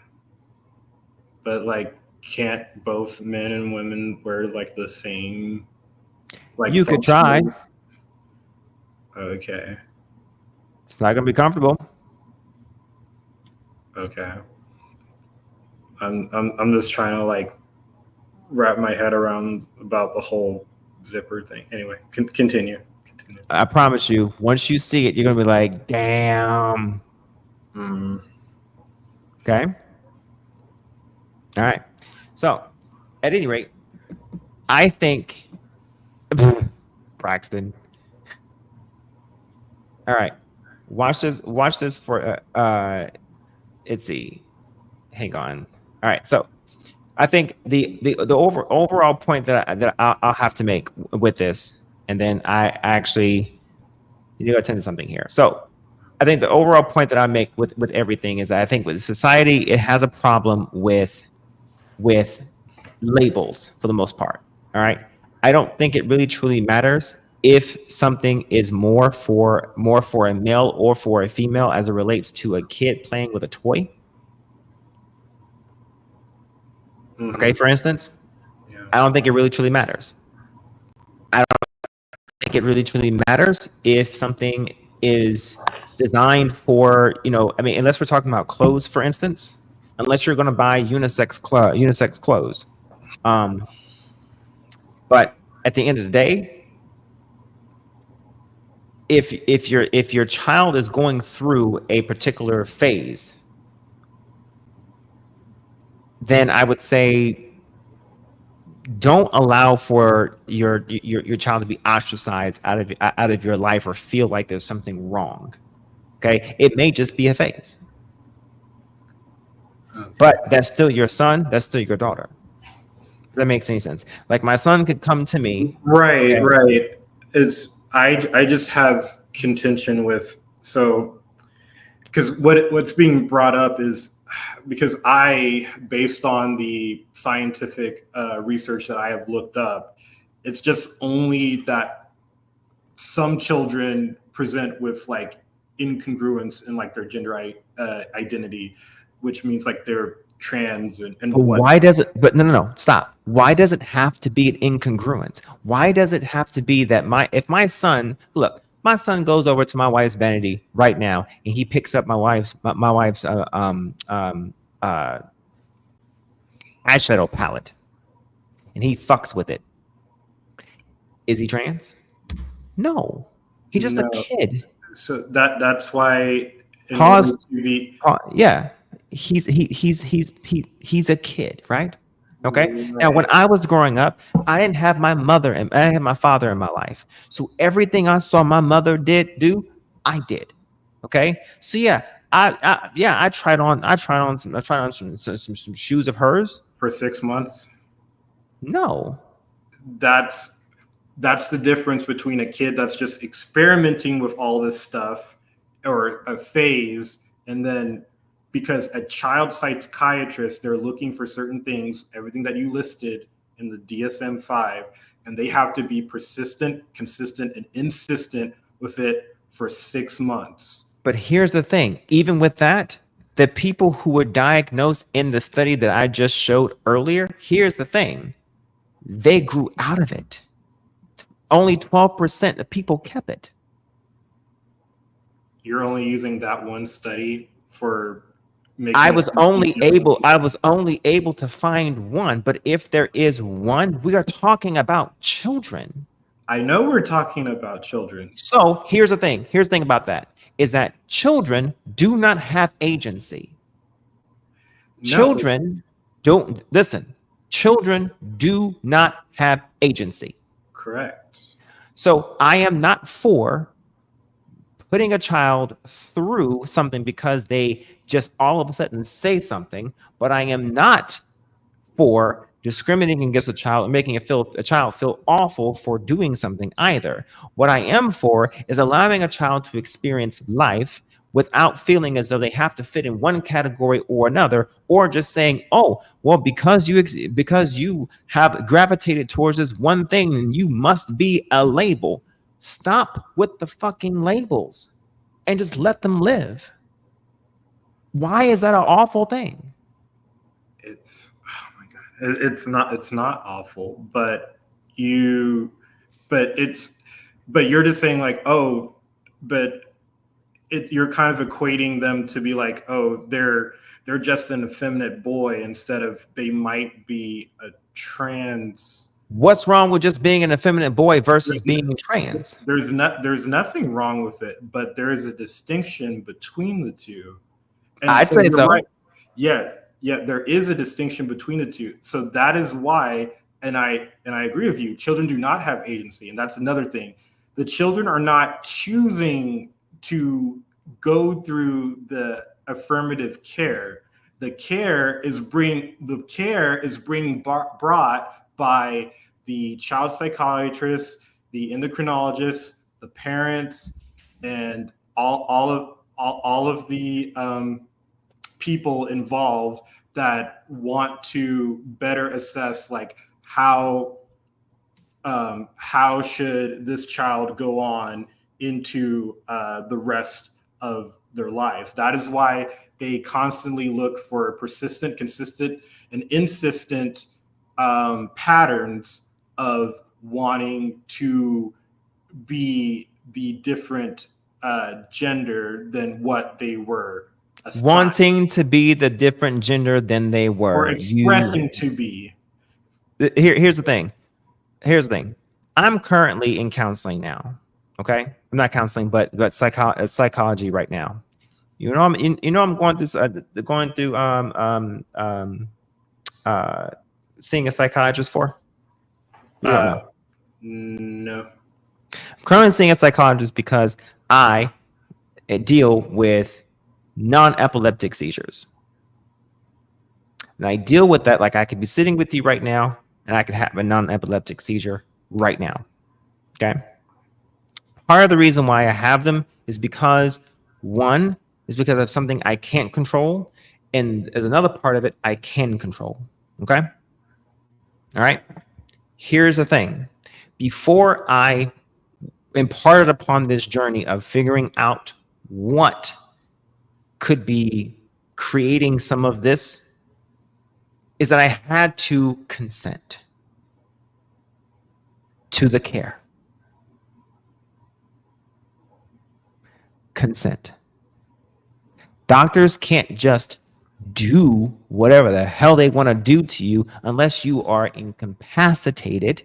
Then they have to go to the next of kin to be able to get, guess what? Consent from a consigliere or a power of attorney.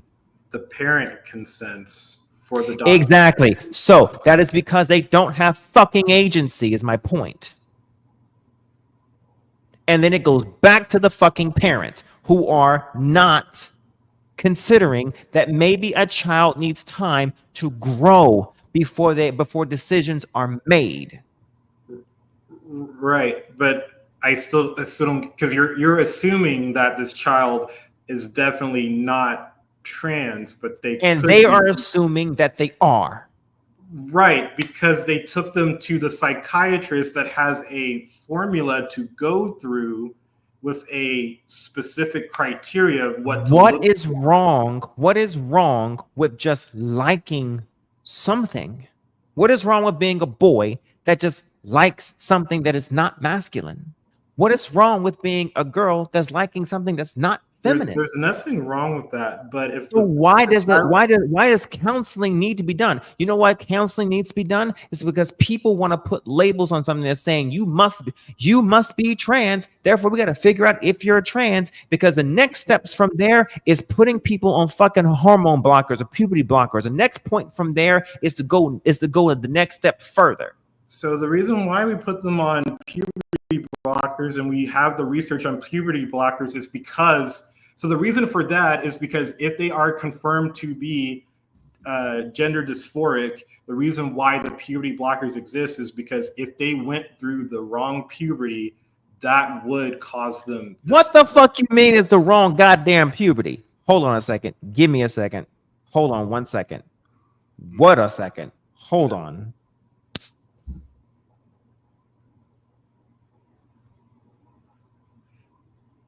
I think I understand. You're saying the wrong puberty is because they think that there is, because I just had a moment. What time is it? It is 2:12 where I live. Yeah.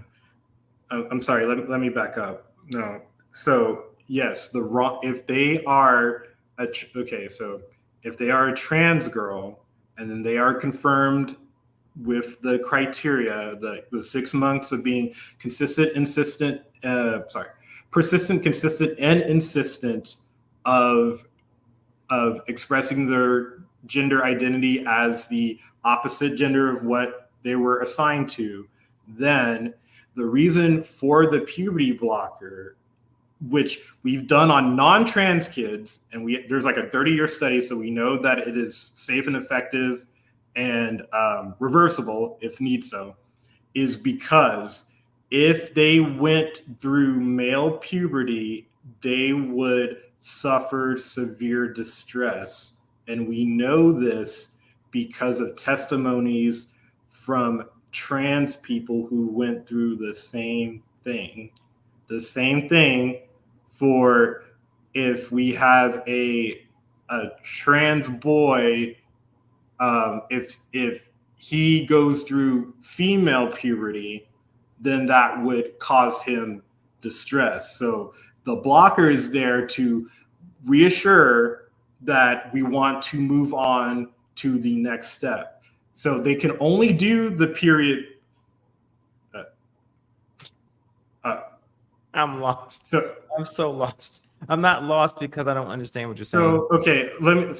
So I do not assume that every single person that is male is necessarily a man or a boy because of their brain. So what is male? Your gender identity. If you have a congruence with your sex assigned, assumed at birth, you're not trans. However, if the opposite happens, right, society labels children instead of letting children be children. They're gay, straight, etc. That's what I'm saying, is because people are trying to conflate, oh, my child isn't trans, they're just like an effeminate boy or whatever. But no, there are specific criteria in some children that they do grow up to be trans. And what happens is it is assumed that all children are just going like your child isn't trans or whatever, but that is not based on the scientific data that we have right now. It's just that the child that has the incongruence with their gender identity, which is if they're male and then it's like the opposite, so that way is female. If they went through male puberty, then that would cause them distress. So they are placed on the puberty blocker first to make sure that they don't it, and then they're followed up by their doctor, their care physician, their endocrinologist, everybody. There's multiple steps to it, and then they would proceed with the hormone therapy. Thank you, my Aunt Loki. Wow. This is honestly, this is the reason why society is pushing back on this. Is because, and I do not see a reason why to put a child onto any of this stuff. Because we've already done it. We've used puberty blockers on children with precocious puberty before. And we've used HRT, hormone replacement therapy, on children, intersex children, that, for example, like if there is an intersex girl that has like an wait. Nope. We're gonna leave out intersex children because I've already said at the beginning of this conversation that intersex children. That's why we use HRT, because we know it's expected, because we use it on non-trans children. But wait, intersex people, we can understand why you would go through something so extreme, because they are themselves are something extraordinary. That's different. What we are talking about are basically saying that you're going to take a normative kid and say that because they, you know what? Here we go. We're going to take a normative kid, all right? And because they passed a test that is similar to the fucking avatar. What? Yeah, the avatar who picked certain items, and then based on the certain items that they picked a certain number of times, then they must be the fucking avatar. Yeah, that's exactly what's happening here. Is that because for 6 months they practice a certain practice or performative actions or behavior for 6 months, and they have a, hold on, let me go back to the definition, a strong desire to be treated like the other gender. So I want you to treat me a certain. This sounds like a child. And this is the one for the adult, by the way. I have a strong desire to be treated like the other gender. I have a strong desire. Like, give me a break. And this is the situation, and this is the reason why. Hang on. But your answer, boss man, allowing children to experience life and see if it's a phase or not would be healthier way of dealing with the possible transness, wearing makeup. That would be a lot better than putting them, than medically allowing this shit under the age of 18. This would be a lot better. I still personally don't. I still have personally stop. I have personally have my own reservations with some of it. But if I had to choose one, shit. I mean, I have a family member right now who I mean, I don't give a shit. Why? Because you know what? If that's what he likes, that's what he likes, and he's fucking happy. Cool. And I love that kid. So what? So do you assume that so the only reason why I'm coming is because like this is not something for like all children. All children do not experience what trans children go through. I'm only talking about care for trans children, but it's from your, and I'm trying to get your point of view, is because like, because I kind of feels like, there's no such thing as a trans child. There's just a child that wants to wear dresses or just be like the blah, blah, blah. Is that where I'm getting at from you?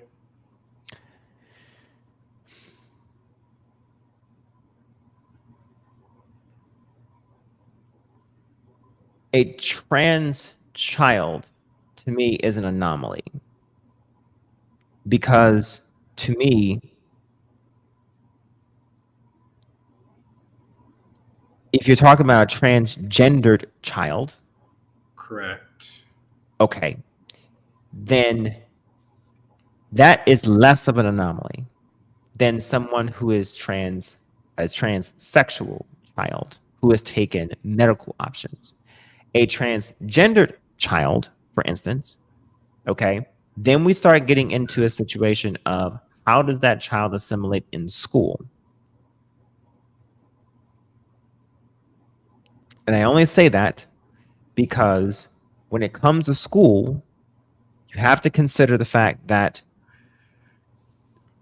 if the school has regulations to where they don't want to get involved with injecting themselves into what is outside of, if they want to basically create a sense of normalcy by addressing everyone by a certain standard. There are certain schools like that. Right. Then you have a situation where it's not a matter of discrimination, it's a matter of regulation.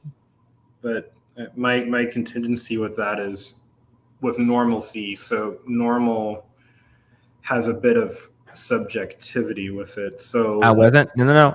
I wasn't saying classification of normal. I was saying of creating a sense of normalcy as in of a less ambiguity of what I mean by normative.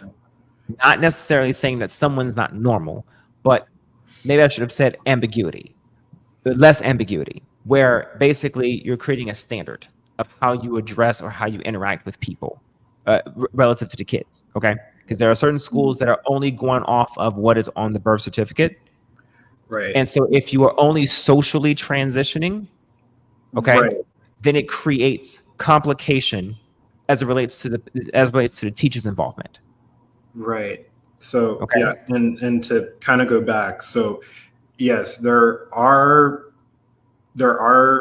trans children that the only thing that when it's confirmed that they are, the only thing that they can do at the beginning is socially transition.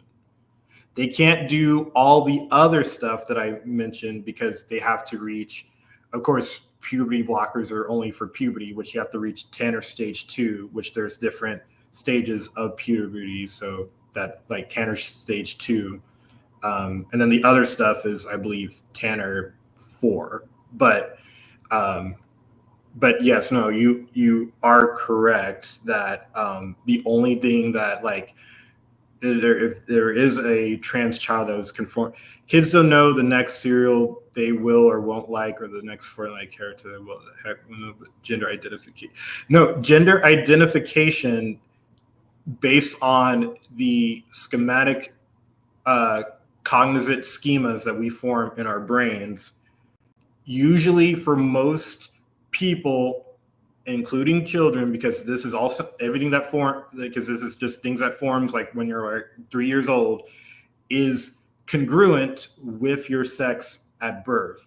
But for some, there's an incongruence.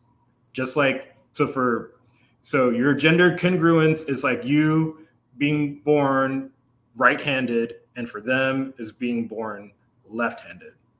And so but he makes a point in that well, okay, it makes a point that not allowing a child or a minor to make such a pivotal decision. But from your perspective, what you're saying is that the child is not making a decision. It is the doctors that are making an assessment based off of that. But even at that, why? I'm more in line with this because at least this is not. I mean, just imagine for a second that a parent just decided to go with all of the suggestions that the doctor is making and all this and all that, and they decided to take medical options, right? And then that child grows up past a certain point, grows up, and then regrets or resents the parents for all those decisions. Then what? The regret rate is very low. Okay. It would be regret rate would be lower for those who actually wanted to make the decision versus those when it comes to medical. Come on now. Sorry. So when it comes to the actual medical transition part, so any type of medical intervention has a regret rate. Like any type of like medicine you receive, care you receive has a certain regret rate. The regret rate for gender affirming care is 3%. That's it. Okay.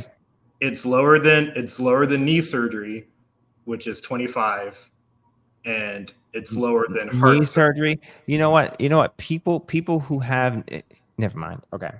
No, I'm just saying the regret rate for knee surgery is 25%. But gender affirming care is 3%. People don't have elective knee surgeries.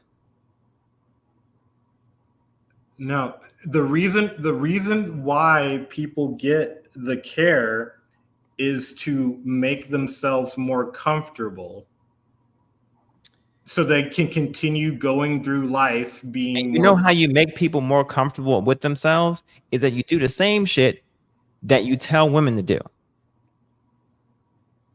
which is learn to love and accept yourself and learn to live, love, and accept yourself.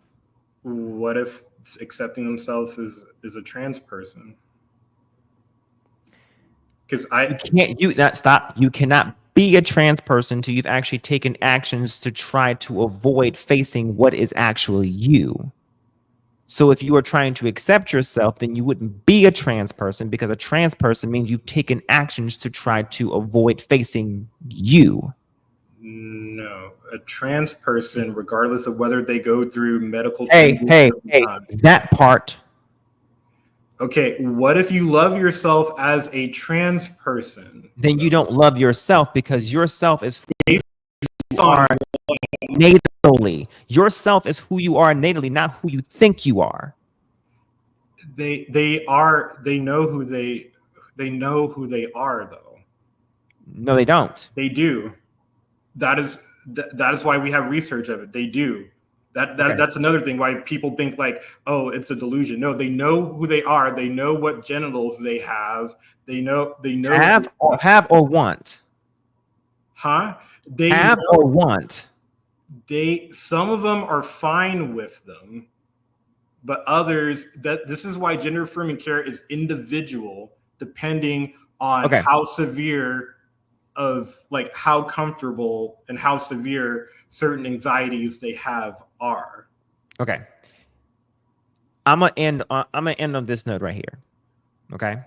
Because if we can tell women, and I'm going to be as objective and fair about this as possible. If we can tell women who augment themselves to a almost unrecognizable level that they shouldn't do it because they should love themselves, they were beautiful the way that they are, there was nothing wrong with them, so on and so forth, yada yada. We have countless examples.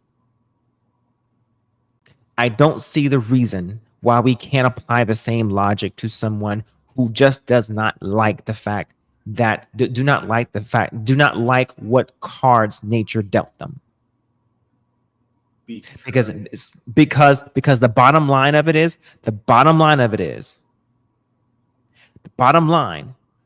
is that I'm reading the definitions. I don't give two damns about what is going on in the brain when the people that are writing the fucking definitions don't. When they're diagnosing people, diagnosing kids, using these definitions as a reason, rhyme of reason and cause. If I have any plight for the community, this is where I hang my hat and stand on business on. And it is as the definitions what? Experimentation of people who've had these things happen to them. Those are where the definitions come from. Because then how about you write the definitions? The World Health Organization, because trans people are everywhere. in every part of the globe, in order for them to say that, yes, we stand on gender affirming care, they've had to research, and they have consistently shown that a trans person has all of these traits. And this is how we can diagnose it in children who might have these traits. It's not all children, it's only some. It's not, I do not assume that all, because there is no data that says, oh, any child can be trans, because that is ridiculous. And I do not assume that teachers are saying like whatever to quote unquote turn people. It's just people who, like I said, right-handed, left-handed, the incongruence, and then all we're doing is just treating them with medicines that are not new, that we have studied on for many, at least 30 plus years now, that we've been used on non-trans kids. So we know the efficacy and safety of them. And we are doing that to make them comfortable so they can continue living their adult lives in the future as the gender that they want to be, not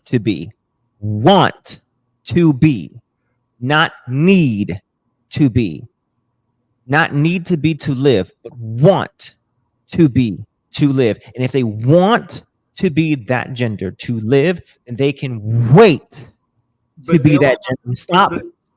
Stop. They'll have bad mental health outcomes if we don't do this. That's the reason why we do this, is because they'll have bad mental health outcomes. You assume that they're going to have bad mental health issues if they do. You know why people have bad mental health issues? They have bad mental health issues because people are bigots.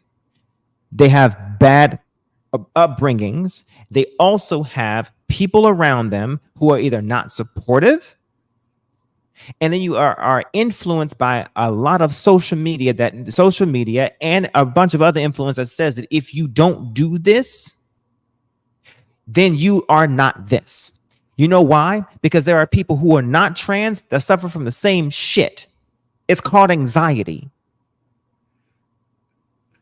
It's called anxiety. The same issues that a non-trans person has, the trans person has, except the difference is that the difference is that a person who doesn't assimilate like a boy, who doesn't assimilate to the regular males, they typically, my theory now, they typically just don't have the qualities that a typical male has. You want to know why? Because I didn't.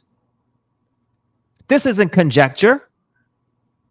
I didn't and don't. And I don't look at myself as less than a man, or I don't look at myself as saying, you know what, I should go ahead and go over there. You know what I did? I found a way to love myself and not look at myself and say, you know what, I should go ahead and cry. No. So this this is the psychologist's fallacy. So how is that psychologist fallacy to be able to look at objective reality and say that you are equating your subjective experience? You're saying this person. Exactly. You know what? That's exactly what a fucking psychologist is going to do. Apply objective reality to you versus giving you what the fuck you think you need and giving you what you actually need, which is an injection of fucking reality. They do exist in reality. They know that they are not phenotypically female. They don't see themselves as female. However, they see that when they look in the mirror that this isn't right. So then wait until they're fucking 18. Guess what? Here's how you solve all this shit. Here's how you fucking solve all this shit right here. Here you go, right here. If a parent wants to be able to do this, fine. If they're willing to pay for all this, fine. But the parents who don't want to pay for this shit, leave them alone. Because the parents who don't want to pay for this shit aren't bad parents. If you are a good parent, if you are not a bad parent for wanting to inject your child with this shit, you are not a bad parent if you decide to not. If you are not a bad parent for letting your child live the life they want to live, which is injected up, then you are not a bad parent for letting your child live the life they want to live, playing whatever the fuck they want to play with and dressing however the fuck they want to dress, and playing in the dirt if they want to play in the dirt if they are a girl, or playing with goddamn Barbies if they are a boy. Whatever the fuck. You are not an awful parent if you decide not to go along with this fuckery. Now, if you don't want to pay for this shit, because at the bottom line, what people seem to fucking forget is that the parent is going to have to pay for this shit, and the child does not have fucking agency and never fucking will. They will have agency at 18, or when they can prove that they can pay a goddamn bill and pay some fucking taxes, and they can actually get, I don't know what, emancipated according to the state that they're in. Bottom line, facts. At the end of the day, even there are some 25-year-olds that are still on their parents' fucking insurance. What if the child breaks their leg? Do they have agency? No, they don't. Right. But they still need to have their leg fixed, right? Correct. And do you know what the doctor has to fucking do? Get a fucking parent signature. Correct. It's the care works similarly. But the care is not required. People are trying to equate a mental want with a physical requirement. A mental, what someone needs when they can't rely on mental objectivity. You know what people need? A dose of fucking reality, not a dose of medication. And the reality is, what the reality is that you are not what you think that you are, and it's a possibility that you might need to experiment with this for a little bit and decide if this is truly what you want before you go down this path of permanency. Wait a little while. 18 is what? 18 is 9 years down the road, buddy. Come see me in 6 months and let me know how you feel. But I support you. In the meantime, get this kid some mascara. how often? So, okay, I'm confused. So, how prevalent do you think, like, the people who do decide to do this, that the regret rate? It's so prevalent that one, states are trying to say that us parents who don't want to who would never do this, would do this even if my life was down on the fucking line, that something is wrong and that my child is going to be taken away from me if I decide to I'm being hyperbolic, but taken away from me if I decide not to do that, number one. And then two, as far as the regret rate, there shouldn't be any regret rate on this at all. It doesn't matter the fucking metrics, because if the child grows up to an adult and makes the decisions on their own, the regret rate will be on them, not the fucking parent. So I just looked up a study by the American Academy of Pediatrics, and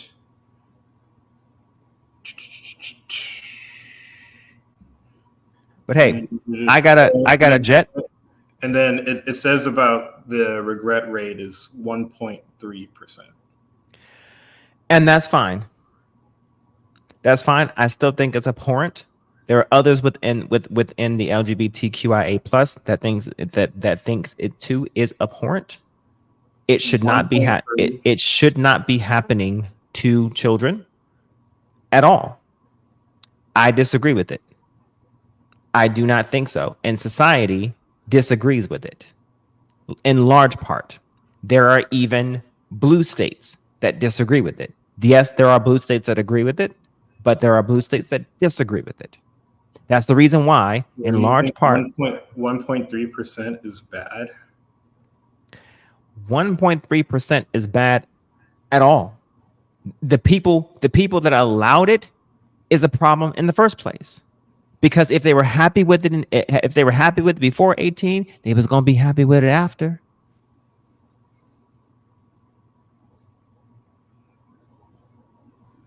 They was gonna be happy with it after. The problem is that they should, yes, get this kid some mascara. Yes. Okay. I mean, I'm just saying there's a way of being supportive without being potentially destructive. It's the potential for destruction that is being weighed in the balance is my problem. And you're dealing with ratio as opposed to the risk. And I don't think people should be risking that with their children. But that's a slippery slope. Listen, part of the reason why people are in the problems that they're in is large in part because they feel as though their parents don't listen. If more parents listened and listened to the ramblings of their child, you might find out that they're actually not rambling.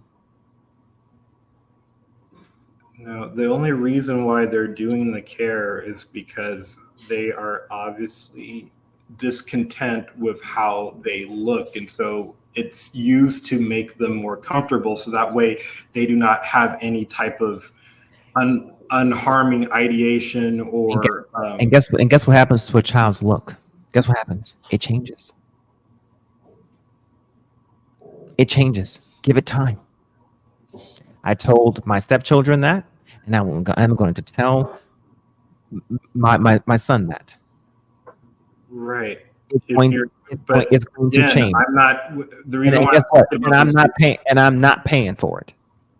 Wait, I do not assume that all children are trans. There's no data to support that. I'm not saying it either. But if mine just so happen to come to me and profess this ideology, we're going to have a conversation with it, and I'm going to tell my son that you're going to have to wait until you're 18 to go ahead and make that transition. It's backed by science. I don't get how it's an ideology.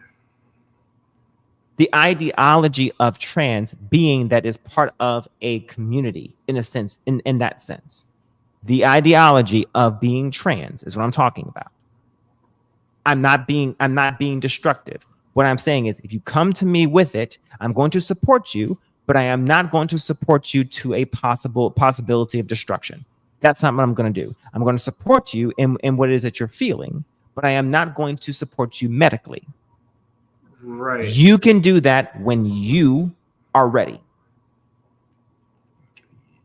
But I mean, I feel like you're saying this, but like, where are you getting like this like big amount of people that are like quote unquote self-destructing because they are?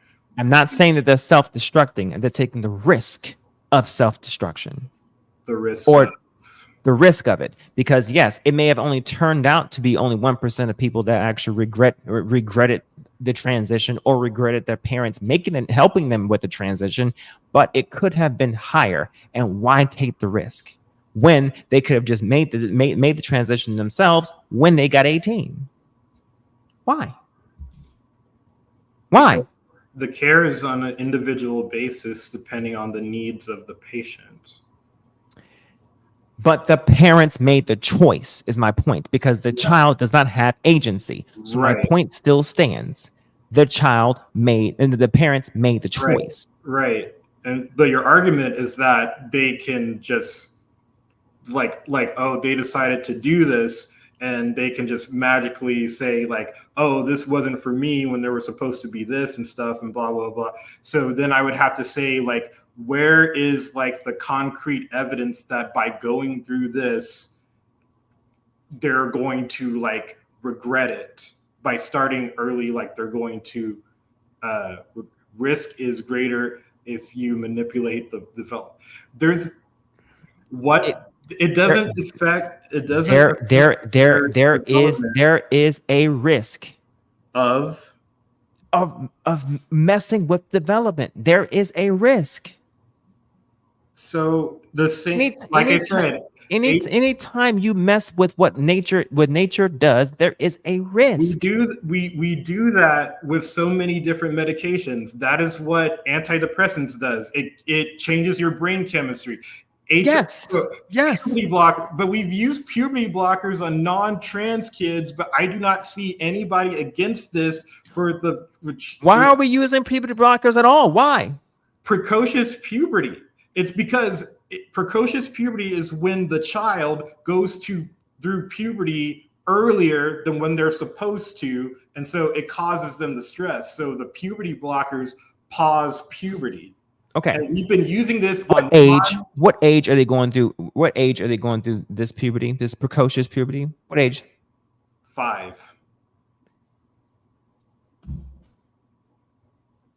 That is entirely different.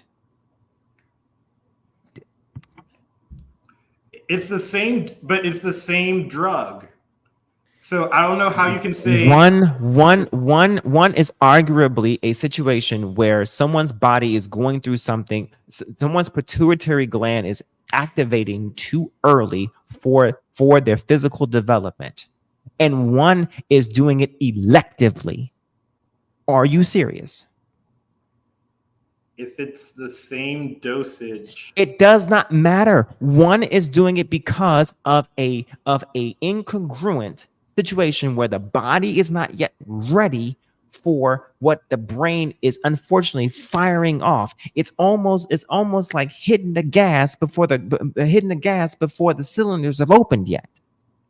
Right. But okay, that's not mental. That is not prefrontal cortex mental. That is literally the body's autonomic system being ready before the body's physiological part is ready. Okay, you're talking about a 5-year-old being ready to procreate. You're talking about a 5-year-old literally being ready to, I don't know, seriously. And the other one is elective. People have got to stop thinking that trans is something that is not elective. To transition is to purposely fucking transition. It is a fucking choice. It is not a choice. It is a choice by definition. A strong desire, a strong conviction, a strong desire, a marked incongruence. It is a choice. It is not a choice because the child does not choose to have these feelings. That's why they need to go to a child psychiatrist in order to do this in the first place. Okay, now I agree with that part. However, a child making a choice to just gravitate to a random toy or a random article of clothing or makeup or whatever, it is not indicative of someone being trans. For 6 months? It doesn't fucking matter. That's why they have the criteria that they have to be consistent. No. Stop. What I'm trying to say is that a child liking something that is flashy and shiny or dull and fucking destructive is not an indication of someone being trans. A child is just gonna like what the fuck it likes, whether it's a boy or a girl. It just likes what they like. But you're saying that. You're just saying that to saying that, but what's the social construct just says that it's just typical for the girls to like, cooking and baking, and boys just like, playing Ninja Turtles and destroying shit. As a society. Exactly. However, there are people I'm pretty sure Prince, when he was younger, I'm pretty sure he loved feminine shit. I'm pretty sure he did. Didn't make him trans. No, you're conflating. No, there's a difference between a trans person and an effeminate whatever or masculine whatever. There is a difference. The point that I am making here is that when it comes to the social construct of just liking random things as a young kid, they're going to gravitate to whatever they fucking want to. It is natural. It is natural. It doesn't mean that we adults should just take action because they're just pressing a button for the last 6 months. So do you think that every single kid that like their parent is just seeing them like a boy's picking up Barbies, they're thinking like, oh, he must be trans. Let's take him to the doctor. Do you think that's what's happening? To some, maybe. I don't know. That is not, because that is then, not how. Then walk me through what makes a child, makes a parent think that I meant to take my child who's just picking up random toys, wearing girl clothes. Walk me through if the child is not walking up to them and saying, "Mommy, I think I'm a girl today."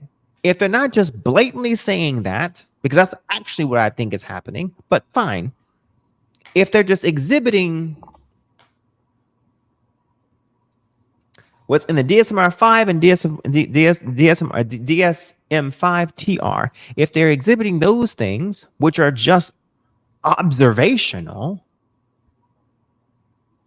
then the weak ass parents are just looking at them and just saying, Tom, I think our baby boy must be, we should take him to a psychologist and figure it out, because this is strange. It's not strange, it's fucking normal. Proceed. And then I gotta go. I feel like I've already angered you enough, so I'm probably not gonna mention anything else. I was gonna say something, but no. Okay. Well, we can push that off to maybe a part 3. Okay. I'm not angry. I'm passionate. Okay. Right. It is an emotion, but I'm not angry. My point is. He says, "Right, boss man, weak ass parents." Look, all I'm saying is that what I'm trying to present is that some things just aren't absolute. Maybe consider another approach, and the other approach to consider maybe some shit is just normal. Just maybe. Yeah. And if it's just normal, then just maybe. I'm just talking about if it's just normal, then maybe we can stop with over medicating. 1, stop with the labels. 2, we can stop trying to fit people into fucking categories too goddamn early, and let children have a fucking childhood without pushing social media down the goddamn throat, trying to get them to figure out what they are too goddamn early. Like, goddamn. Social media doesn't tell them that they're trans. I'm not saying that. Social media puts a lot in their faces, and it's not just LGBTQIA plus. Sometimes it can be violence. Sometimes it can just be that you're inadequate. But you realize, compared to like other countries, so like the violence thing, because people use like the same argument for like violent video games cause like guns or whatever. No. I'm not being hyperbolic. What I'm saying is that when it comes to social media, there's a comparative aspect to social media. Okay. Young girls look at social media, young girls and young boys look at social media, and they compare themselves way too early than what they're supposed to. And then they end up saying, I don't have this, so then I must not be this. Okay. And if older people, adults do it, you can bet your ass teenagers do it too. You can bet your ass those who have cell phones before teenagers do it too. That's my point. I just don't conflate those with what the consensus is with gender affirming care, but I see your point. I just don't conflate it with that.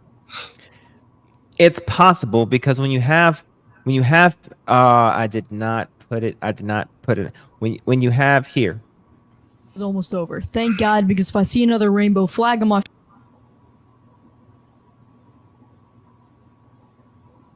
or extremely brainwashed by social media. I didn't have TikTok or Instagram as an 8-year-old kid, thank God. And I feel genuinely sorry for kids growing up on these platforms being exposed to all of these attention-whoring and degenerate ways of life. They don't get to see that all the real trans people are discreet. You don't know that they're trans because they don't want you to know. They want to blend in as a normal. Where did he go? People acknowledge and accept their often obscure identities. It feels like everyone's desperately grasping at these labels, all in a fight to be unique and interesting. But since when did we become so desperate for approval and validation? These people look attention hungry and childish. It's like they're desperate for the whole world to accept and integrate their worldview. But that expectation is frankly unrealistic and juvenile. My sexuality... I can't find them.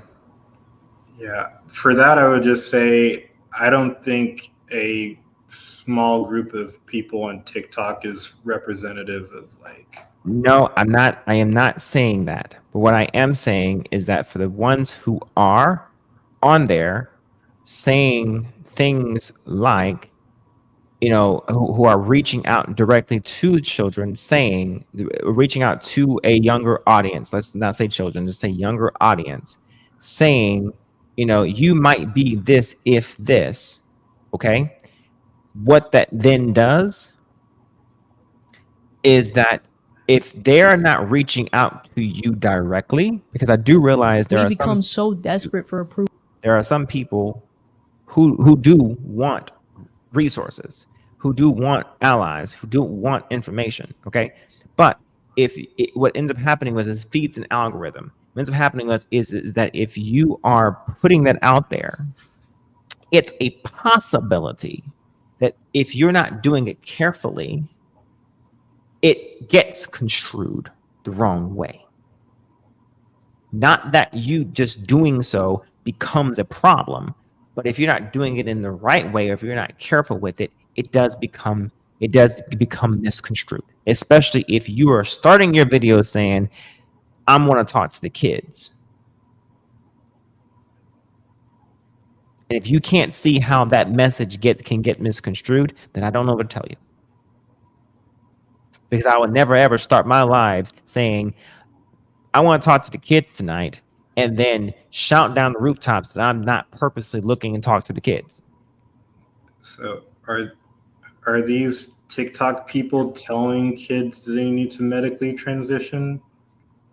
Or you're just simply telling them, like, oh, being non-conforming is okay?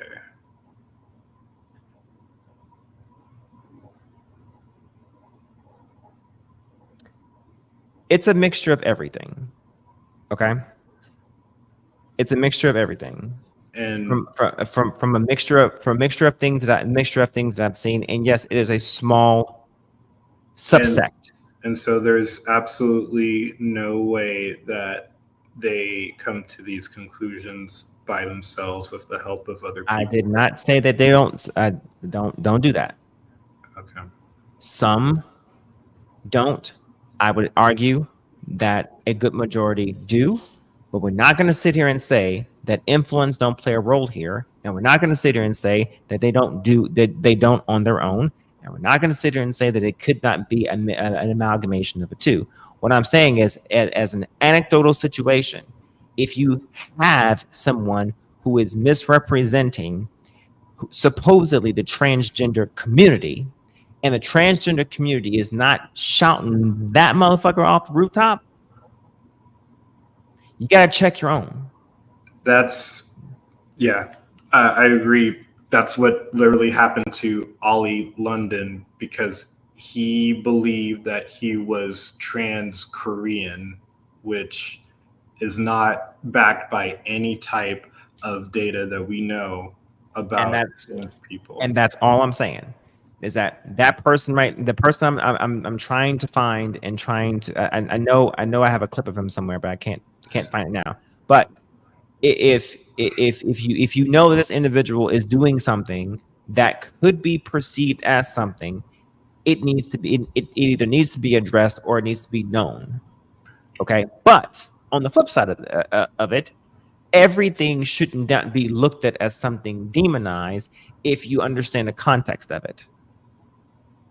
Does that make sense? Right. That's why a lot of, I mean, again, but I feel like there are trans people who have been calling out because they call out Ollie London about that.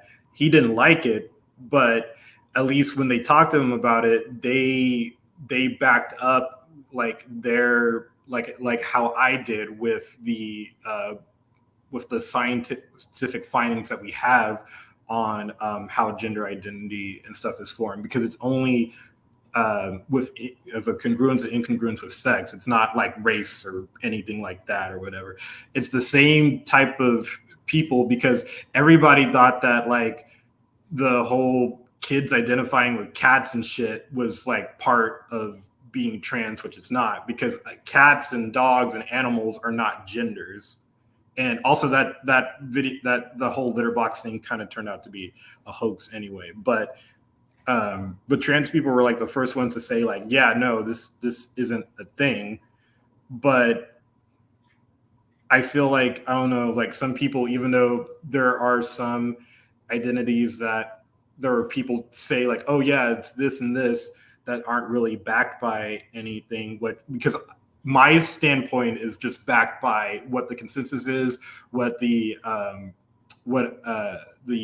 history and research that we have done on gender affirming care. That's where my background is coming from, and like the information that I have is. But I kind of feel like people are kind of falling into like, oh well, this person says they're a dragon, so that means dragon definitely has to be part of the community, when it's not, when it has literally nothing to do with.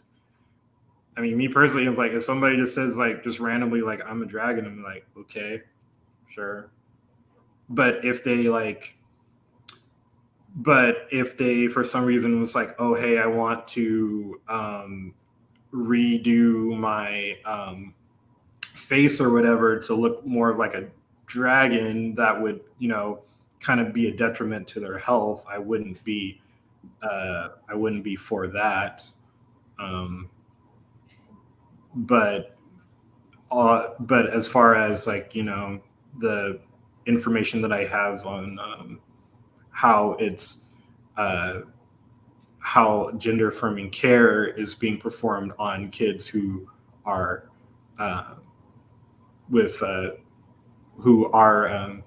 transgendered,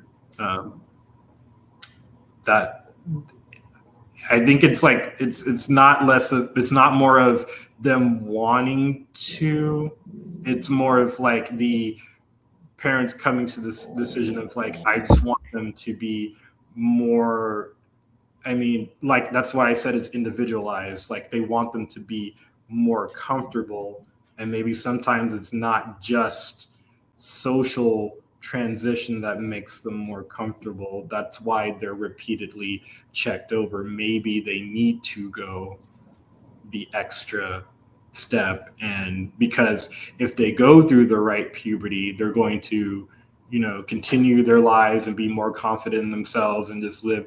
And so because if they start out, you know, with the right puberty, then they, like for example, like usually when they adolescents that go on HRT, for example, like there could be like a trans man that looks just like you and me, and like you couldn't even tell the difference because they started that way. And so they won't grow up with any type of like well, of course there will be anxiety somewhat because like, you know, they don't have everything there, but for the most part, no one's ever gonna like misgender them. No one's ever gonna like, they're gonna be treated the way that they want to be treated. And so that is the reason why these things are done.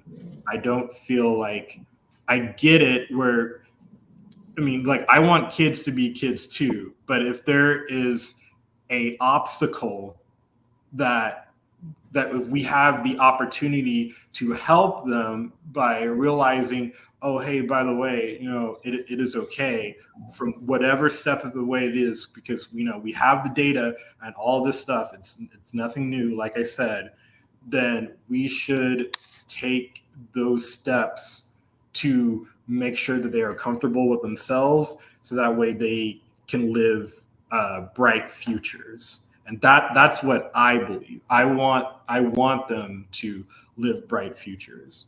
And so if by whatever means necessary, whether it's social transition to, like I said, consists of doctor, therapist, endocrinologist, all that shit. It's backed by everyone, so that way they can live their full lives and be, content with who they are in like this very weird and interesting world that we live in. All right, sir. Well, I want to thank you for coming out. I have a question to answer.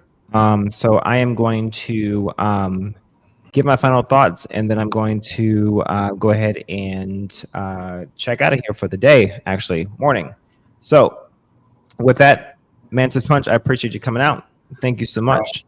Thank you. I always love the discussions. I love coming on here. Yeah, that's kind of one of my favorite things, is just to be able to like hear different sides of this, because I know that it's a thing that is going on. I don't necessarily, I mean, the infighting between like the groups of people I know has been going on for a while, so I wouldn't necessarily call it like a civil war, but I have seen like some infighting and there are things that I do believe do warrant constructive criticism, and I think everybody can learn from that. So yeah. Absolutely. All right. Well, thanks for coming out. Appreciate you, sir. Until next time. All right. Thank you. All right. So I do have a question that has been asked of me to answer, which is, what would be your solution to help stop growing the civil war within queerness, or from the outside looking in? So the question is about queerness in itself, and I'm assuming that the queerness question is referring to the entirety of the pride community. I'm gonna assume, given that the age of the person's asking it, I think, and what we're referring to. So I'm going to assume. And yep, boom, spot on the money. All right. So in my final thoughts on this, I point out that there is a civil war only because if you're wanting to be able to have a rights inclusion, to be able to expand, but expand in a constructive way, but most importantly to assimilate in a way that isn't destructive, but that is that is conducive to society, not destructive to society, but also in a way that isn't, in a way that is advantageous for yourself, in a way that allows you to live, love, and be free in pursuit of liberty and happiness. One, you have to be able to be genuine. You got to be honest. You got to be consistent.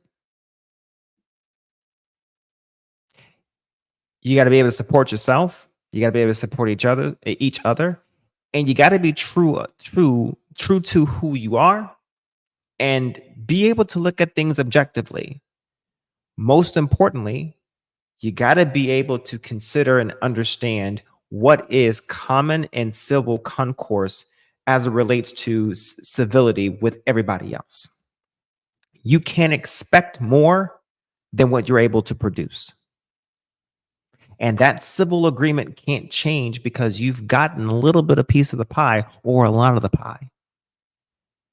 Your rights matter as just as much as somebody else's rights does. And you're not impugned of criticism or impugn of any type of you know of correction if there are elements of your community that decides to step out of line or misstep.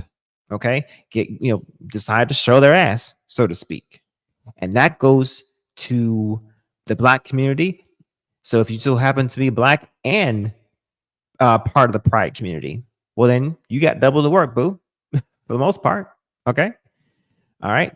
So I would say how to fix the Civil War. Well, you got to be honest with each other. You can't have you can't have 81 to 100 and some odd different definitions of the same exact shit. Some shit just is what it is. The more you try to, here's the thing. It's like wine. The more you try to water it down, the more stale it gets. Simplify it. As I was trying to tell Mantis Punch earlier, I don't think I quite got to it, but I'll say it here, and I won't say it in any way that warrants a retort. But some things can be explained in a more simplified or a simpler way. And if something can be just explained that I just don't like the body that I'm in, and I prefer just to be this. It's not a medical condition. It's just what I like. Or it's not a medical condition. It's just what I want. And I'm willing to pay for it. I think society would be willing to accept that a whole lot more.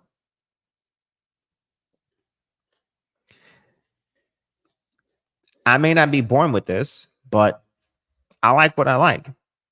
So I don't care if you like it. I don't give a shit.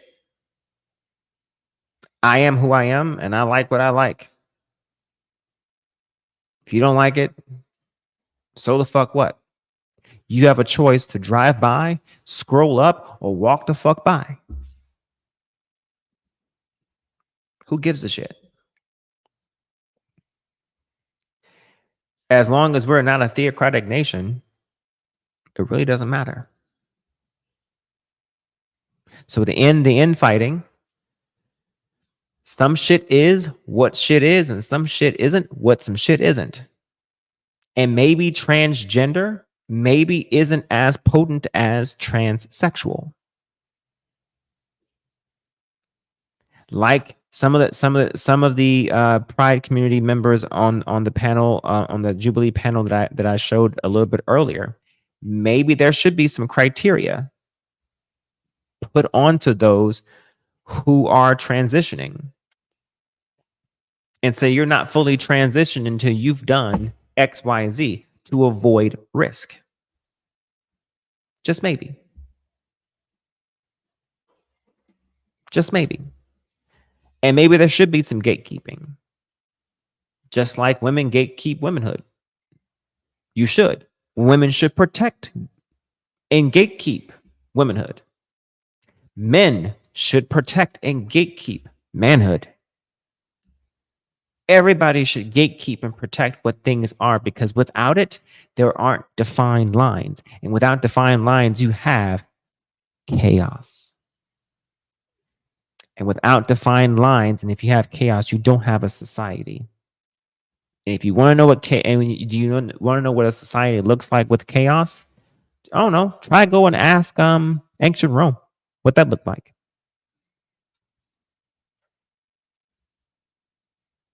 Let's go and ask them. Oh, that's right. They're not there anymore. Oh, I forgot. They're not there anymore.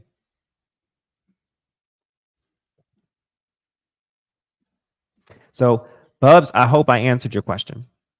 Society has a lot to work on, which is why these real objective and human combos are needed again, 100% to you. Appreciate it. Thanks for your support. Hey, thanks for everyone who stuck by and came by and visited. And hey, I appreciate everyone for visiting the show and supporting the show and engaging. I really appreciate it. All right. This has been the third edition of Stand on Business. I hope so far I've been able to demonstrate that I am able to stand on some shit.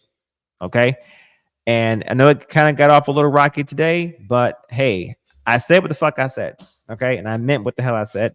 And I said what the hell I said. All right. Some shit grinding my damn gears. And I said, look, it is what the fuck it is. Some shit just is what the fuck it is. All right. All right. Next week, I don't know what it's going to be about, but it's going to be about some shit. All right. So come by tomorrow. It's going to be probably another round of flipping tables. If not, come by Friday for the barbershop. We got something for you here every day of the week at the BMU Network. I want to thank you guys for coming by and like, share, and subscribe. Okay. It helps the algorithm. All right. And I'm new on these YouTube pots. Okay. But I appreciate everyone. All right. Especially those that offer a little bit of retort, but stuck around to be able to offer some support. Hey, that fucking rhymed. I did not mean that shit. All right, y'all.